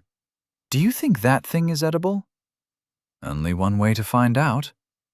It felt silly to pick up the alien carcass and drag it back toward the fire, but she was famished. At times in her life, she ate far worse. Living in a forest, living away from civilization, she struggled. Meat was a luxury, and this meat they earned. It bubbled and roasted on a spit across the fire and tasted more like lobster than anything else. Dry lobster and chewy, but still. They wept as they ate. Enhanced fingertips gripped steaming meat. The first real meal, the first real luxury since everything happened. A few minutes of devouring, and then jokes, banter, a normal conversation as though they were merely camping, and the world they all longed for waited over the hill for them to return. Bella sliced the leftovers into carryable sections with her sword, and the metal blade struck something hard. I think I found the bastard's skull, she said. She dug inside and pulled out a peculiar object, a shard of curved metal, dull and copperish. She held it up to the firelight and the party's eyes. What do you think this is? She asked. An ethereal voice brought an answer. Bell fragments collected. 1/4. Chapter 16. The Mirror Bell Fragment. The bell fragment looked like a chunky copper tiara. A section of the bell's lip with the cracked edge running high. As Zoe turned it in her hands, a tickling buzz passed between her fingertips and the metal. Judging by the angle of the curve, she could place her head inside the intact bell with room to spare. Firelight glowed across the hard metal. Her silhouette stood among reflected flames. She rotated the fragment, but her reflection remained still. Was this because she absorbed the essence of mirror? Holding the fragment closer, she made out a blurry red eye reflected on the burnished surface. The reflection winked. She dropped the fragment with a start. It hit the ground with a soft thud while she slowed her breathing. Enhanced insight let her see the details of the world, but complete comprehension eluded her. Perhaps Anton could tell her more. Once he absorbed more essence of sky and wind, his insight would be absurd. She wondered how high levels went. Would their attributes continue toward infinity? That would explain the gods who brought the system to her world. She looked around the fire and felt the weight of the secret on her tongue. She could see the uncertainty in the faces of the others, the confusion at the cosmic events. Why did any of this happen? It was cruel that Rue allowed her to know, but not to share. Bella leaned against the church wall, eyes closed, enjoying the warmth. Joel sat beside Cassie, applying a new set of bandages to her wounds. They had torn and washed strips of their clothes to create bandages. Bella's sword dried them quickly. They weren't quite at the point of reusing bandages, but they were running out of clothes. Still, Cassie was as looked after as possible in this environment. Unfortunately, head wounds were tricky. No telling when she would wake up. If she woke up. Zoe hoped she woke soon, for the sake of the young couple. But also, in a small and selfish part of her mind, for the sake of the party. They nearly died fighting the puppeteer and his puppets. How far could they make it in a dungeon while carrying a comatose woman? Though that might become a moot point, since they lacked proper facilities and equipment. She chided herself for the dark thought, but it didn't entirely go away. So she spoke to change the subject. "Have you two decided how you'll level up?" Bella brushed errant blonde strands away from her eyes. "You've leveled up twice now." She watched the flames a moment. "How did you decide?" Zoe grimaced. "Both times I leveled up, I wasn't in a sensible state of mind. Bleeding out, or fighting to the death and bleeding out." She brushed the almost healed wound at her side. Her skein was uncomfortably close to 0, but at least her body felt intact. "My first selection was really between blood and metal. I'm still not sure I made the right choice. I think blood would have helped me recover faster, but metal has helped me fight." She clenched a fist the color of steel. "Maybe blood was the sensible choice, but it felt like acting out of weakness. In the end, I acted on instinct. I chose metal because it was strong. So, for you two, we know very little about how any of this works. We definitely don't know enough to say if anything is a good or bad choice. But you've seen the impact on me and Anton. My advice would be to make a choice that resonates with you, that feels right." The blonde woman gave her a lopsided grin as she pulled her sword into her lap. "So a big old wishy-washy, woo-woo, follow your heart kind of thing?" Zoe blushed. "Yes?" Bella ran a finger down the rune blade's gutter. Once more, she wore that mixed expression of love at arm's length. "I'll head over to the well." "Water?" "And shadow. I stuck my head over the lip of the well earlier, and the system prompt changed." I can almost hear the sword talking, nudging me, you know? It wants flames. She pointed at the campfire. It wants ashes, destruction. I mean, a blade that causes droughts is not a kind blade. But if I'm forced to use this weapon, it doesn't mean I'm forced to be the same. I want to become its opposite. Though I suppose a weapon should be destructive. Damn. Talking just makes me second-guess myself. I'm going now. She winced as she stood, the stiff blade propping her until she leaned against the wall. Using the sword as a walking stick, she nodded at the others and limped away. Her absence left an awkward silence between Zoe and Joel and the crackling fire. What should she say to him? Neither of them had apologized for their first interaction. Zoe doubted there would ever be an apology, especially if he expected her to initiate. But that said, he fought against the puppeteer of bones, and his ambitions to protect Cassie seemed genuine, if youthfully romantic. He coughed, a nervousness on his face, as he got Zoe's attention. "Can she hear us?" he asked. "Bella? I don't know her insight score." "No, I mean Cassie. Can she hear me talking while she's in a coma?" Zoe winced at the word. She never enjoyed delivering bad news. Part of the reason she became a plastic surgeon. "It's hard to say. Some parts of the brain respond to external stimuli, but whether she understands?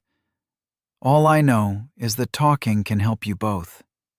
Joel nodded, his hand gripping Cassie's tightly.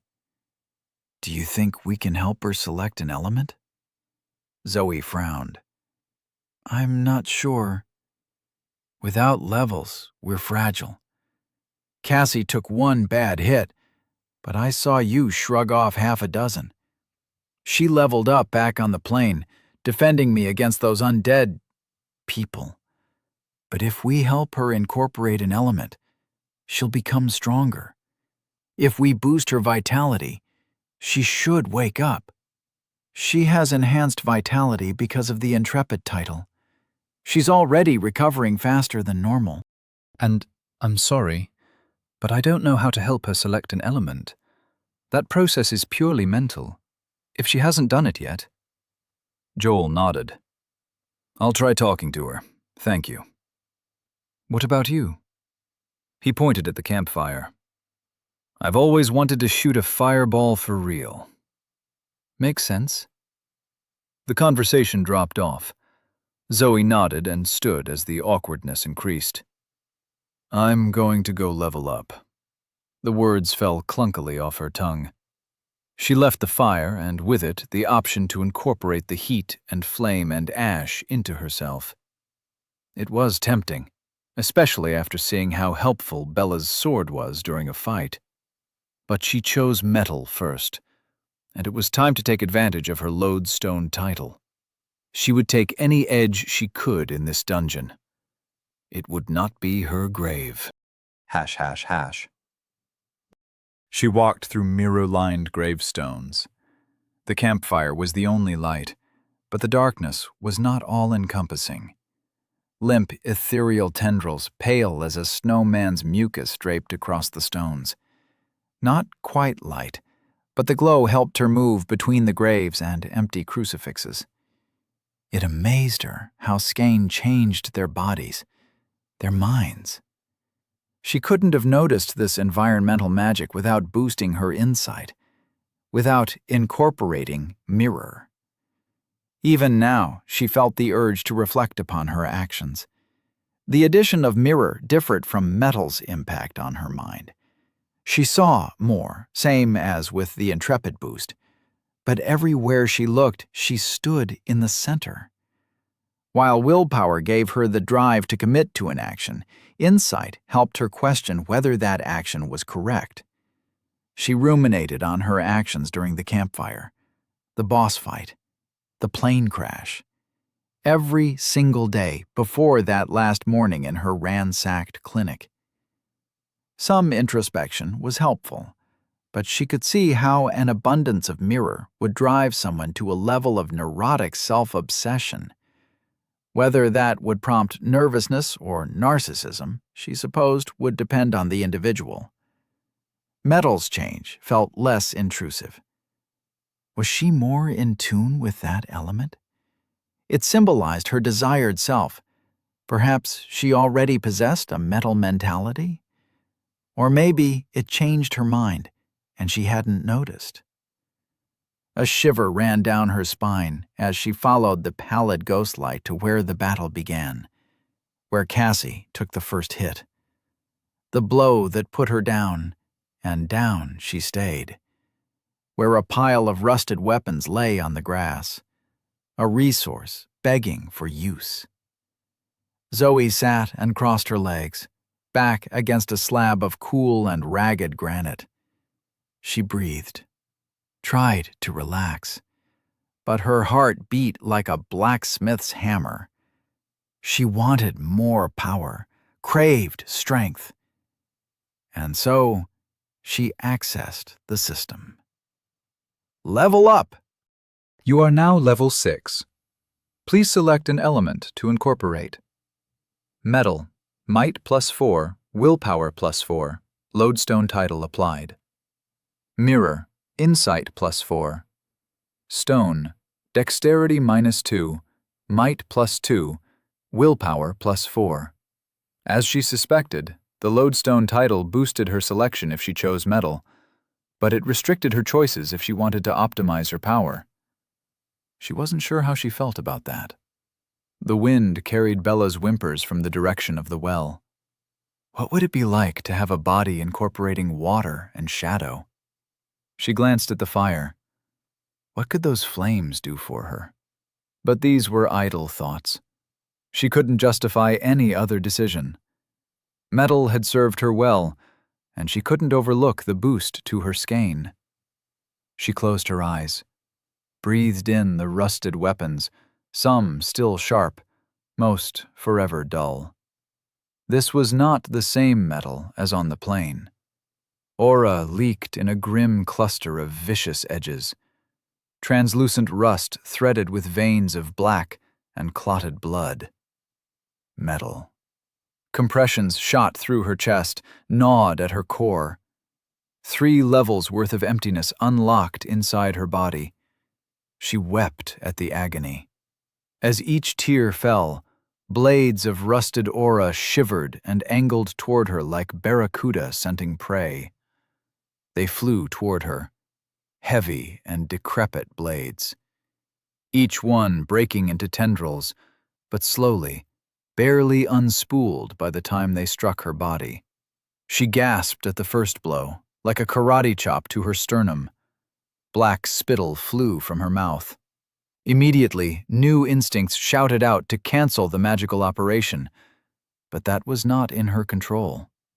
She felt the resolute will of the system with its hand on the lever, cranking the operation toward completion. Heavy blades thunked into her like plows into stone. She vomited blood-laced filth. Bruises bloomed across her chest. When the aura struck her, it spilled. Tendrils of rusted metal burrowed into her flesh. She puked the horrid black gunk as waves of cold and pain washed over her. At last, it ended. The scraps of the ancient weapons lay scattered in the dusty grass.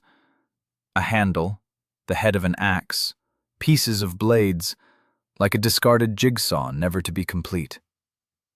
The stolen power coursed through her. The resolute mentality of metal tinged with subtle anger. An ancient bloodlust. She swallowed the emotion, spat bile, and considered her options. 2 more level slots needed elements. The empty hunger wrapped around her spine, compelled her to act now. Though having an empty slot and absorbing mirror had been a hidden ace, she didn't want to rely on that tactic. Better to be strong enough that she didn't need a hidden ace at all. But were the scraps on the ground enough? She nudged the system. Level up. You are now level 6. Please select an element to incorporate. Mirror, insight +4. Stone, dexterity -2, might +2, willpower +4. Blood, vitality +4. Once more she recalled the goddess from her dreams, and couldn't help the affection that throbbed in her bruised chest. She supposed she couldn't have too much vitality. Even though she wanted to avoid injuries in the first place, accelerated healing was a miracle. Nevertheless, she hesitated. After the attention Rue gave her for selecting metal, did she really want to risk the attention of a second cosmic being? Though blood was tempting, and she could spend the next few hours collecting scraps of metal, there was one more option she wanted to try. With a trembling hand, She pulled out the bell fragment, the jagged piece of lip cool in her hands. She focused every ounce of enhanced willpower. Another consciousness brushed hers, and the system acknowledged her request. Zoe grinned as the information displayed. Please select an element to incorporate. Mirror, insight +4. Stone, dexterity -2, might +2, willpower +4. Fragment of the mirror bell, sound, metal, faith. Dexterity -1, might +7, vitality +4, willpower +7, insight -1. Lodestone title applied. Something was finally going her way, but a voice broke through her joy. What will you do with that? Zoe covered the fragment and looked around. Who's there? But she knew that voice. Rue's tired eyes looked up at her from the scraps of metal littered on the ground. You continue to prove interesting, he said with a hint of a smile. Chapter 17. Actions have consequences. The eyes of a god peered out of the broken weapons on the ground. Dozens of softly glowing red orbs reflected in the tall, mirrored headstones. Zoe sat surrounded by eyes, as though a peacock burned around her. She swatted an eye, but her palm only struck metal. The eyes wrinkled with an unseen smile. Flakes of rust drifted away. What? Zoe said. How are you? Rue rolled his eyes. Your entire planet falls within my domain. Rue's voice hummed from the metal, a subtle whisper just for her. Viewing you through metal is easy enough, even if you hide in a dungeon. Speaking of, are you going to fill your leveling void with the quest item? Zoe looked down at the fragment in her hands. Please select an element to incorporate. Mirror, insight +4. Stone, dexterity -2, might +2, willpower +4. Fragment of the mirror bell, sound, metal, faith. Dexterity -1, might +7, vitality +4, willpower +7, insight -1. Lodestone title applied. Adding up the numbers, she couldn't help but smile. The fragment would increase her stats 4 times more than any other option. Her dexterity and insight would suffer, but this was too great an opportunity to miss.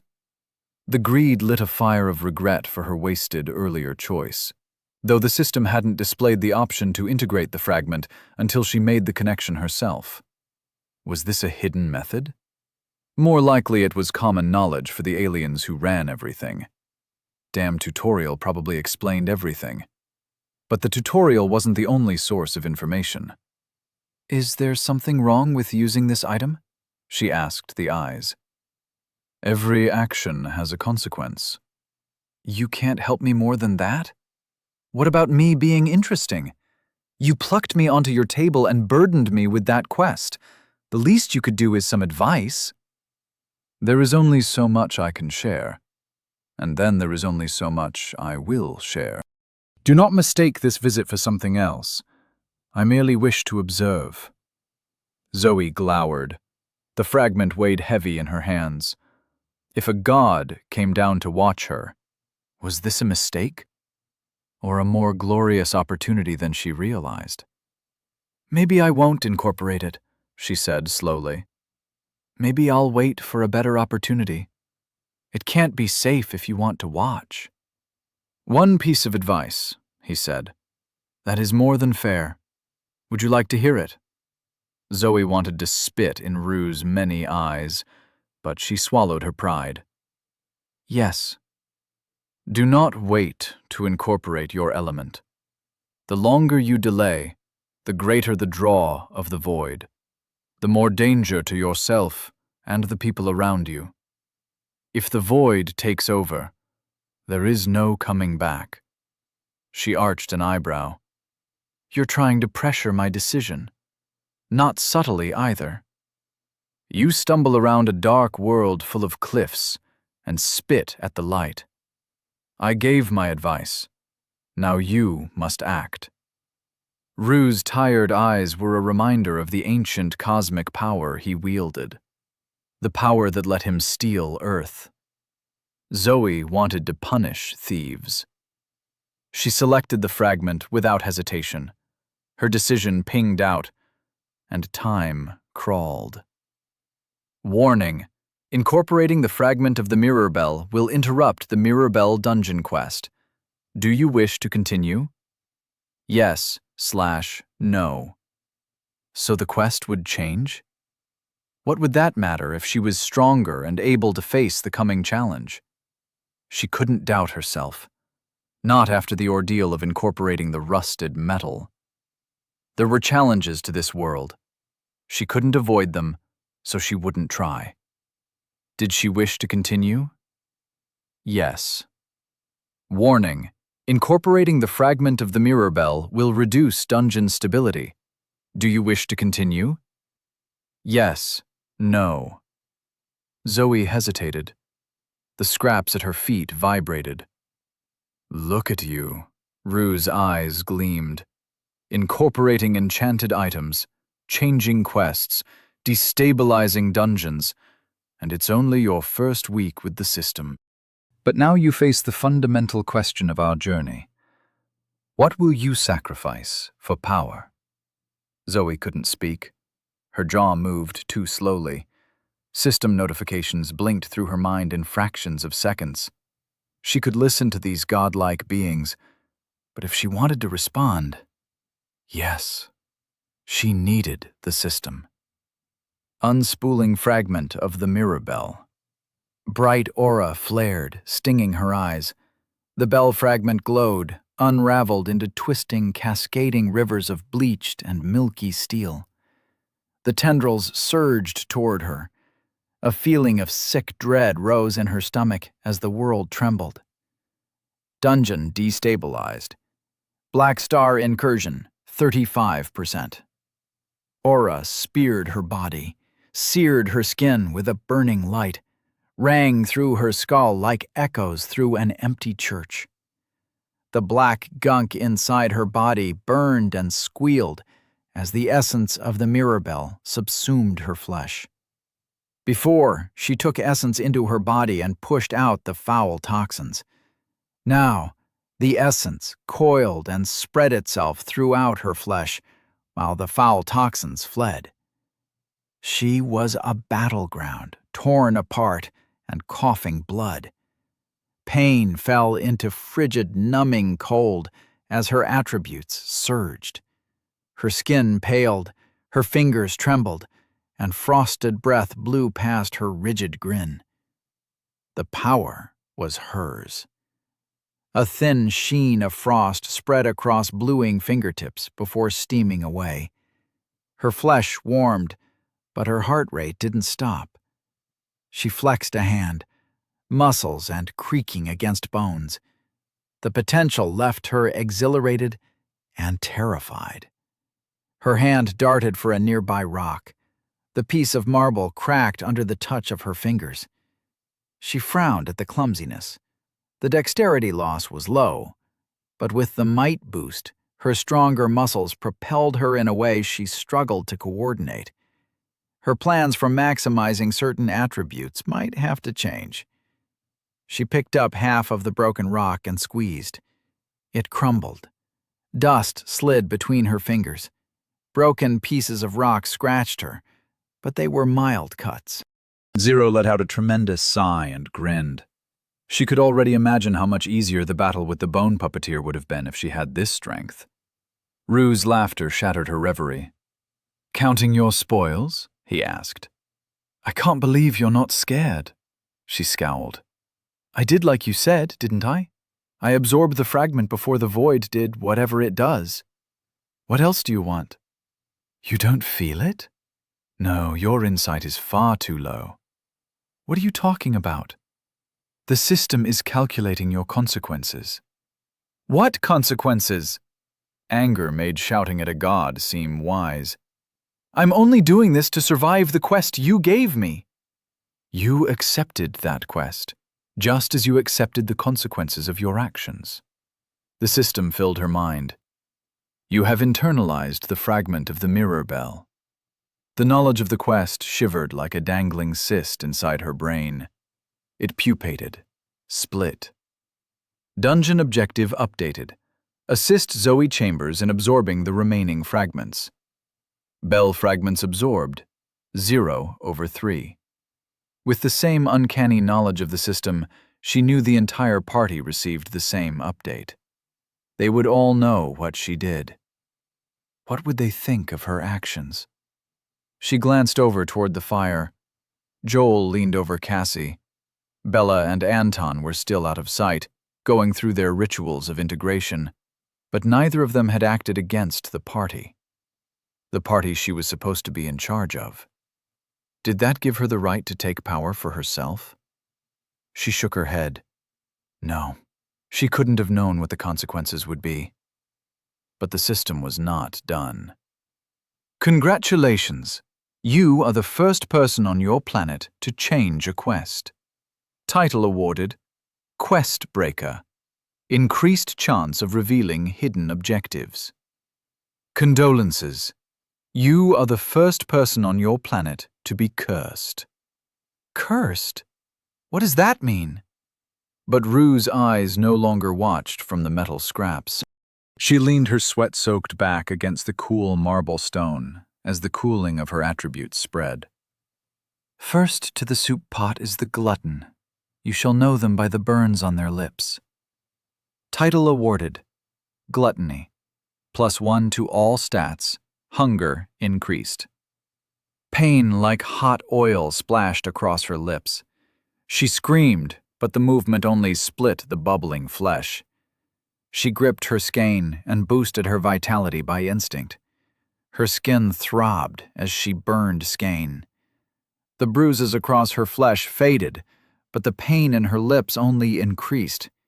It felt like they were being sliced open with a fork. She released her skein out of a sense of desperate self-preservation. The pain subsided into a pure burning that drew tears from her eyes. She turned to face the mirrored tombstone. Bubbling sear marks crisscrossed her lips. She traced the forming blisters with a gentle finger. The pain was intense, but this wasn't permanent, she told herself. Skein hadn't helped, but she was a plastic surgeon.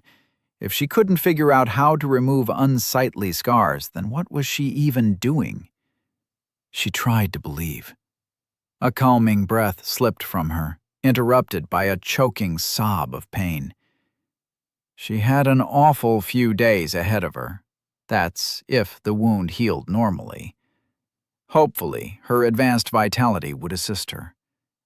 She tried to believe.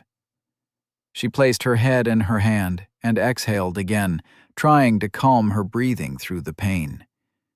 Through the pain and the gnawing hunger. The void in her core sucked at her flesh, insatiable. She leveled up 3 times. 3 empty slots for essence. 2 were full, but the third remained hollow.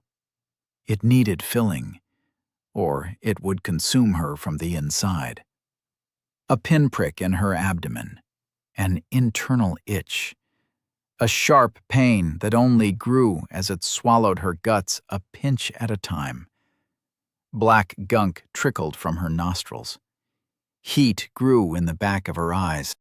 Was this what the people on the plane felt after they said no to the system, right before they died? No time to waste. She summoned her options. Level up! You are now level 6. Please select an element to incorporate. Blood, vitality +4. Mirror, insight +4. Stone, dexterity -2, might +2, willpower +4. Spattered about the grass, Cassie's blood remained hidden in the faint light, but the smell lingered. Thick, tangy in Zoe's nose as she inhaled and regretted her choices. regretted the way her body craved her next decision. Blood. A weak, mewling aura rose from the dried blood. Dark as garnet shadows, it flowed toward Zoe like a puddle. She fell to her knees and crawled closer, her tongue extended out past burned lips to lap at the aura. The hunger made her an animal. She knelt by the river in a dark forest, a teenage girl, alone but for the dogs. Slake the throat dry with thirst, not words. Did she even remember how to speak? Did she remember anything besides the forest? The feeble aura rolled into her, and the cold of the essence diffused the heat behind her eyes.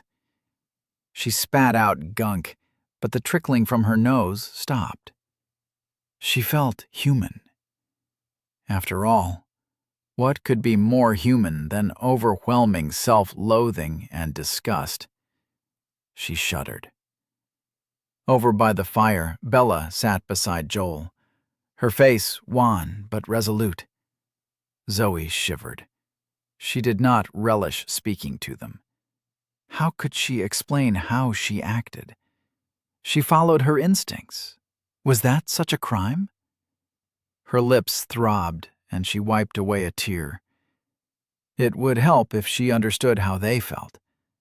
Best know her party if she was to lead them. Maybe they wouldn't care at all about her selfish decisions. She hid behind a tall headstone as Anton strolled over to the fire. His shirt and skin dripped with the ice-cold well water. She could not make out their conversation, but she didn't care about what they were saying. She needed to know how they felt. What was the state of their hearts? If she knew that, perhaps it would settle the roiling emotion inside her chest. Consuming essence of blood, sound, and faith. Every bone in Zoe's body groaned as a terrible force gripped her. Her legs collapsed, and she fell to her knees, gasping, unable to breathe as the energies in her body thrashed like eels in a bag. What was happening now? Technique forming. Chapter 18. Our Hearts Toll as One. Zoe fell to her knees. A silent scream stretched her mouth as her eyes rolled white in the back of her head, aura unstable as any newly integrated world. Rue smiled as the technique blossomed in her chest. How very interesting. He sat on his lounge. Silk curtains hung from an ivory frame, draped like walls to provide privacy, but the roof remained open to show a view of the new world. The ruby floor of the Bloody Eye throbbed beneath his feet, ancient crystal, worn but soothing. On the table before him, now cleared of alcohol, hovered a multi-angled projection of Zoe. Each scrap of metal in the dungeon served as a camera. Her image was more complete than a low insider could handle. He sat alone, beneath the stars of this frontier system, and watched his latest project. He wasn't quite bored. He didn't quite wish it was all over, in fact. Someone smacked the back of his head with a blow that would shatter mountains. He glanced back and raised an eyebrow. Something to say, Lorilla? Lorilla, the goddess of love, the blood gorgon princess, the cascade enchanter, stood behind his lounge with her hands on her hips. "You're being cruel," she said, "goading this woman into consuming a dungeon pillar." He turned and leaned on the lounge's backrest. "I warned her." "You did no such thing. And what if the dungeon collapses?" "Our cohort is more than enough to suppress a Black Star incursion. The Admiralty will never know," he smiled. "After all, what happens on the frontier stays on the frontier." She crossed her arms. "You would have us fight on our vacation?" "You know the others miss it." "Then why not go back?" Rue rolled his eyes. "I'll not have this argument again." "Then tell me, how will your little pet project survive the incursion at ground level? What purpose does this serve at all? Rue shrugged. She's proven resilient so far. Hey, she even incorporated blood. You should be happy. Lorilla moved. Her hand superheated the air into streaming plasma. Implosions sucked the curtains inwards. Rue's wrist stood like titanic steel against her palm. The explosive collision stripped the curtains from their rods and flung them toward the horizon of the blood-red planetoid. Lorilla scowled. Please, don't block me when I slap you. Please, don't slap me. Her other hand vanished. Thunder rocked the viewing chamber as a handprint glowed into place on Rue's cheek. Stop tormenting her. It is beneath you. Rue rubbed his cheek as blood leaked from the imprint. You misunderstand. Is it torment to hammer the sword you forge? To plunge it into flame until it becomes malleable? Your metaphor falls apart when you compare a living being to an inanimate object. He smirked. How like the Blood Gorgon princess to assume metal is not alive. And besides, his smile faded, sinking away into his tired depths. Is this any worse than what you and yours did when they trained me? Lorilla shook her head. Just because it happened to you doesn't make it right. He turned from her and faced the projection of the brown-skinned woman as she formed her first technique.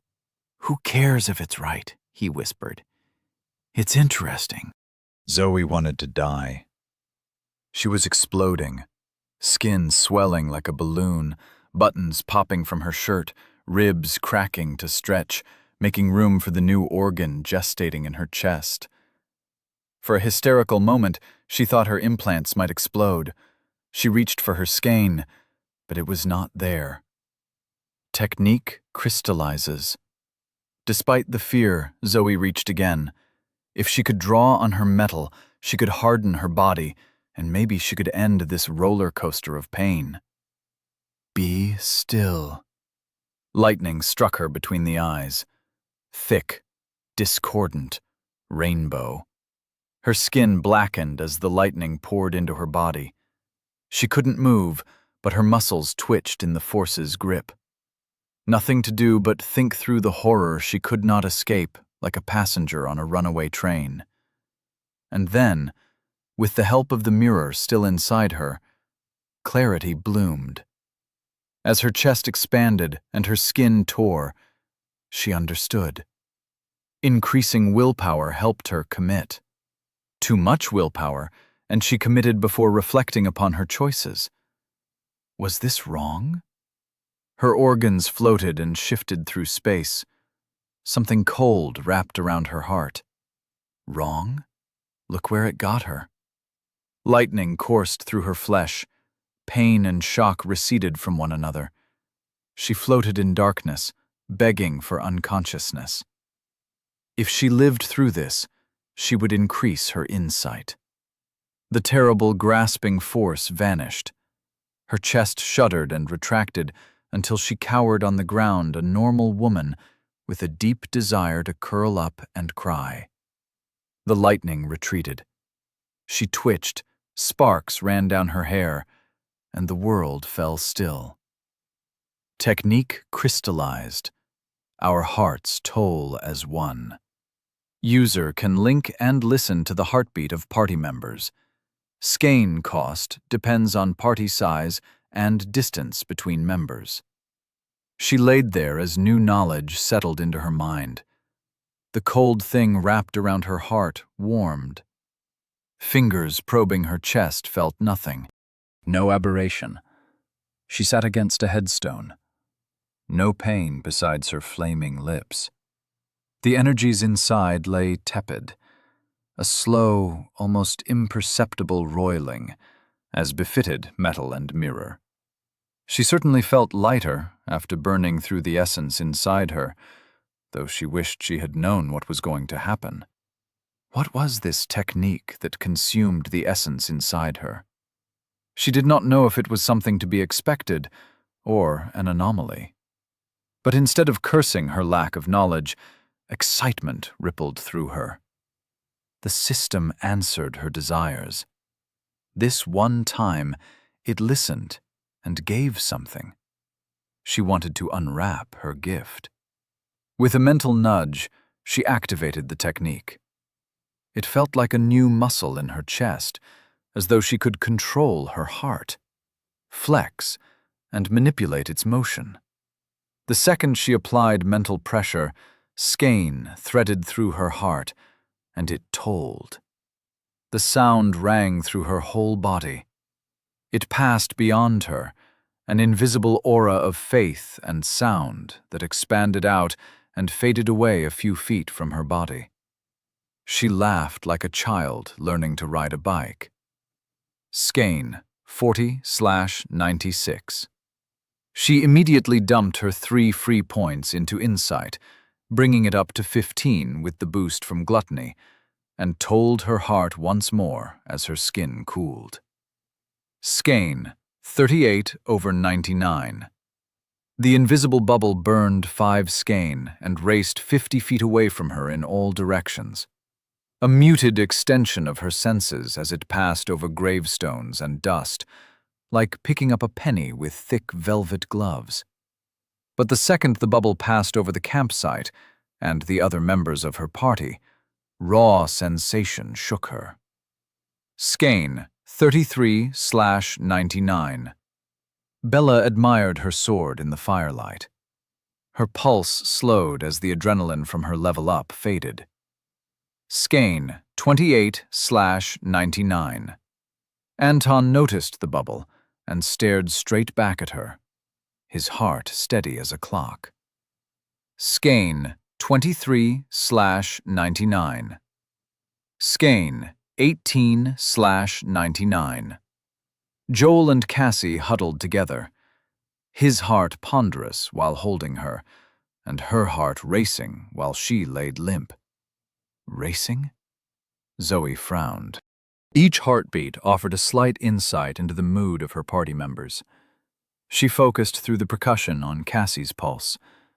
Erratic. A hummingbird missing strokes. What caused that? And Rue's warning came back to her. Her eyes widened. Judging by the others' steady pulses, they thought nothing was wrong. She leaped to her feet, pain and punishment forgotten as she sprinted toward the campfire. Headstones blurred past, and in her ears, Cassie's heart rate soared. Skipped a beat and... Connection severed. The observed individual is no longer a member of your party. ###. Joel stared at the fire as he held Cassie. He felt a hollowness in his chest and soul. Was it this level-up emptiness the others spoke about? Or was it just staring down at the love of his life as she slept? He stroked a strand of hair from her face. How did it keep getting into her eyes while she lay still? It seemed impossible. He wanted to laugh at the word, but nothing passed his lips. The fire warmed him, and the system notification niggled at the back of his mind, but he ignored it all and stroked the strand of hair out of Cassie's face. Maybe if he prayed really hard, she would... Cassie shivered in his arms. Babe? How cruel that hope kept sparking. Are you all right? Bella hurried over. What's happening? I don't know. He checked Cassie's pulse. I don't know what I'm doing. Is this too fast? Bella checked. She frowned down at Cassie and placed 2 fingers on her forehead. She's burning up. Anton continued staring into the graveyard. What could he see in that utter darkness?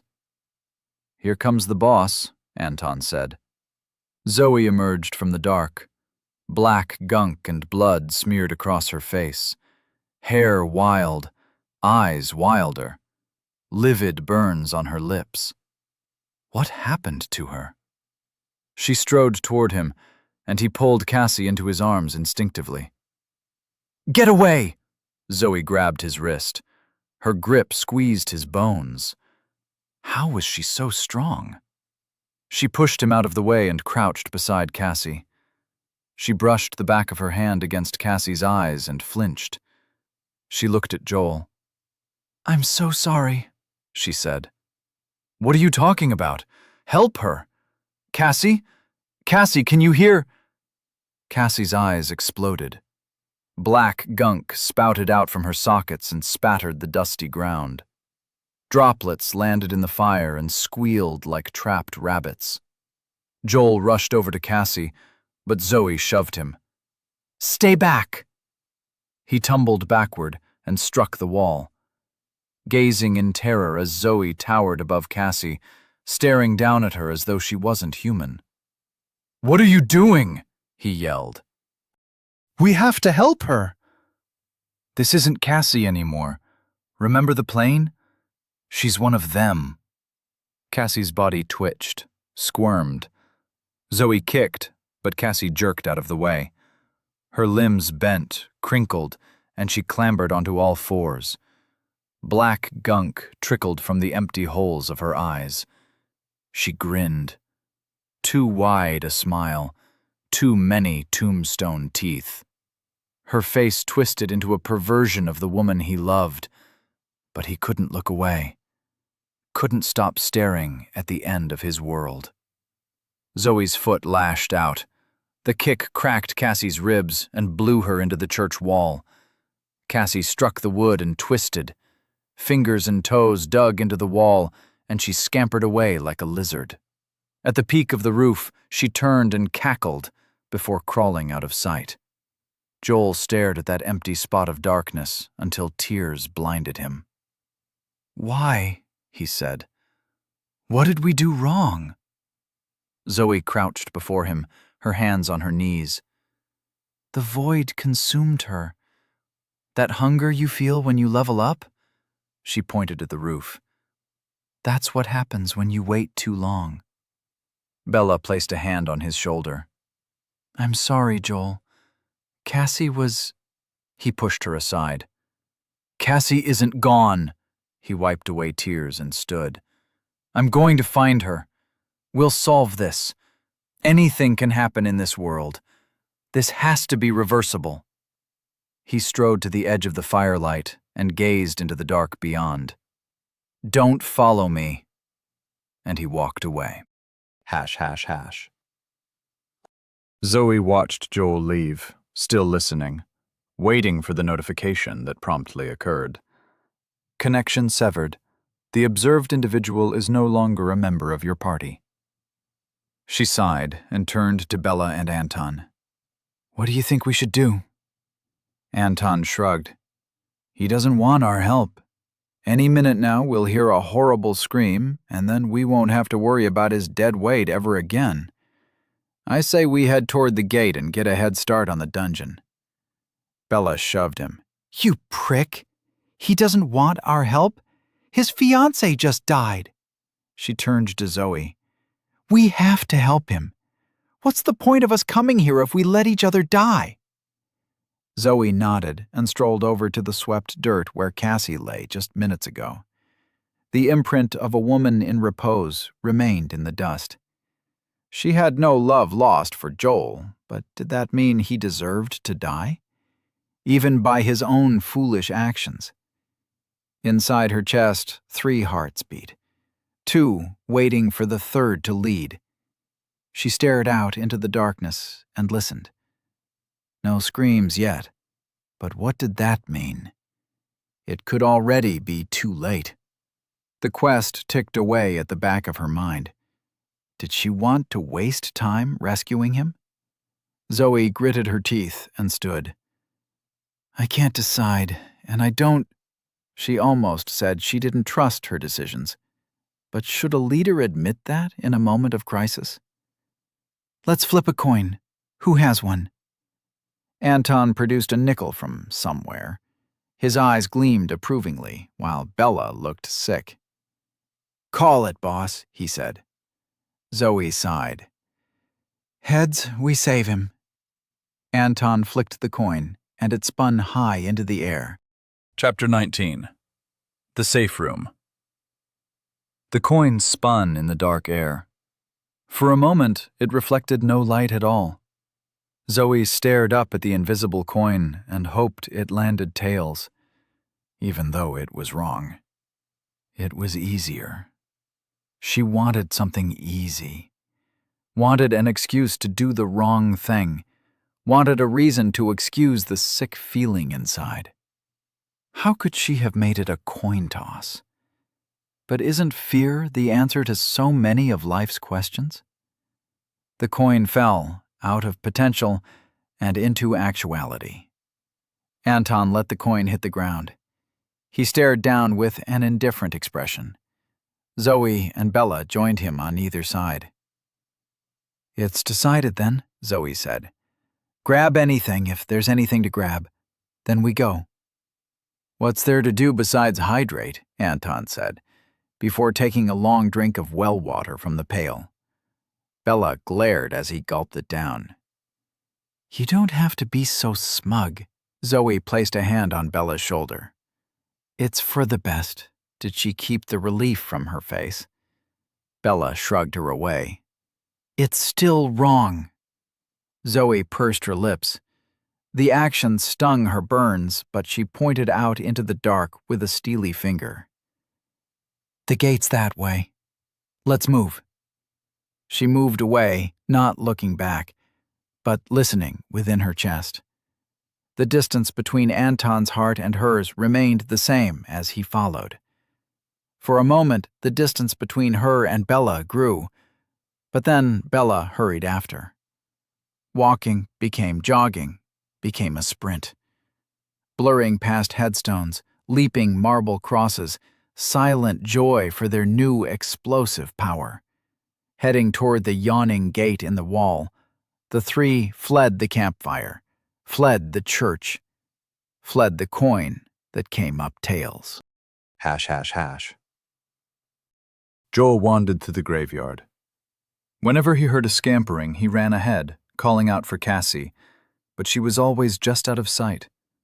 Sometimes she stopped moving, and he listened for the dripping of the black gunk from her eyes onto the surface of cool marble, or the softer, more inexplicable sound of a drop on a dusty blade of grass. He wandered through the graveyard, growing tired, slowing his steps, leaning against the gravestones, and looking about as the sky lightened. It had been so long now, he couldn't stop looking for her. Even after doubts entered his mind.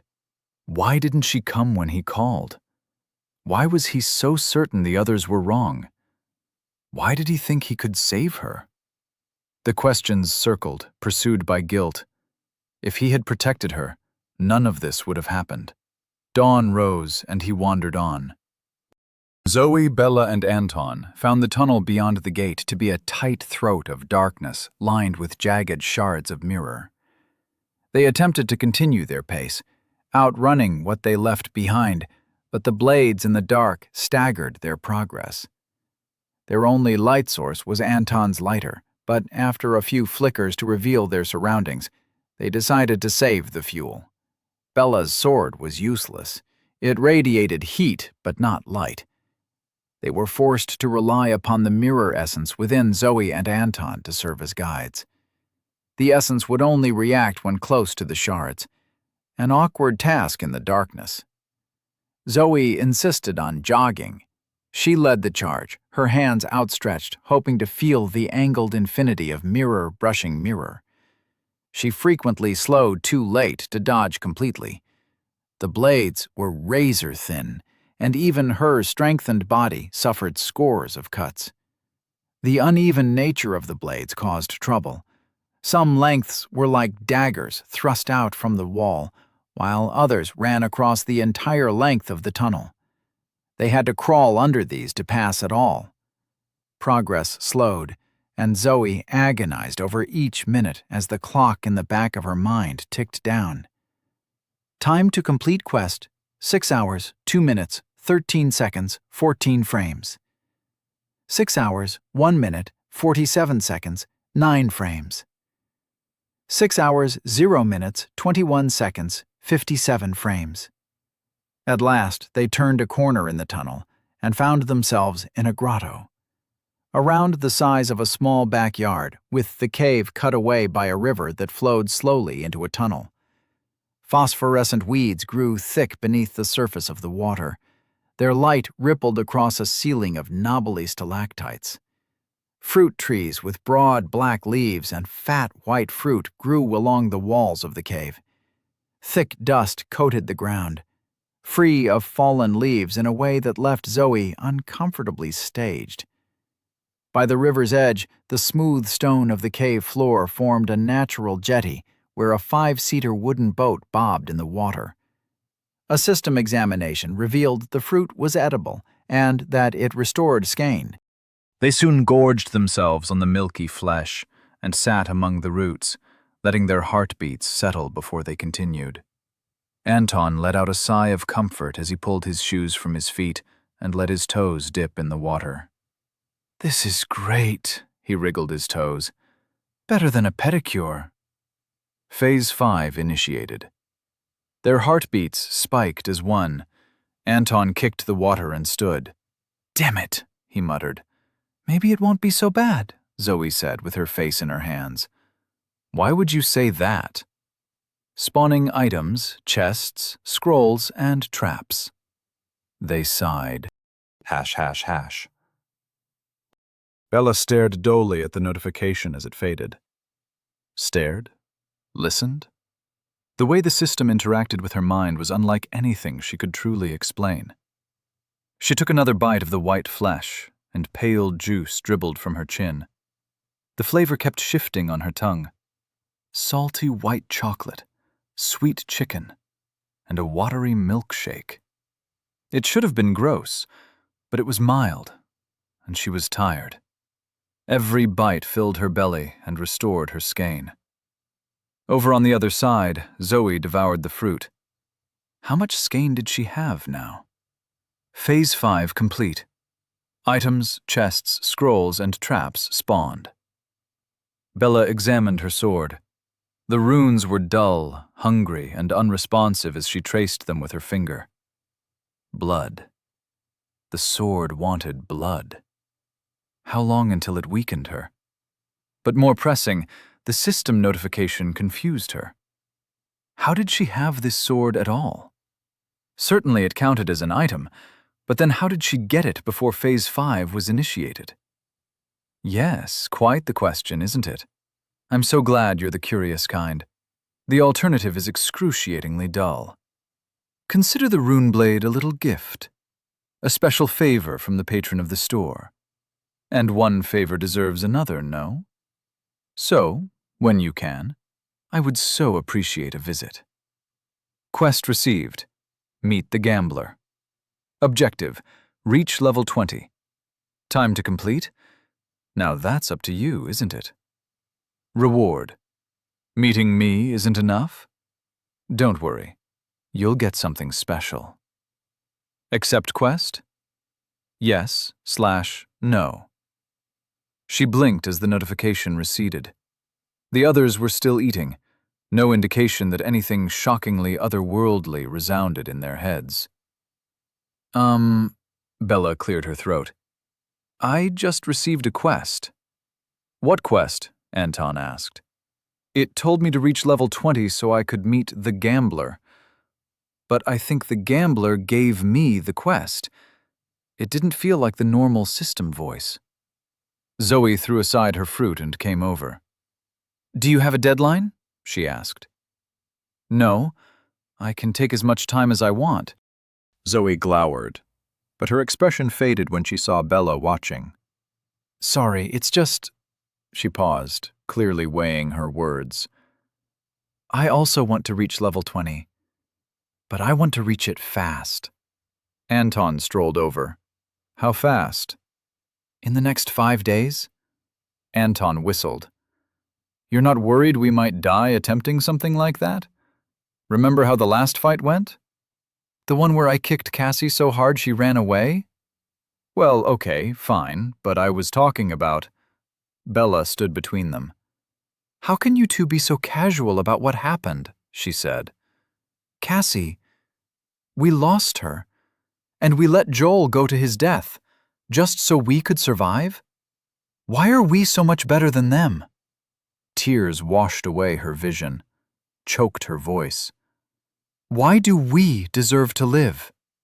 Anton grinned. Because we're us? You bastard! She rushed him, swinging the blade and realizing she never put it down. It felt so light, she often forgot she was holding it. The blade swung through the air. Was she chopping at Anton's head? Or was the blade? Cut him, the blade whispered. Feed me. He ducked her swing with his hands in his pockets, but his grin vanished when Zoe booted him in the side. He flew off across the cave and smacked into a tree. His hands grabbed a tree branch. He raised an eyebrow as he swung himself down to the ground. Let her fight her own battles. Shut up, Zoe said. We don't fight among ourselves. We did what we could for Cassie, but we couldn't do enough. Sometimes that's just the way it is. Joel made his choice. We could have gone after him, dragged him with us. Maybe we should have, but I doubt it. We're alive now. Of everyone on that plane, we three are the ones who made it. Maybe it's luck, but I think we made it because we could, because we're capable. Joel gave up on going on. She paused and swallowed. It was his choice, not our fault. Now, I can't choose for you, but I'm going to keep going, and I'd like you both to come with me. Bella met Zoe's gaze. Who was this woman she met yesterday? How did she keep her head high and face this apocalyptic madness? How could Bella borrow that strength? How could she help maintain it? Because she knew that without Zoe's strength, they would all crumble. She nodded at Zoe. I guess I'd rather do this with you than go alone. But, she pointed at Anton, he's a wanker. Anton mimed the act. Well, you're too soft. Zoe scowled at him.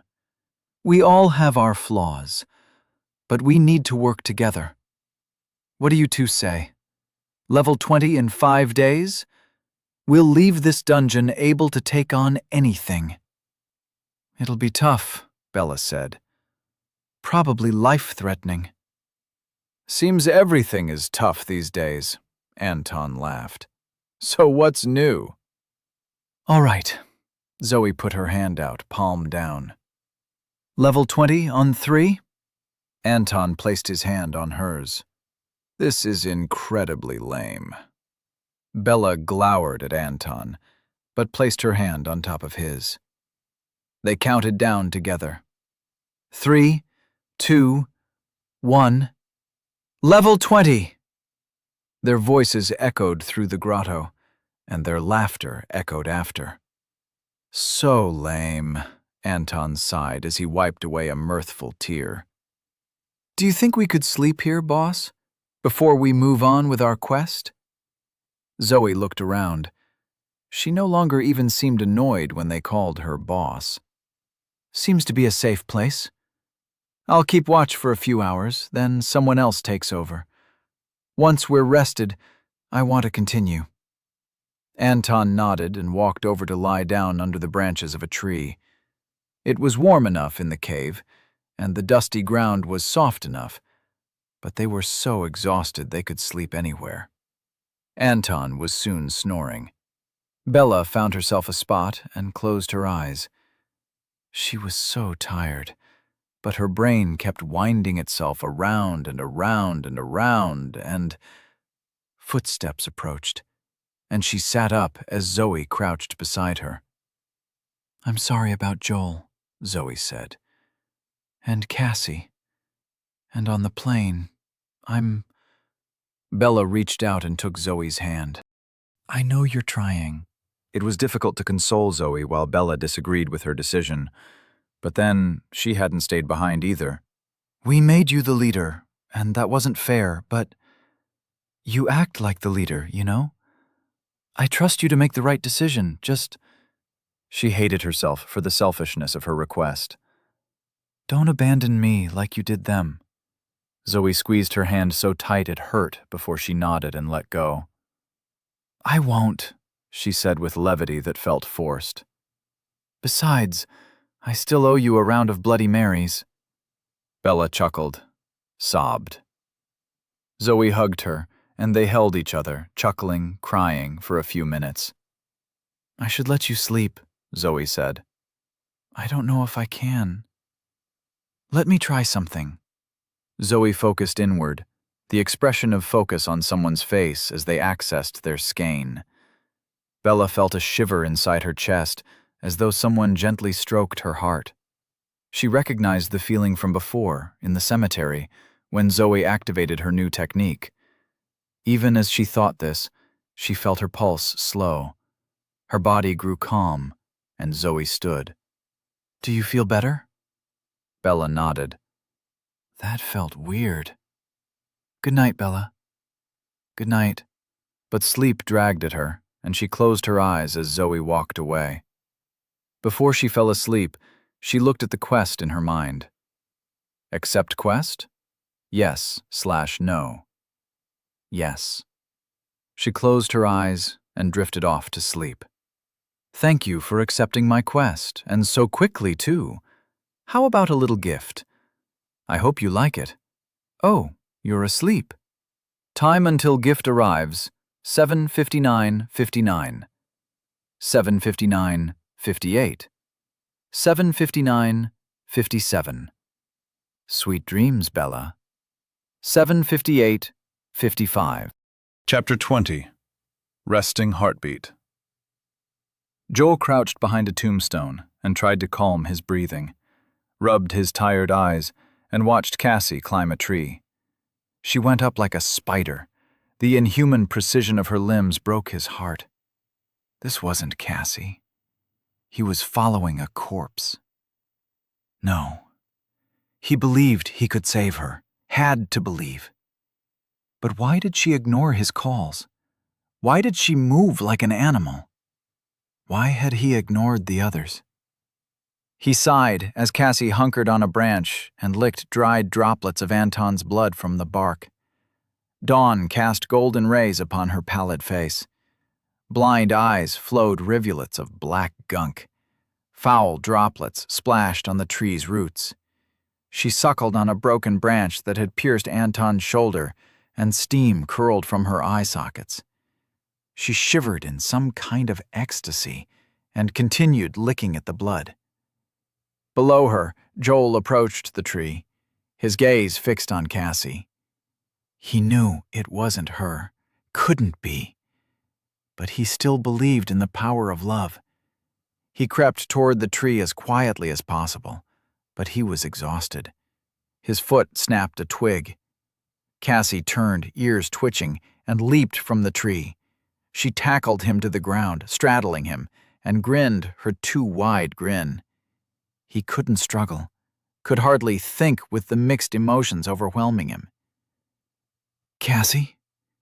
It's me. It's Joel, baby. Remember me?"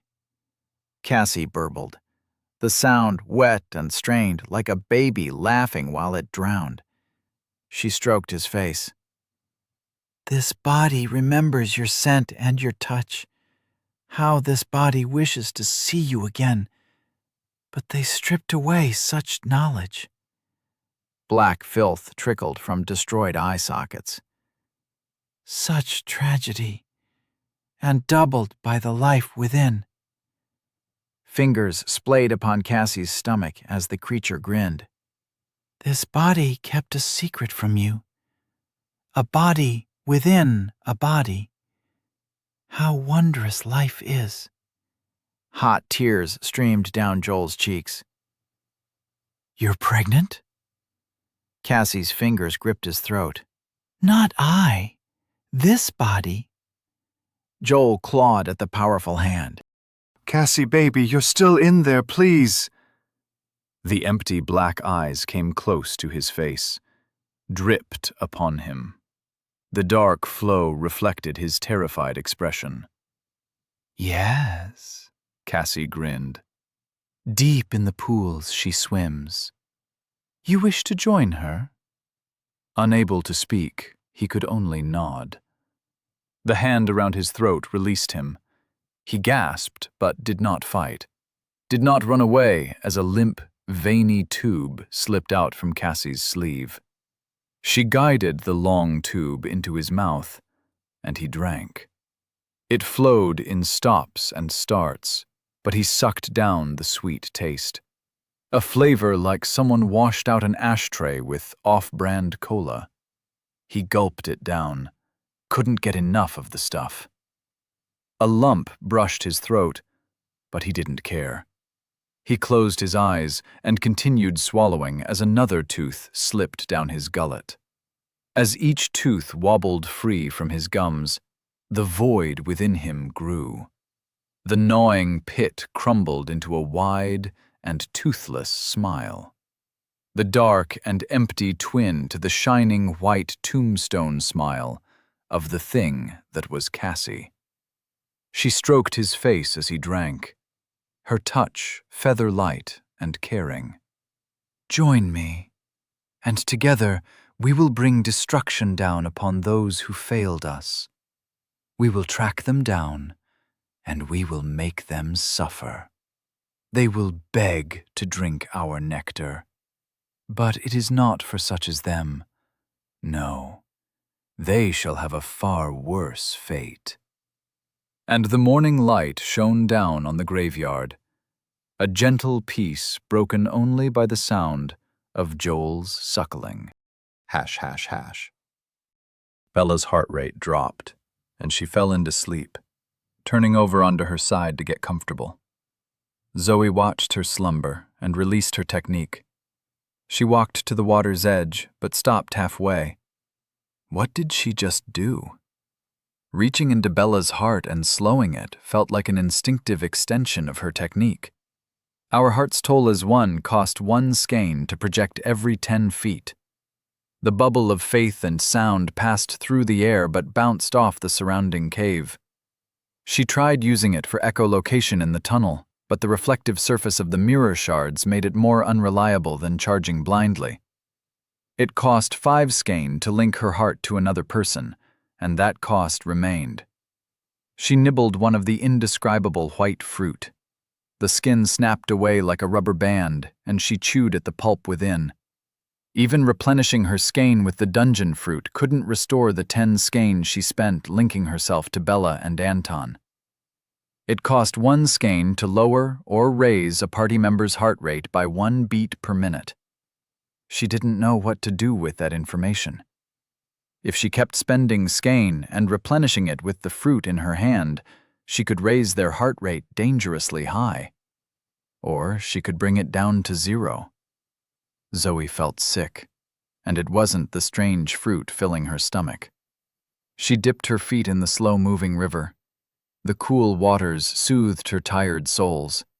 The weeds swayed underwater, a gentle motion in rhythm with the river's constant flow. Zoe let her feet sink up past her ankles. Her skin tingled as the socks of cool water slipped higher.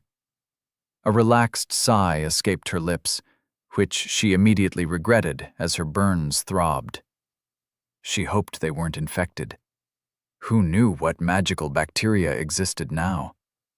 Something moved amongst the weed. She might not have noticed the shadowy shape without her advanced insight, but she pulled her feet out of the water as a large creature emerged from the weed. Its head broke the surface, and 2 piggy eyes watched her.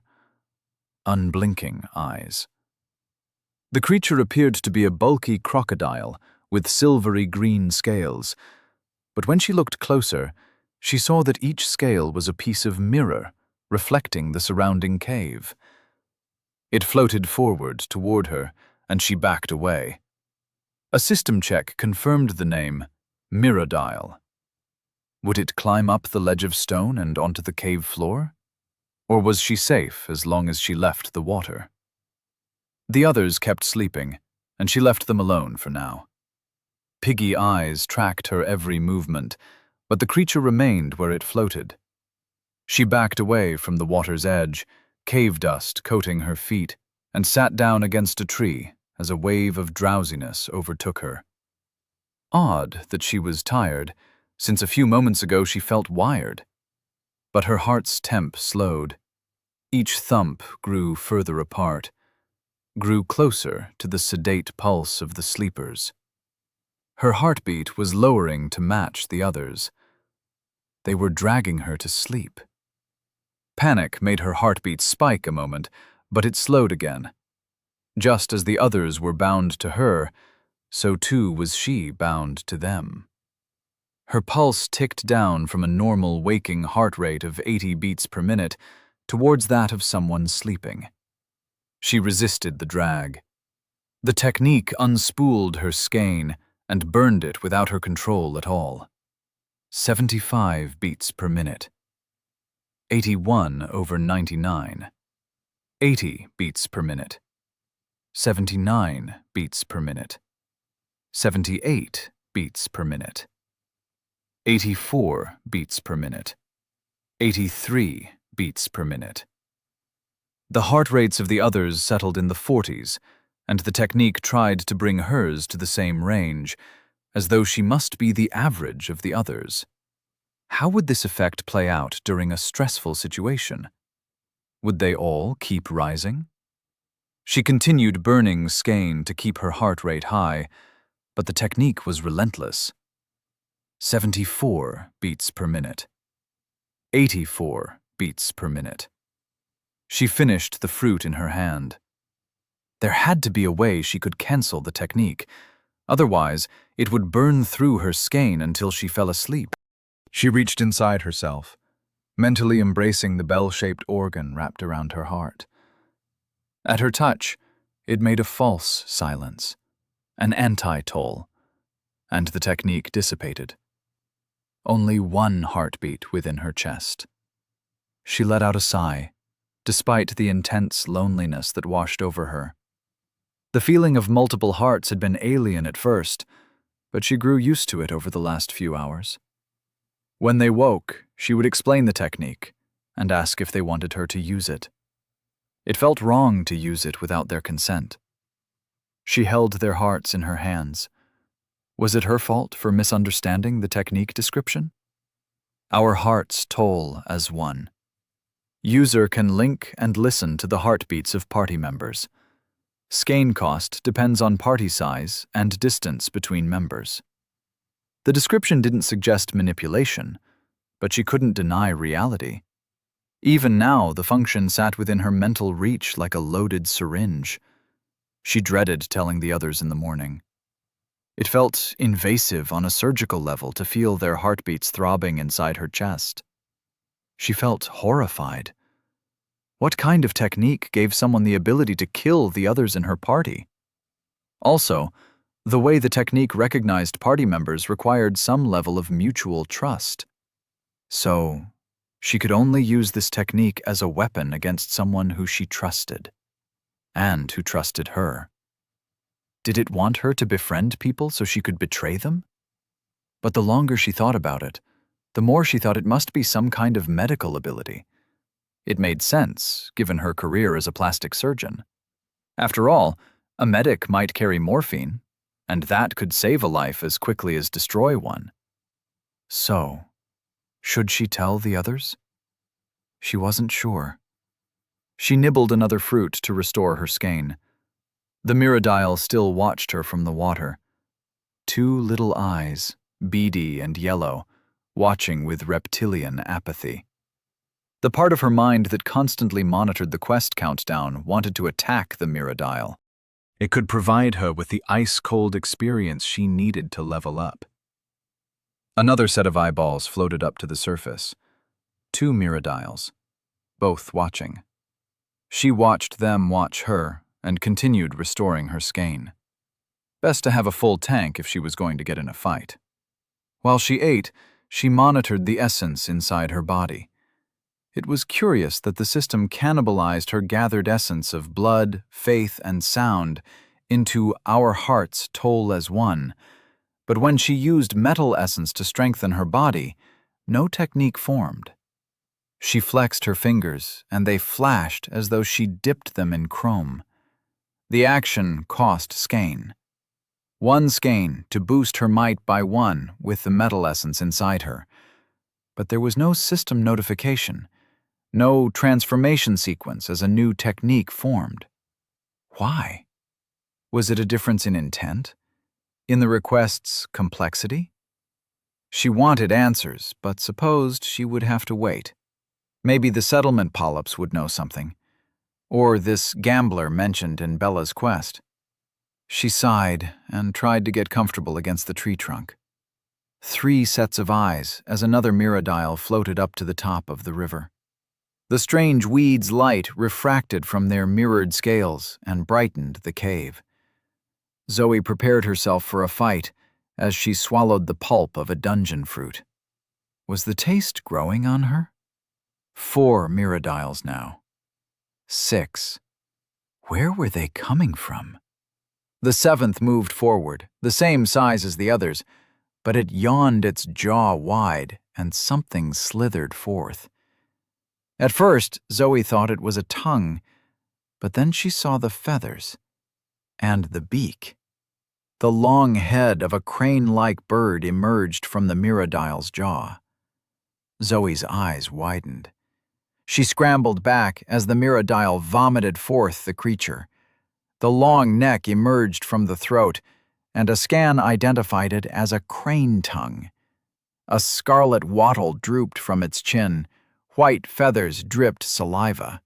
The needled beak pointed at Zoe. "You trespassed in our water," said the crane tongue, with a voice like a scratched recording of a heavenly choir. "But we are merciful. Your feet entered, and so we claim your feet. Bring them to us, and we shall spare the rest." The crane tongue swayed in the air above the gators. Feathers dripped muck onto the mirrored scales of the host. They awaited her response. The other mirrodiles yawned, and more crane tongues spilled forth. Zoe felt nauseous, but also excited. Her scan didn't reveal a level, but they didn't feel more powerful than the puppeteer, even though there were 7 of them. She got to her feet. Best let the others sleep. They shared a quest to reach level 20, but Zoe was the only one with a deadline. Besides, she could handle this quietly. She gave herself a quick mental once-over. Status: Name: Zoe Chambers. Level: 6. Body: Metal, mirror. Attributes: Might: 28. Vitality: 20. Dexterity: 9. Willpower: 27. Insight: 15. Skein: 95 over 99. Titles: Intrepid, +5 to all stats. Lodestone, +5 might, +5 willpower, metal attunement 200%. Fool's Rush In, incomplete. Questbreaker, increased chance of revealing hidden objectives. Glutton, +1 to all stats, increased hunger. Techniques: Our hearts toll as one, faith, blood, sound. Despite her burns, she smiled at the sight of her new strength. Somehow, putting it into numbers made it more tangible, more real. She grinned, and her fist flashed steel. Without another thought, she charged the waiting beasts. Chapter 21. Braided Worms.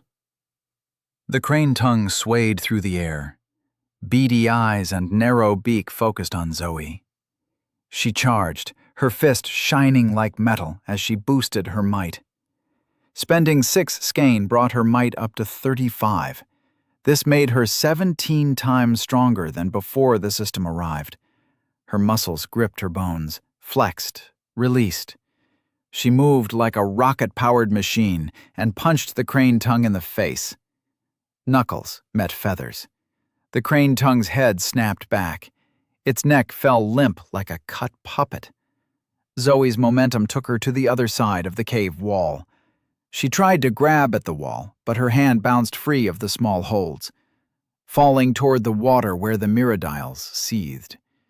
She kicked off the wall and sailed through the air.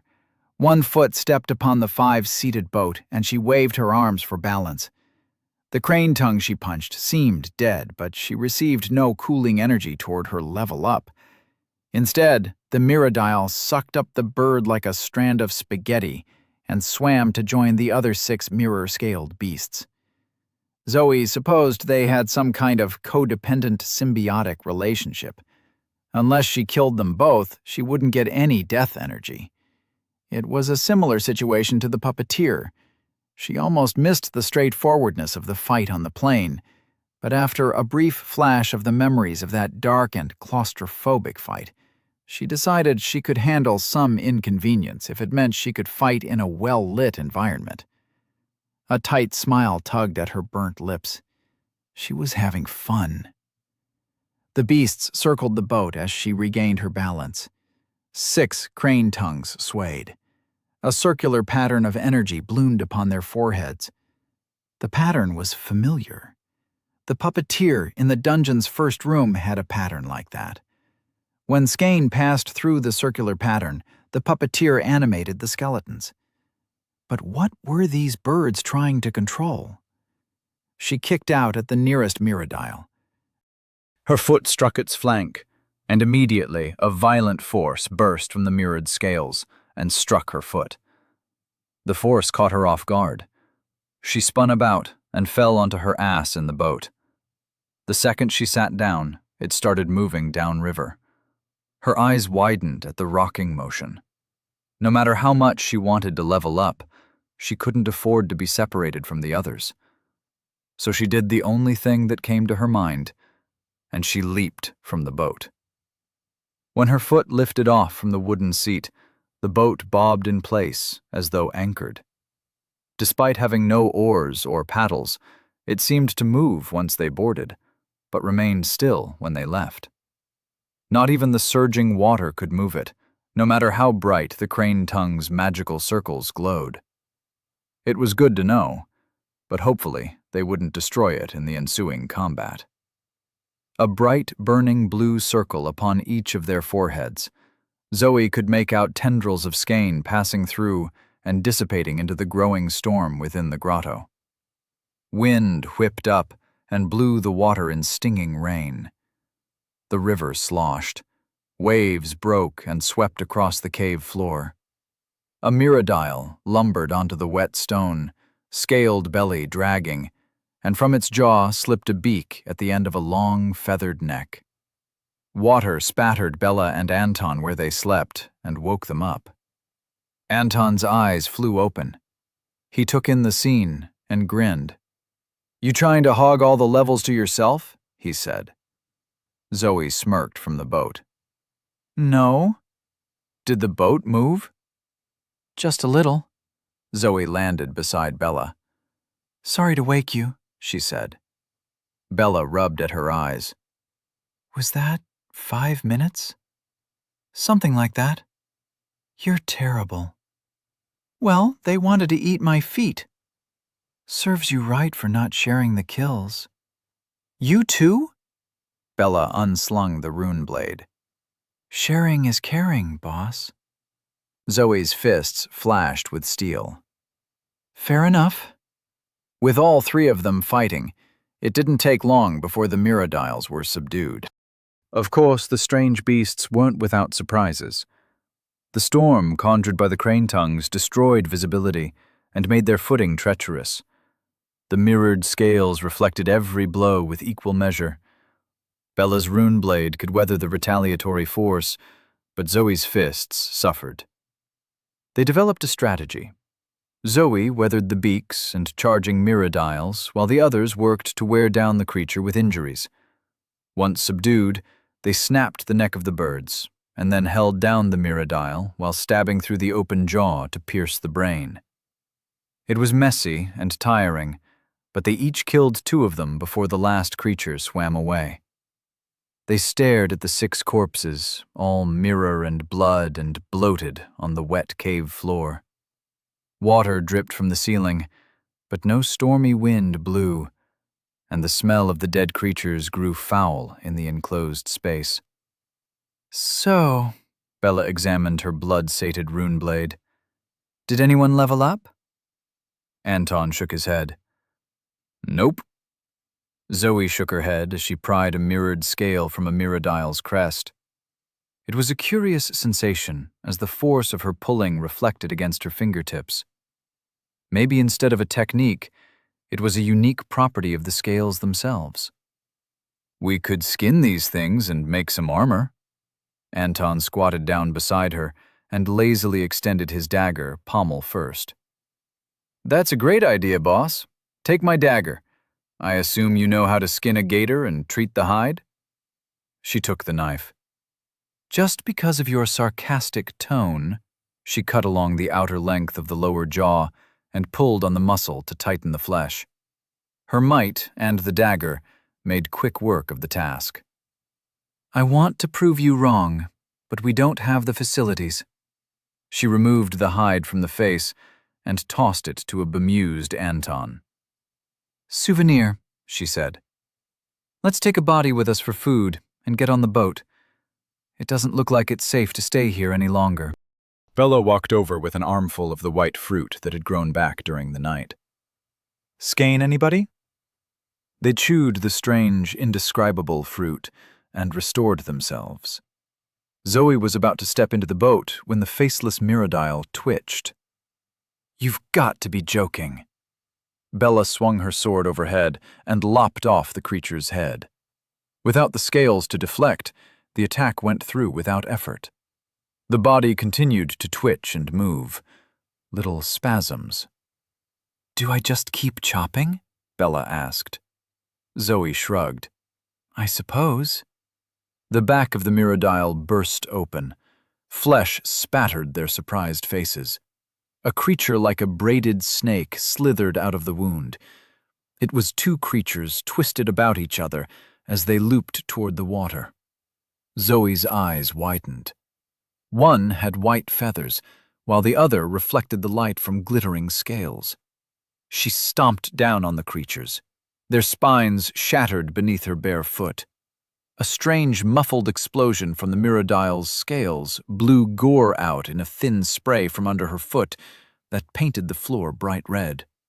But Zoe was distracted by the ice-cold death energy charging up her leg.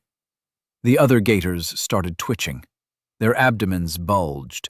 One popped, and another pair slithered for the water. Zoe kicked it into the wall where it splattered against the rough stone.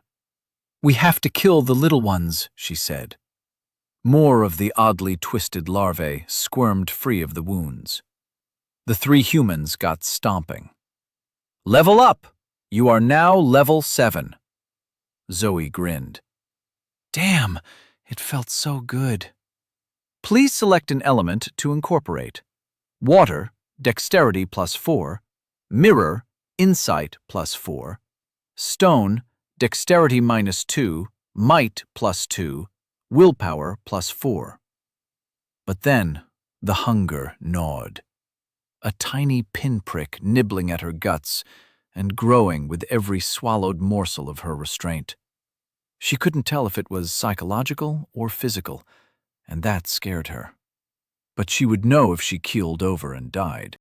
Because she refused to give in and take the essence straight away. She could control the urge, it would not control her.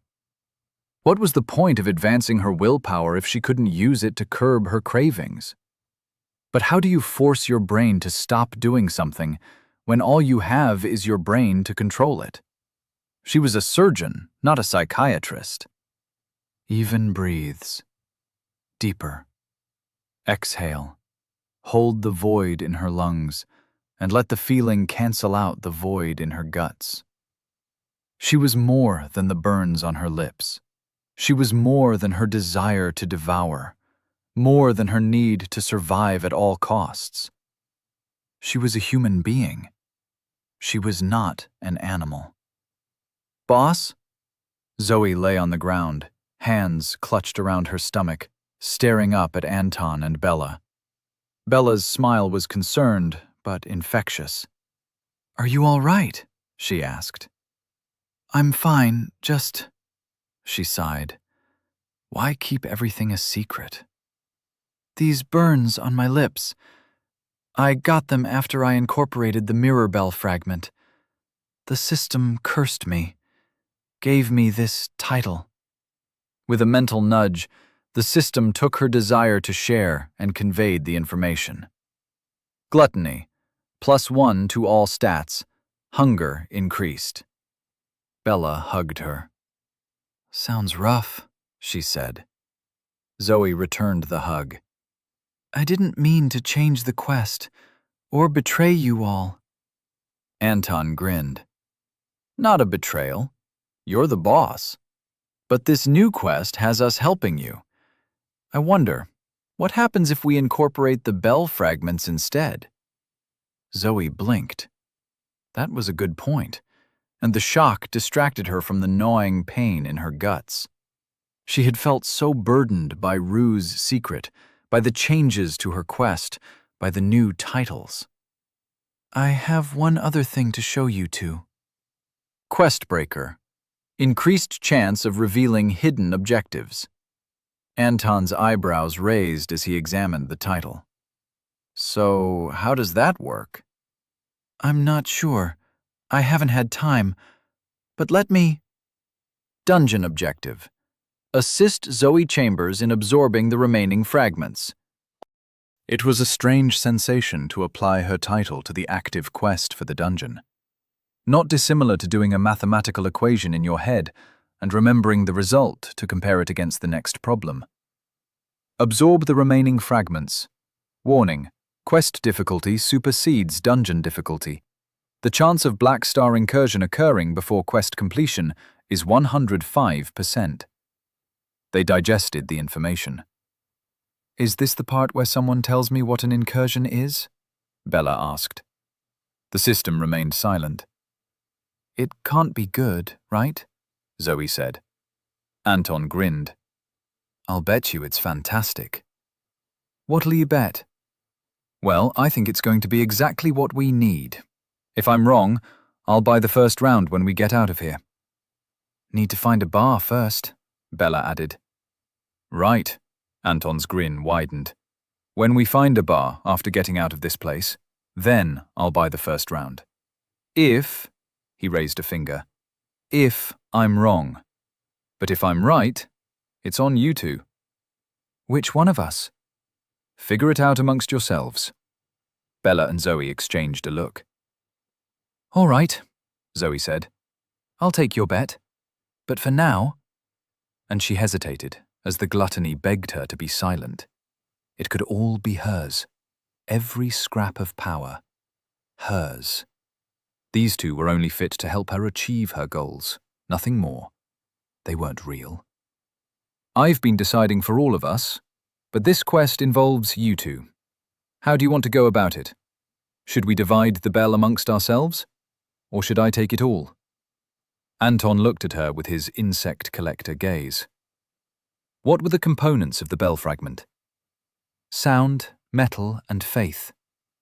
Any of those increase insight? No, the fragment decreases insight. Then I wash my hands of it. He clapped his hands and stood. Shall we take the boat now or sleep some more? Zoe laughed, careful of her lips, but still releasing her relief. What about you, Bella? She asked, and the hunger screamed. How do you feel? Bella ran a finger down the rune blade. I already have one cursed item inside my body. I don't think the bell is cursed. Look what happened to your lips, mate.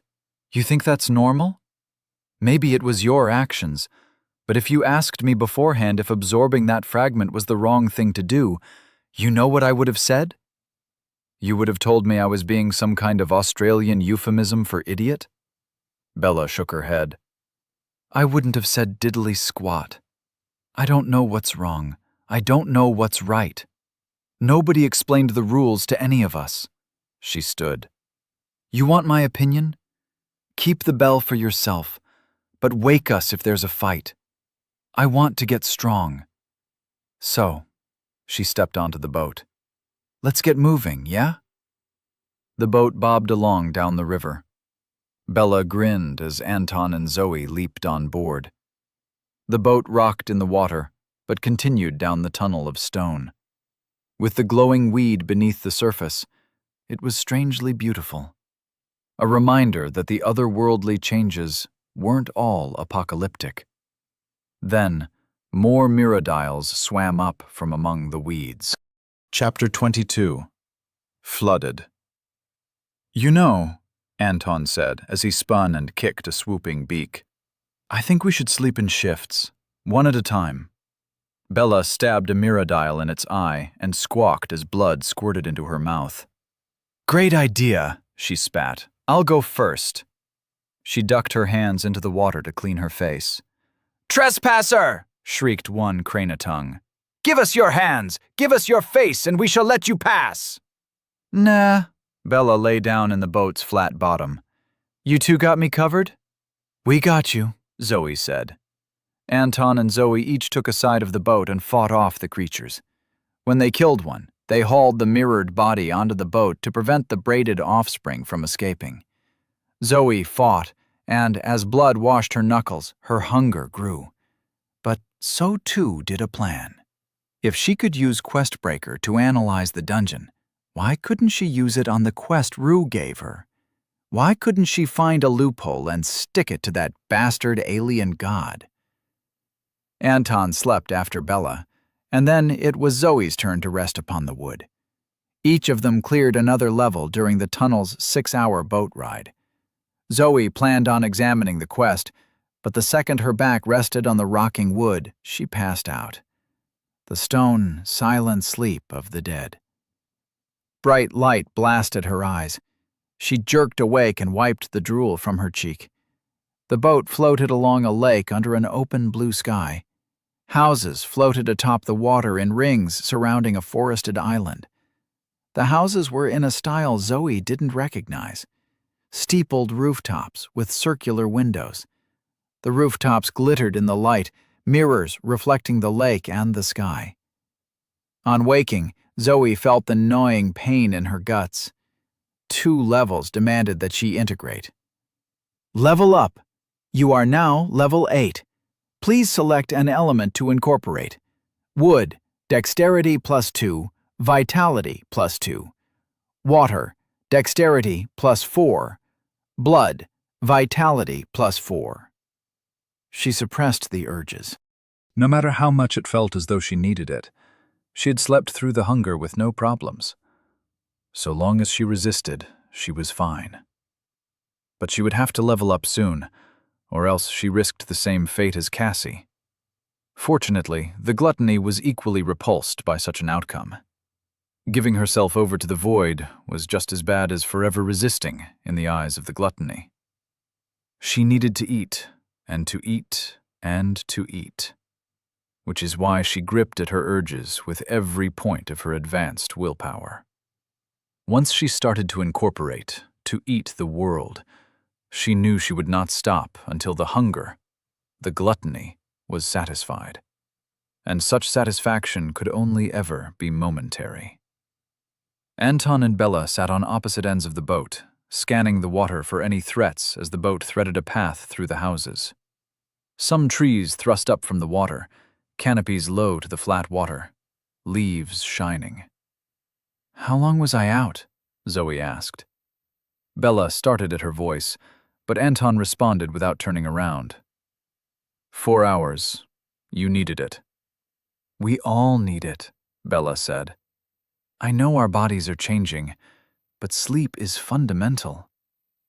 Zoe nodded and sat up, stood and stretched. The flat-bottomed boat rocked slightly. "Where is this taking us?" "Nowhere," said Anton. "It's just looping through the houses. This is the second lap." Zoe felt a prickle of irritation. "Why didn't you wake me?" "Sleep is fundamental." "I need to incorporate. We should all make sure we don't delay too long. I don't want a repeat of Cassie." Bella nodded. "I incorporated water twice while you slept." "What level are you at now?" 5. Your dexterity must be high." "Here." Bella stuck out her tongue as she concentrated. Status. Name, Isabella Moore. Level 5. Body, water, shadow. Attributes. Might, 10, 15. Vitality, 7, 12. Dexterity, 22, 27. Willpower, 8, 13. Insight, 10, 15. Skein, 28/57. Titles, Intrepid, Fools Rush In, incomplete. Doomed. The information sank into Zoe's mind. She realized how different Bella's build was from her own. Though Bella's dexterity matched Zoe's might, the total score was far lower. Despite herself, it felt good to know she could overpower the other woman should it come to that. She didn't like the thought, but it happened, though the power of that blade would only grow. "Damn," Anton whistled. "That sword of yours is an unfair boost." Bella nodded. "Only so long as I'm fighting. It will drain me if we stop."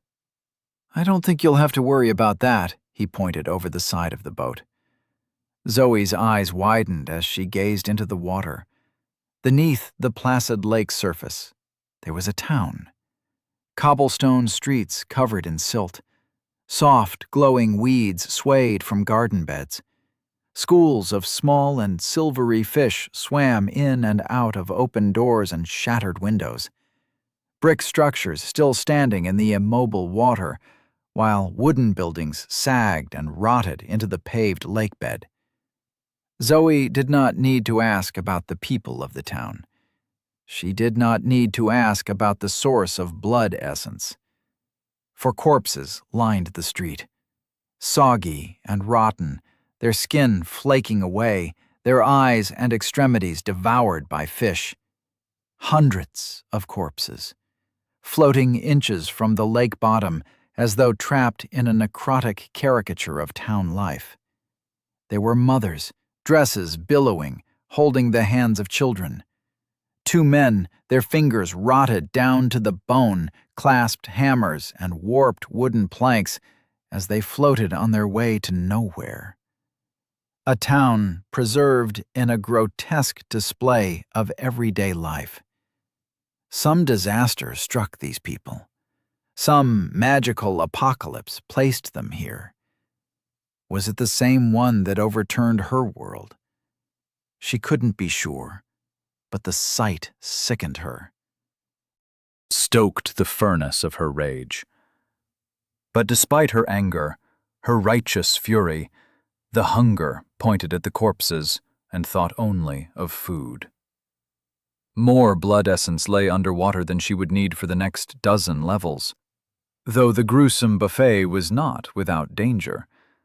Miradiles swam, lazy, kicking off the bottom as they cruised down the streets. Crane tongues retracted. They snapped at any fish that came too close.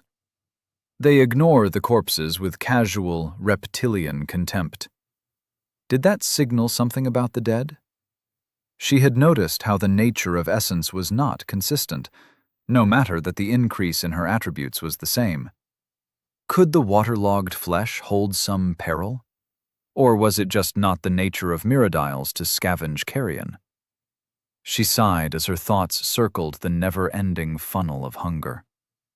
"It looks like we have more than enough enemies," she said to the others.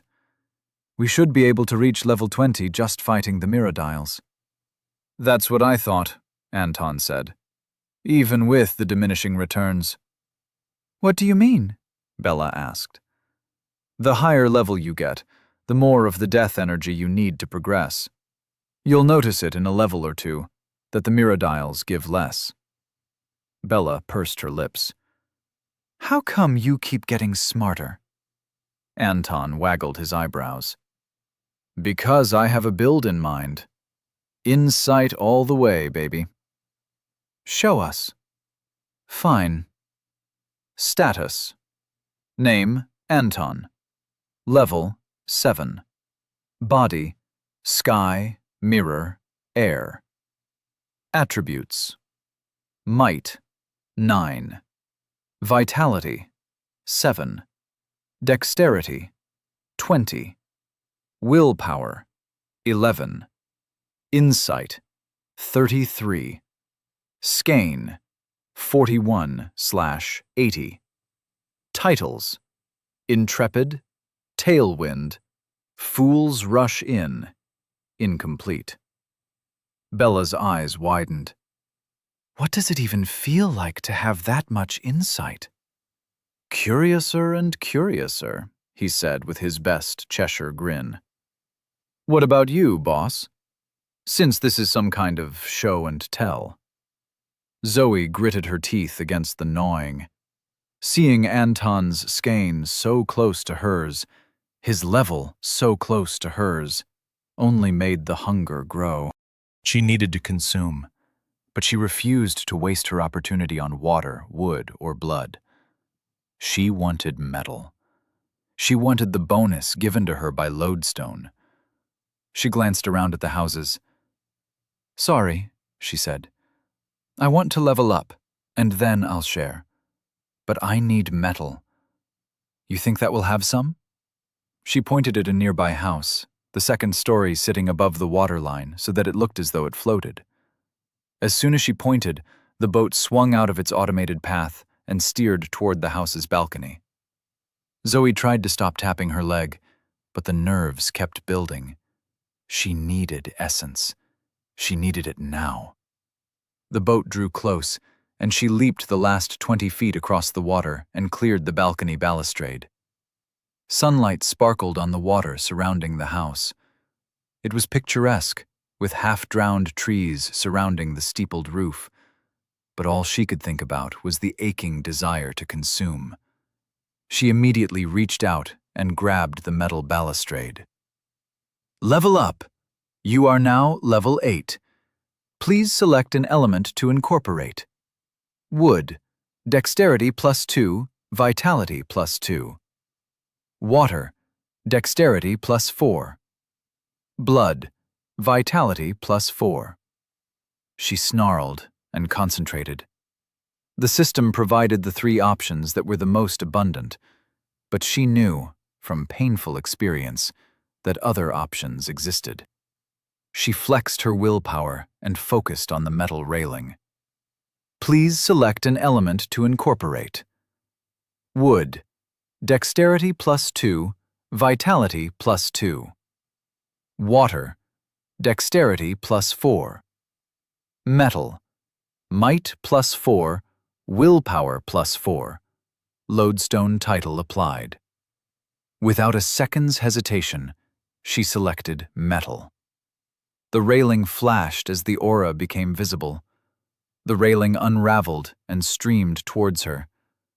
Glinting steel tendrils burrowed into her body. The hunger grows and demands satiation. There is enough metal to satiate the void. Do you wish to continue? Yes. The tiles of the balcony buckled and split as the reinforced metal in the concrete floor burst up like manic roots and pierced her skin in a dozen places. She fell, pulled down by metal tendrils until she lay strapped to the concrete. Black filth poured from her wounds as the metal poured inside. Her eyelids fluttered as she dipped her toes in the pool of the unconscious. A vast lake of resentment drowned a town. A feeling of long stasis finally broken. Minds driven beyond boredom into placid insanity, finally able to move, to act, and thus to destroy. The boat bobbed up to the balcony. Bella stood, sure-footed with her high dexterity. Zoe, are you all right? Zoe tried to respond, but metal filled her throat. She choked, gagged on rusted bile, wanted it to stop, but the hunger sucked at the world like an unplugged drain, and everything spiraled. Stop the pain. Reject the system. Yes. / no. She cursed herself for that momentary mental weakness. No! And the prompt faded, but metal continued pouring into her. She had never taken in 2 levels at once, and it was overwhelming, sickening, like gorging herself on a day's worth of calories in mere minutes. The concrete balcony crumbled. Water seeped up through the cracks. She had a moment of laying in a warm puddle before the balcony sank. Metal tendrils still tethered her to the concrete. Bella screamed something, but then water filled Zoe's ears, her nostrils, her mouth. She swallowed the water before she held her breath, and the taste bloomed melancholy on her tongue. Shackled by her desire for power, the concrete pulled her down to the underwater street, down to join the drowned and decaying dead. Chapter 23. Taking candy from strangers. Zoe sank into the water. Metal roots stitched her flesh to the shambles of concrete from the collapsed balcony. She struggled to hold her breath as the metal burrowed deeper. Slippery black flecks floated up from her nostrils.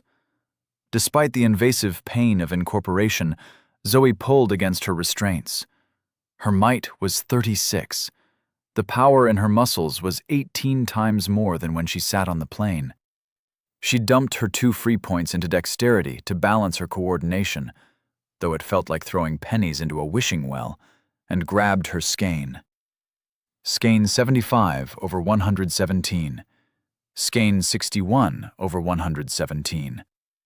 Spending 14 skein brought her might up to 50. Even underwater, even while enduring incorporation, the bulging muscles made her grin. Blood seeped from her split lips, and as she laughed, a great bubble burst from her open mouth. She yanked her arms and pulled the tendrils from the broken concrete as a bird pulls worms from the earth. She stood underwater in a cloud of concrete dust. The surrounding street was once idyllic, but now a waterlogged ruin of despair. Corpses floated around her, empty eyes and rotten flesh. Great sadness washed over her. Was Bella all right after taking this aura into her body? But this question would have to wait. A corpse brushed against her. The feeling of the thinnest, most time-worn thread against her skin straining and snapping. She shoved the corpse away. Icy fingers closed around her wrist. She snapped the hand free, and cold fingers closed around her ankle. They all drifted toward her, limbs moving stiffly, heads turning. Fish-eaten grins. Slow, but she saw hundreds. The mirrodials in the area torpedoed toward her, but the slow-moving dead grabbed any that came too close. Tired fingers of bone tore through mirrored flesh. The mirrodials panicked and swarmed the surface. Water seethed with their lashing tails as they poured out of the alleys and windows of the drowned town.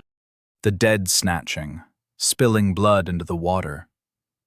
The mirrodials did not retaliate, only fled. A great crack sounded overhead as a panicked mirrodial smashed the 5-seater boat. Zoe needed to escape while the boost to her might remained. She squatted. Her skin flashed like steel. She leaped, shot to the surface, and burst into the air, trailing water. Her arms pinwheeled as she landed on the mirror-tiled roof beside her companions. The void within her was satisfied. But Zoe's impulsive behavior had not been without consequence. Around the house swayed dozens of crane tongues, screeching about trespassing. The circular patterns on their heads glowed, and a furious wind whipped the water into a stinging spray. "This is a terrible spot to defend," Anton said. "And they're surrounding us." The house was already surrounded. "I'm sorry," Zoe said. "The curse made it difficult." Bella gave her a sympathetic look before pointing her sword at the island in the center of the lake. "Let's head there. I'll bet these crocs are awkward on land. It'll give us the advantage." Unless there's something worse on the island. A crane tongue squawked as undead hands ripped it below the water. Bloody froth spilled into the water. Mirrodiles scrambled at the roof, and the party climbed higher up the tiled spire. They destroyed the boat, Zoe grimaced. How do we get to the island? A handful of spires stood like whimsical islands in the glimmering water between them and the island.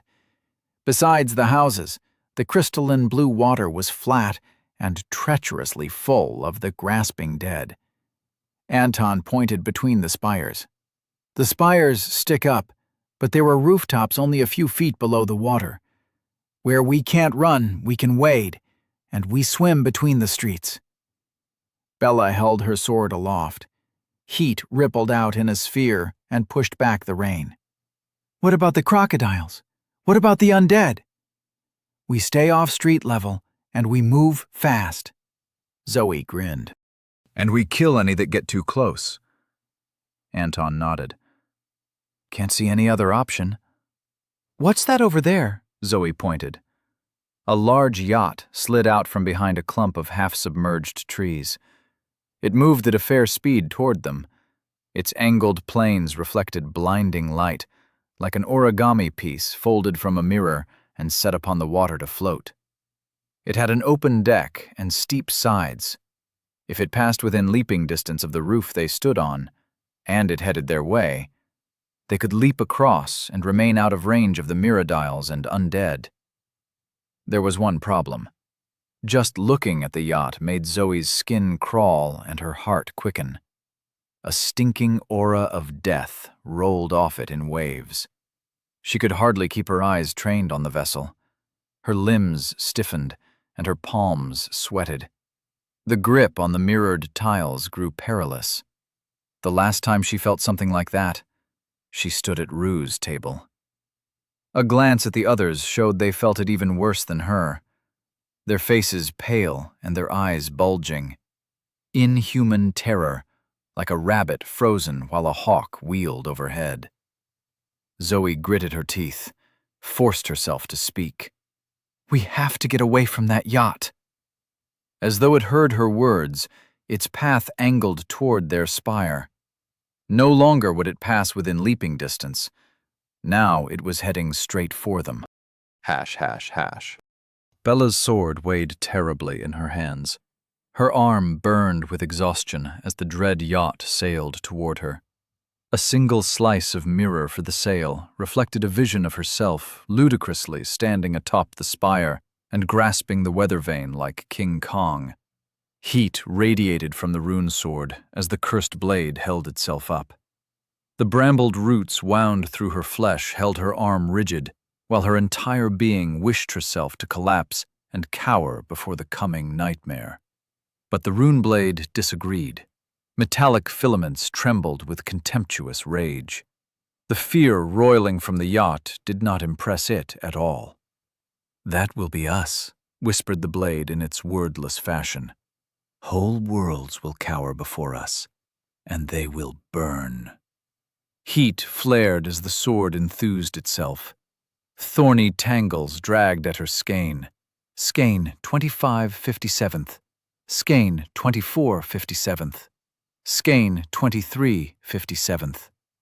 She wished she still had some of those skein-restoring fruit, but they had rotted within minutes of leaving the safe room. Beside her, Anton struggled to keep his grip on the slippery mirrored tiles. Zoe remained the calmest, her breathing deep but steady, though even she didn't seem capable of moving. Below them, the bloody water roiled as Mirrodales fled the coming yacht. No sign of the skeletons through the murky gore. Did they flee? Did they wait? It would make running difficult if they lurked an inch beneath the cloudy surface, though running seemed an impossibility with her limbs frozen as they were. She could use her skein to boost her willpower. Skein 22/57. Skein 21/57. But she had no idea how much that would cost. From what Zoe said, reaching 0 skein was something she couldn't let happen in a situation like this. Though she had none of the skein-restoring fruit, she still had one trick up her sleeve. Do you wish to open the gambler's gift? Yes/no. She still couldn't believe she had slept on the boat while this notification lurked. An eldritch, inaudible voice and a psychic explosive lodged within her mind. But ever since she awoke, she had been loath to touch that wrapped parcel of power. Thinking about it felt like waiting for a shot to fire, to split the earth and send dust charging toward the sky. What if that went off in her brain? She was no stranger to the system's dangers, to the crooked gifts of the gambler. No matter that the sword was powerful, she was now doomed. I am powerful. Heat swelled from the sword. My wielder must be powerful. Take what you wish and burn the rest. Zoe disagreed with the apocalyptic skies burning in the sword's ardor, but she saw the point. Why waste the options that were at hand? She recalled Zoe describing her decision to select metal, and once more she disagreed. She couldn't think about her life down the road if she didn't do everything she could to survive this moment. Do you wish to open the gambler's gift? Yes/no. Yes. The parcel popped open. She flinched as the sound of party horns and popping confetti played loud inside her mind. Time crawled. Congratulations! You don't know how lucky you are, but conversations like this are best had in real time. Temporal connections stabilized. Hello again, Bella. I see you're in a quandary, a genuine dilemma. I'm so glad you reached out to me, but what else could you possibly do? I'm so obviously the best choice you could make. Bella couldn't speak or even twitch a finger, but she could still respond. Her voice flexed in the same dimension as the eldritch voice. Shut up, you wanker. Aghast. Gasp. Egads. How very well dare you? Bella felt a grin forming, though her cheeks did not even dimple. The sword bolstered the feeling. Gambler. Foppish, foolish giver of gifts. Give. And Bella echoed the sentiment. Give your gift and go. It is so good to invest in someone with a backbone. Do you feel my grin sliding across your face? That is how happy you make me. Allow me to return the favor. The parcel unfolded in her mind, knowledge at her fingertips, power within her grasp. Beyond the roof, the yacht cruised forward like a shark's fin, frozen in action, captured in exquisite detail by the jelly of time encasing her. Mirrored planks with mirrored nails, angled sides in a chaotic arrangement like an unfolding flower or a paper swan. The yacht dragged water toward the prow. It sailed not on the slice of mirror above, but on a hole, an inverse reflection of a sail that drained the waters of the lake. If it drew near enough, it would suck them down into the depths it dragged along. She silently prayed for the gambler to hurry. It's wonderful to be appreciated. Please, select a gift. Each is a bespoke solution for your present predicament. Charm of the Monsoon Fairy, a token allowing the user to embody the Monsoon Fairy. Ghastly symbols, autonomous shields of psychic metal to protect the mind. Fated Cartographer, a living tattoo to point you where you want to go. She quickly scanned her options. The Fated Cartographer seemed incredibly useful, but she couldn't see how it would help her right now. Charm of the Monsoon Fairy was interesting, but ghastly symbols seemed the best choice. If they could diminish the overwhelming sense of fear, then she could escape. But would it protect the others? By asking the question, her focus drifted over the gift option. Unlike previous options presented by the system, this one unfurled with information. Ghastly symbols. Artisans of an empty jungle built these discs from elders of their tribe. High dexterity is required to wield them, but once floating, the skein cost is negligible. The discs protect against attacks of ghostly, magical, or psychic origin. She was ready to accept the option when the runeblade's thorns prickled her mind. She was 7 again, running through sprinklers on a scorching summer day. Her dress and fairy wings the same straw yellow as the dying lawn. Missing 2 front teeth and eating ice cream cake at a friend's birthday party. What did that have to do with anything? Fairy, the sword insisted. Did it think she was a fairy? Time was speeding up. The yacht dragged itself closer. She could smell the fear now as the air drifted into her nostrils. Not long now. She had to decide. Charm of the Monsoon Fairy. A lock of hair that temporarily transfers a modicum of the Mosnoon Fairy's techniques to the owner. Upgradable item. High skein cost to activate. The sword grinned inside her mind. A sharp and alien desire radiated from the metal brambles grinding against her flesh. The insistence was overwhelming her thoughts. The charm was appealing, but was this her thought, or the sword's? "We are one," whispered the sword, with a voice like testing dull blades. After a moment's thought, Bella accepted this. She chose the charm of the Monsoon Fairy. Chapter 24. Nothing goes to plan. Bella made her selection, and time snapped forward. A stench like burning cinnamon assaulted her nostrils as a weight filled her hand. She stared at the silky black ponytail hanging from her grip. A ribbon the color of sunflowers kept the foot-long length of hair together with a simple bow. Blood dripped from the roots. The mass twitched in her grip like 10,000 leeches torn from their meal. Charm of the Monsoon Fairy received. Activate item to receive Garb of the Monsoon Fairy, plus 20 to all stats. Activate item to receive Lightning Dash. Use the Monsoon Fairy's shoes to transform yourself and carried objects into a bolt of lightning. Activate item to receive Lightning Slash. Blast lightning from the Monsoon Fairy's wand. The information flowed into Bella's mind, and she knew how to activate the item. Her skein quivered at the ready. The technique descriptions were simple enough, but her understanding would deepen once she activated the charm. It writhed in her hands like a forbidden instruction manual begging to be read. Exciting. The rune blade keened through her mind, a hungry longing to add the charm's power to their own. With the charm, she could overcome the cowering fear. She could move. She could be strong. Strong enough to save them all. But she hesitated as she stared at the charm's thirsting roots. Each strand ended in a serrated, twitching barb. Flecks of scalp and scabbed blood clung to the spines. The damp lock of hair made her want to vomit. But she had no item for nerves. The yacht was bearing down on them, less than a city block away.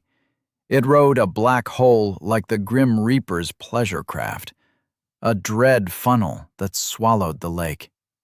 Inside the black tunnel, she saw no sign of the cobblestone streets and rotting, once picturesque houses. Were they hidden by that shaft of darkness? Were they destroyed? It drew closer. Anton and Zoe kicked at the mirrodials, scrambling up the roof. The stubby claws of the reptiles slipped on the tiles, but the force of their thrashing, the sweep of their tails, propelled them up toward the party. Escaping the bloody froth of water, cran tongues extended and pecked, honking with the fear of the undersea dead. Anton kicked with precision, face straining against the yacht's terrible pressure. His dexterity made up for his might as he knocked mirrodials off their perches and down into the grasping bones. Beside him, Zoe dug her fingers into the tiles and swung all her might in a savage hammer kick. The blow crunched the Miradile's head into the tiles. Shattered teeth fell from its jaw as it slid down into the water. Were they getting any death energy for the kills stolen by the skeletons? Bella would find out for herself. Her grip around the lock of hair tightened, and she actuated the charm of the Monsoon Fairy. Skein activation cost 40. Insufficient skein available. The yacht drew closer. Hash, hash, hash. A shiver ran from Zoe's toes to her fingers, like she stuck her feet out of the blankets on a winter's morning with the window open. The cool chill of death energy from the Miradile torn to shreds in the foaming water. She hadn't landed the killing blow, but she had contributed. It felt as though fighting generated some kind of fuel in the air, but only death provided the spark. The cold worried her, brought anxieties of entropy. Even in battle, as fear pinned her limbs, her mind strayed to the heat death of the universe. Or was it the yacht's aura of fear that sent her thoughts in such an infinite direction? It wasn't enough energy to level up, not sharing the kills with the skeletons. And that sent another shiver of worry. Were the skeletons leveling up as they slayed Miradiles? She hoped they were mere puppets, but that brought its own dread. What kind of puppeteer could control an entire town? She didn't want to find out. Her willpower allowed some movement, barely any, but more than the others. She kicked a Miradile away. The yacht drew closer. A figure stood on the deck draped in tattered gray robes. Their wide-brimmed hat shaded their face. From that shadowed face, yellow eyes like twin volcanoes spouting the roiling fear. She could run away, leap from one spire to another, run along the long spine of a roof exposed, and make her way to the safety of the island. Be a coward, but live. It was cowardice if there were witnesses, but these witnesses would not last. How long could anyone last against the imposing figure on the yacht? Bella leaned against her, limbs stiff with the fear. Zoe hated the way she felt like a dead weight. But they were strangers. Or were they friends? "Take this," Bella whispered, and pressed something into Zoe's hand. Something horrendous. Black hair wriggled against her skin. The ribbon glowed the color of dehydrated piss. She wanted to throw the item into the water. Charm of the Monsoon Fairy received. Activate item to receive Garb of the Monsoon Fairy, plus 20 to all stats. Activate item to receive Lightning Dash. Use the Monsoon Fairy's shoes to transform yourself and carried objects into a bolt of lightning. Activate item to receive Lightning Slash. Blast lightning from the Monsoon Fairy's wand. Bella grabbed her shoulder. "I don't have enough skein," her voice strained. "Use it!" Zoe locked eyes with the other woman and nodded. She abandoned all thoughts of cowardice, gripped the charm, and accessed her skein. The second the strings of power within her activated, the hair flowed. An answering bundle of skein inside the charm sought hers. The hair raced up her arm, faster than she could react, and up her shoulder and neck. She grunted as the barbed tips pierced her scalp. Tendrils dug through her flesh like roots, sought her spinal cord, latched themselves there like a parasite, and pulled upon her skein. The long tail of black hair hung limp for a moment before it fluttered in a breeze that was not there. Electricity crackled up and down the length. Static prickled Zoe's hair and skin. She floated, fingertips leaving their grooves in the mirrored tile, and rose into the air. Lightning crackled down from the unseen heavens and struck her between the eyes. She buckled as the electricity flowed through her, wrapped around her spine. The sickening shifting of flesh as her body ballooned out, as though fleeing the Monsoon Fairy's power. Her vertebrae separated, and the lightning sealed itself into the spaces. With a snap, her spine compressed, her flesh settled, and the power of the monsoon fairy was hers. Light the color of a firefly's dance sheathed her body.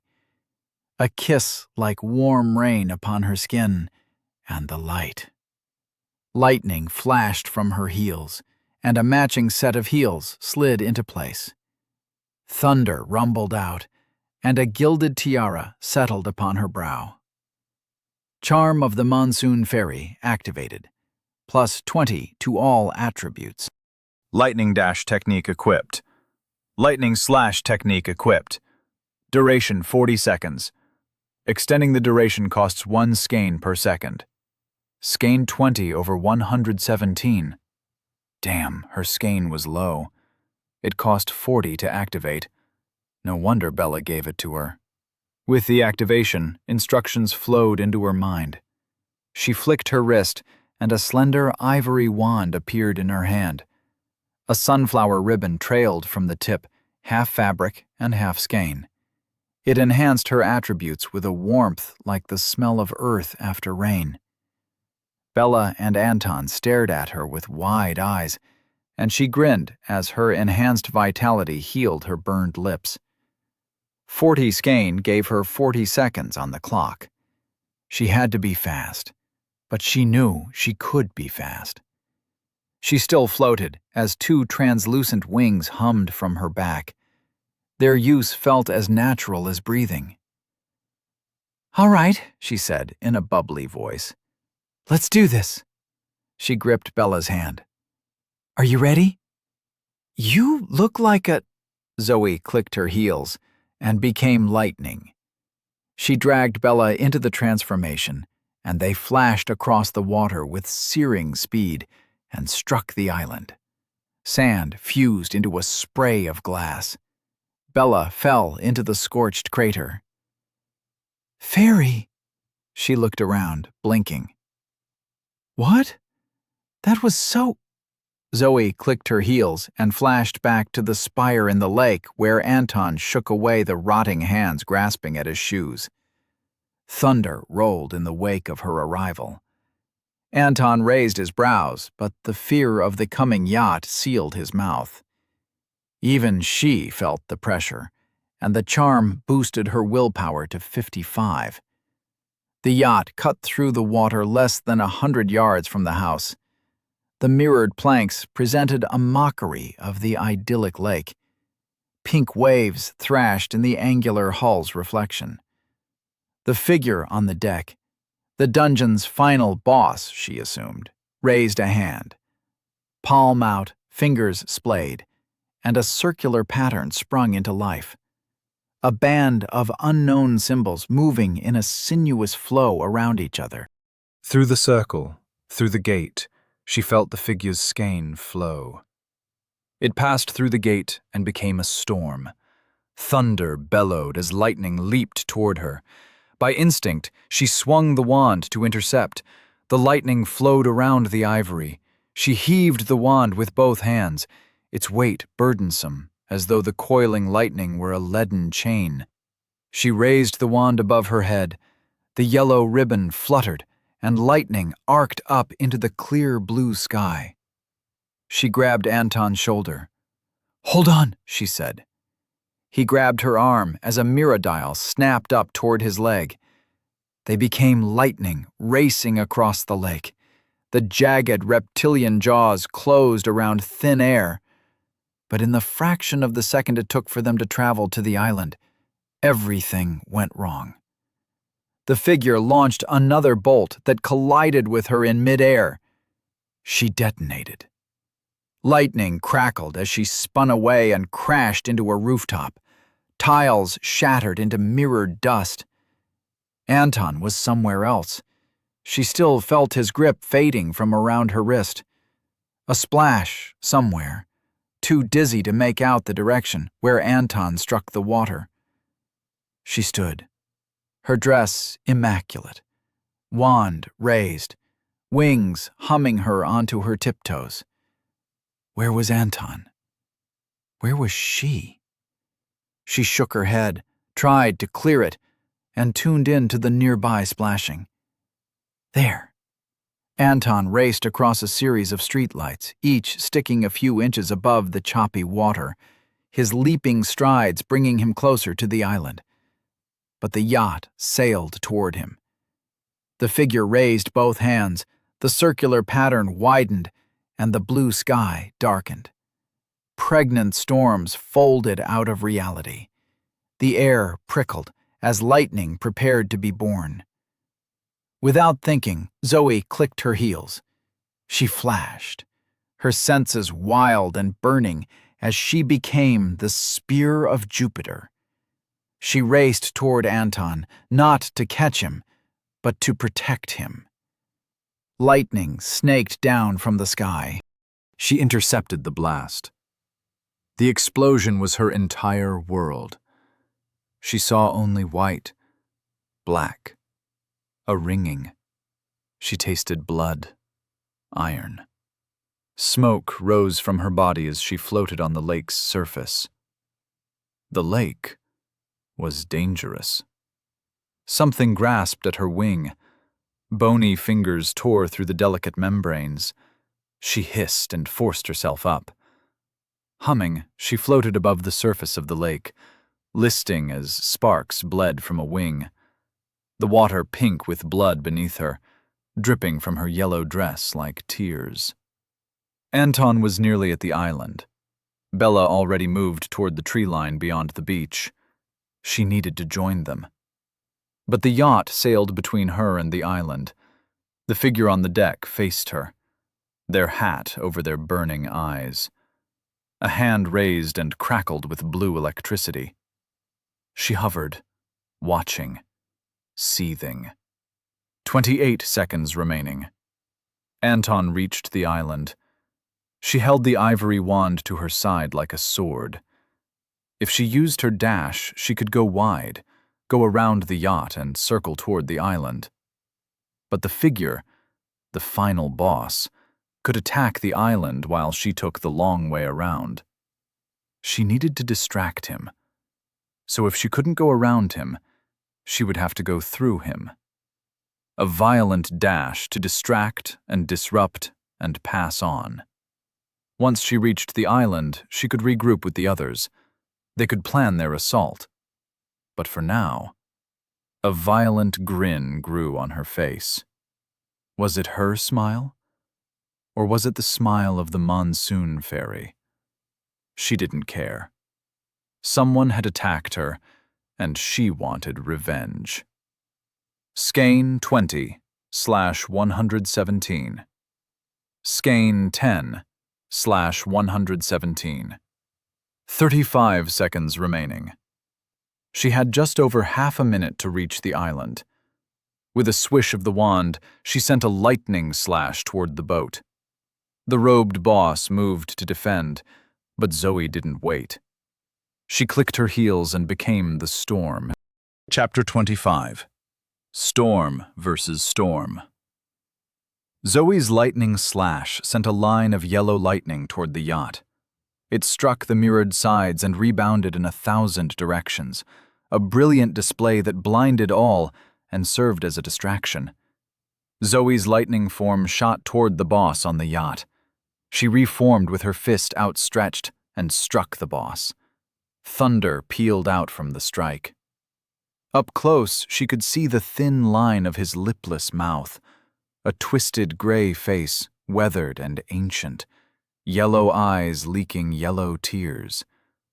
Her knuckles burned away the tattered robes, but the boss was unfazed.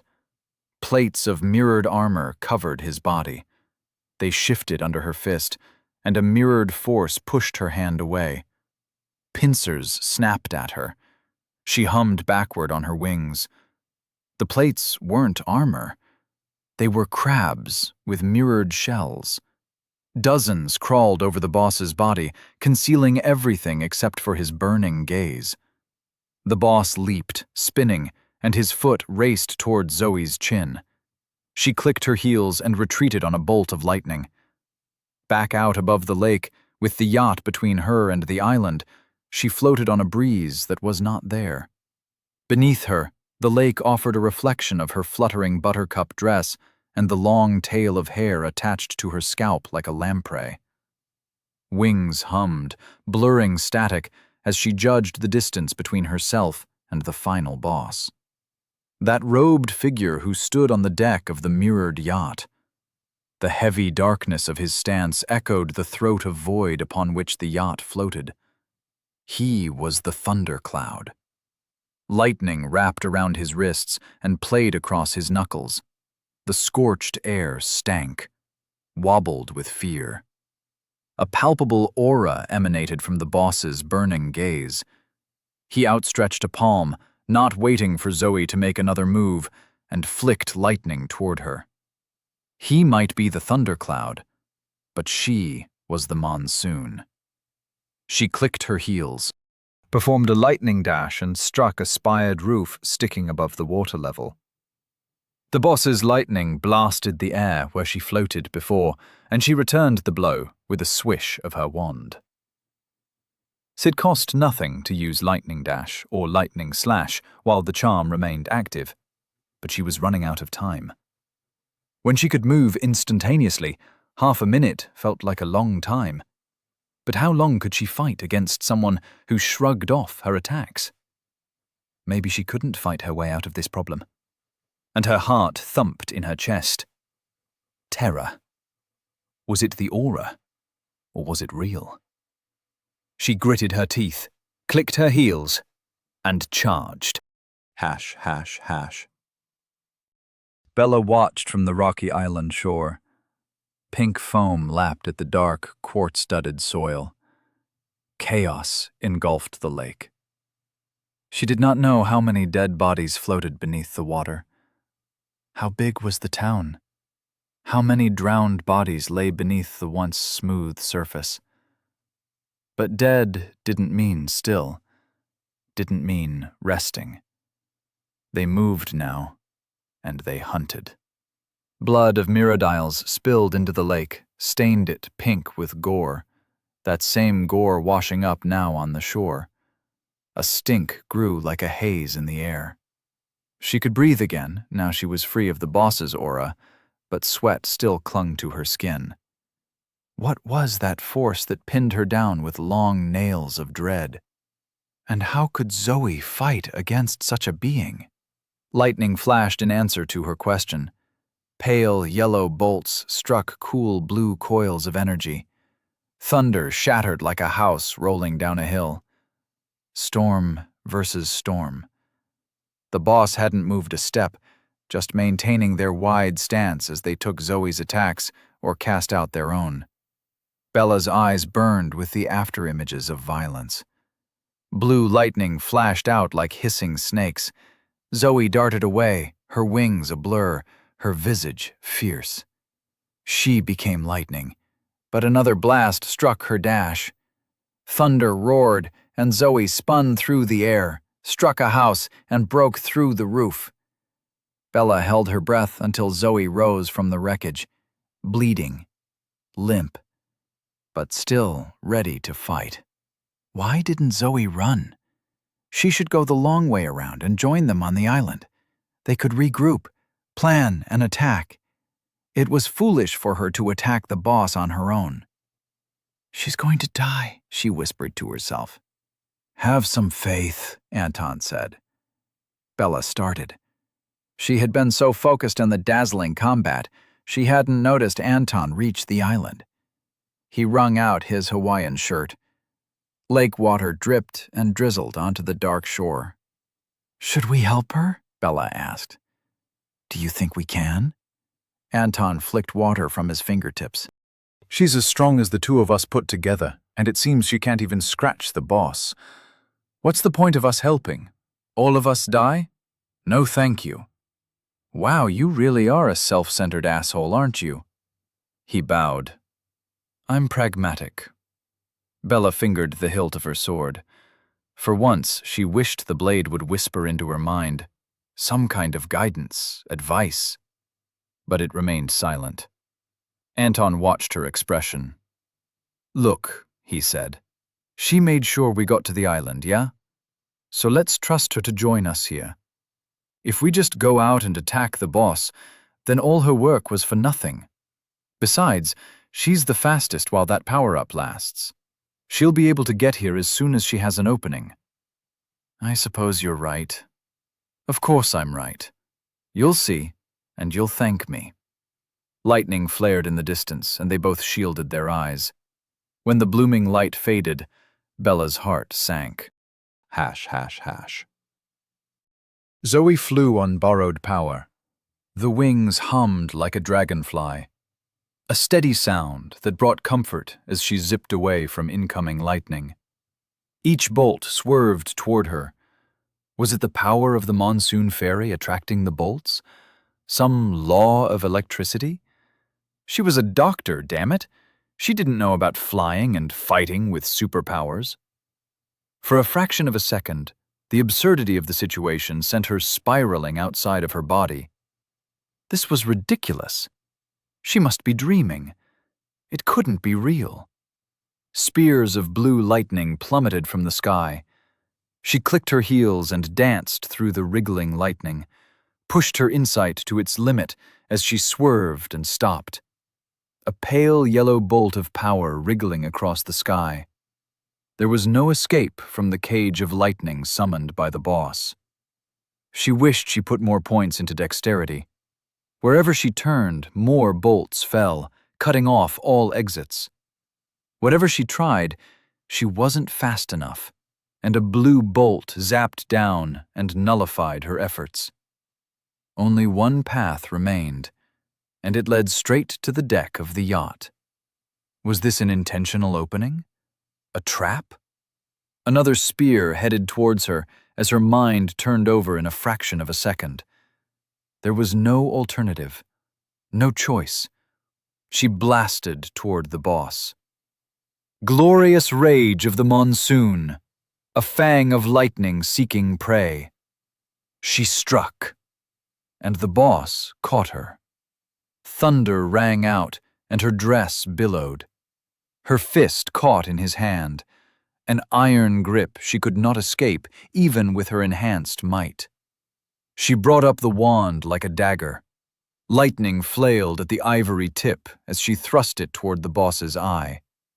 He stepped to the side, dodging without releasing her hand, and her yellow light flashed out into the sky. Violent, bright, useless. She pulled at her hand, but the boss's wrinkled flesh smiled. "You made me shift my stance," he said with a voice like grit against glass. Zoe roared. She used the leverage of his grip to swing her knee up into his stomach. He released her hand and chopped down on her rising knee, pushed her leg aside, and brought a fist into her temple. The force of his counter knocked her down. She bounced off the wooden deck, stunned, tasting blood. The parasitic hair writhed. Blue lightning struck the boss, wrapped around him, and spat out from his fingers. A fist of lightning hit her body like the hammer of God. Time stopped. She burned, became nothing but white pain. 12 seconds remaining. She lay limp on the deck. Brain slurred at her body to move, but nothing responded. Crisp smell like back alley barbecue. Her. The smell was her. Smoke and steam curled from her flesh. Coughed blood. Air, a thin whistle through her lips, screamed inside her mind. The boss walked toward her with his hands tucked behind his back. "You really have nobody to blame but yourself," he said. "This is so typical of you rich nobles. You get a powerful item, and you think you can punch above your weight class. Look at you. No body, no gates, and you think you can solo a dungeon boss," he chuckled. "Yeah, you have a powerful item. So what?" He punctuated his question with a kick to her stomach that sent her sliding across the deck. The blow broke her ribs. Difficult breathing became harder. She wished she was dreaming, but nothing is more real than pain. The boss looked at the blood on his shoe with disgust before he walked over to where she lay, twitching. The mirrored crabs crawled across her body. She could see herself in those dozen reflections, a burned mess. Skin red and raw, cracked and blackened, melting. No hair but the parasitic tail. 8 seconds remaining. What good was the power of the monsoon fairy if she couldn't even move? Vitality. Her body must be healing. 4 seconds remaining. Her brain twitched, and she spent her skein. Skein 1 over 117. If she boosted her vitality, she could heal enough to move. Maybe she could escape. Maybe she could reach the island. Big maybes, but he needed to move first. She poured her skein into her vitality, directed the cold rush of energy toward her fried muscles, and vitality disabled by enemy technique. Her eyes widened with horror. That could happen? She scrambled for a backup plan as the boss placed his boot upon her throat. She wheezed as the boss glared down at her. "What are you trying to do? Heal with skein? I didn't expect such a peasant technique. No potions for the rich girl? No scrolls? Come on." He bent down and patted her body. "What other items do you have? Don't tell me you're a one-trick pony." He shook his head. "This is incredibly disappointing. You don't know how bored I've been." Zoe tried to speak, but her body refused. The boss leaned down and cupped a hand around his ear. "Sorry, did you say something?" He leaned down until the small golden earring dangling from his lobe brushed against her lips.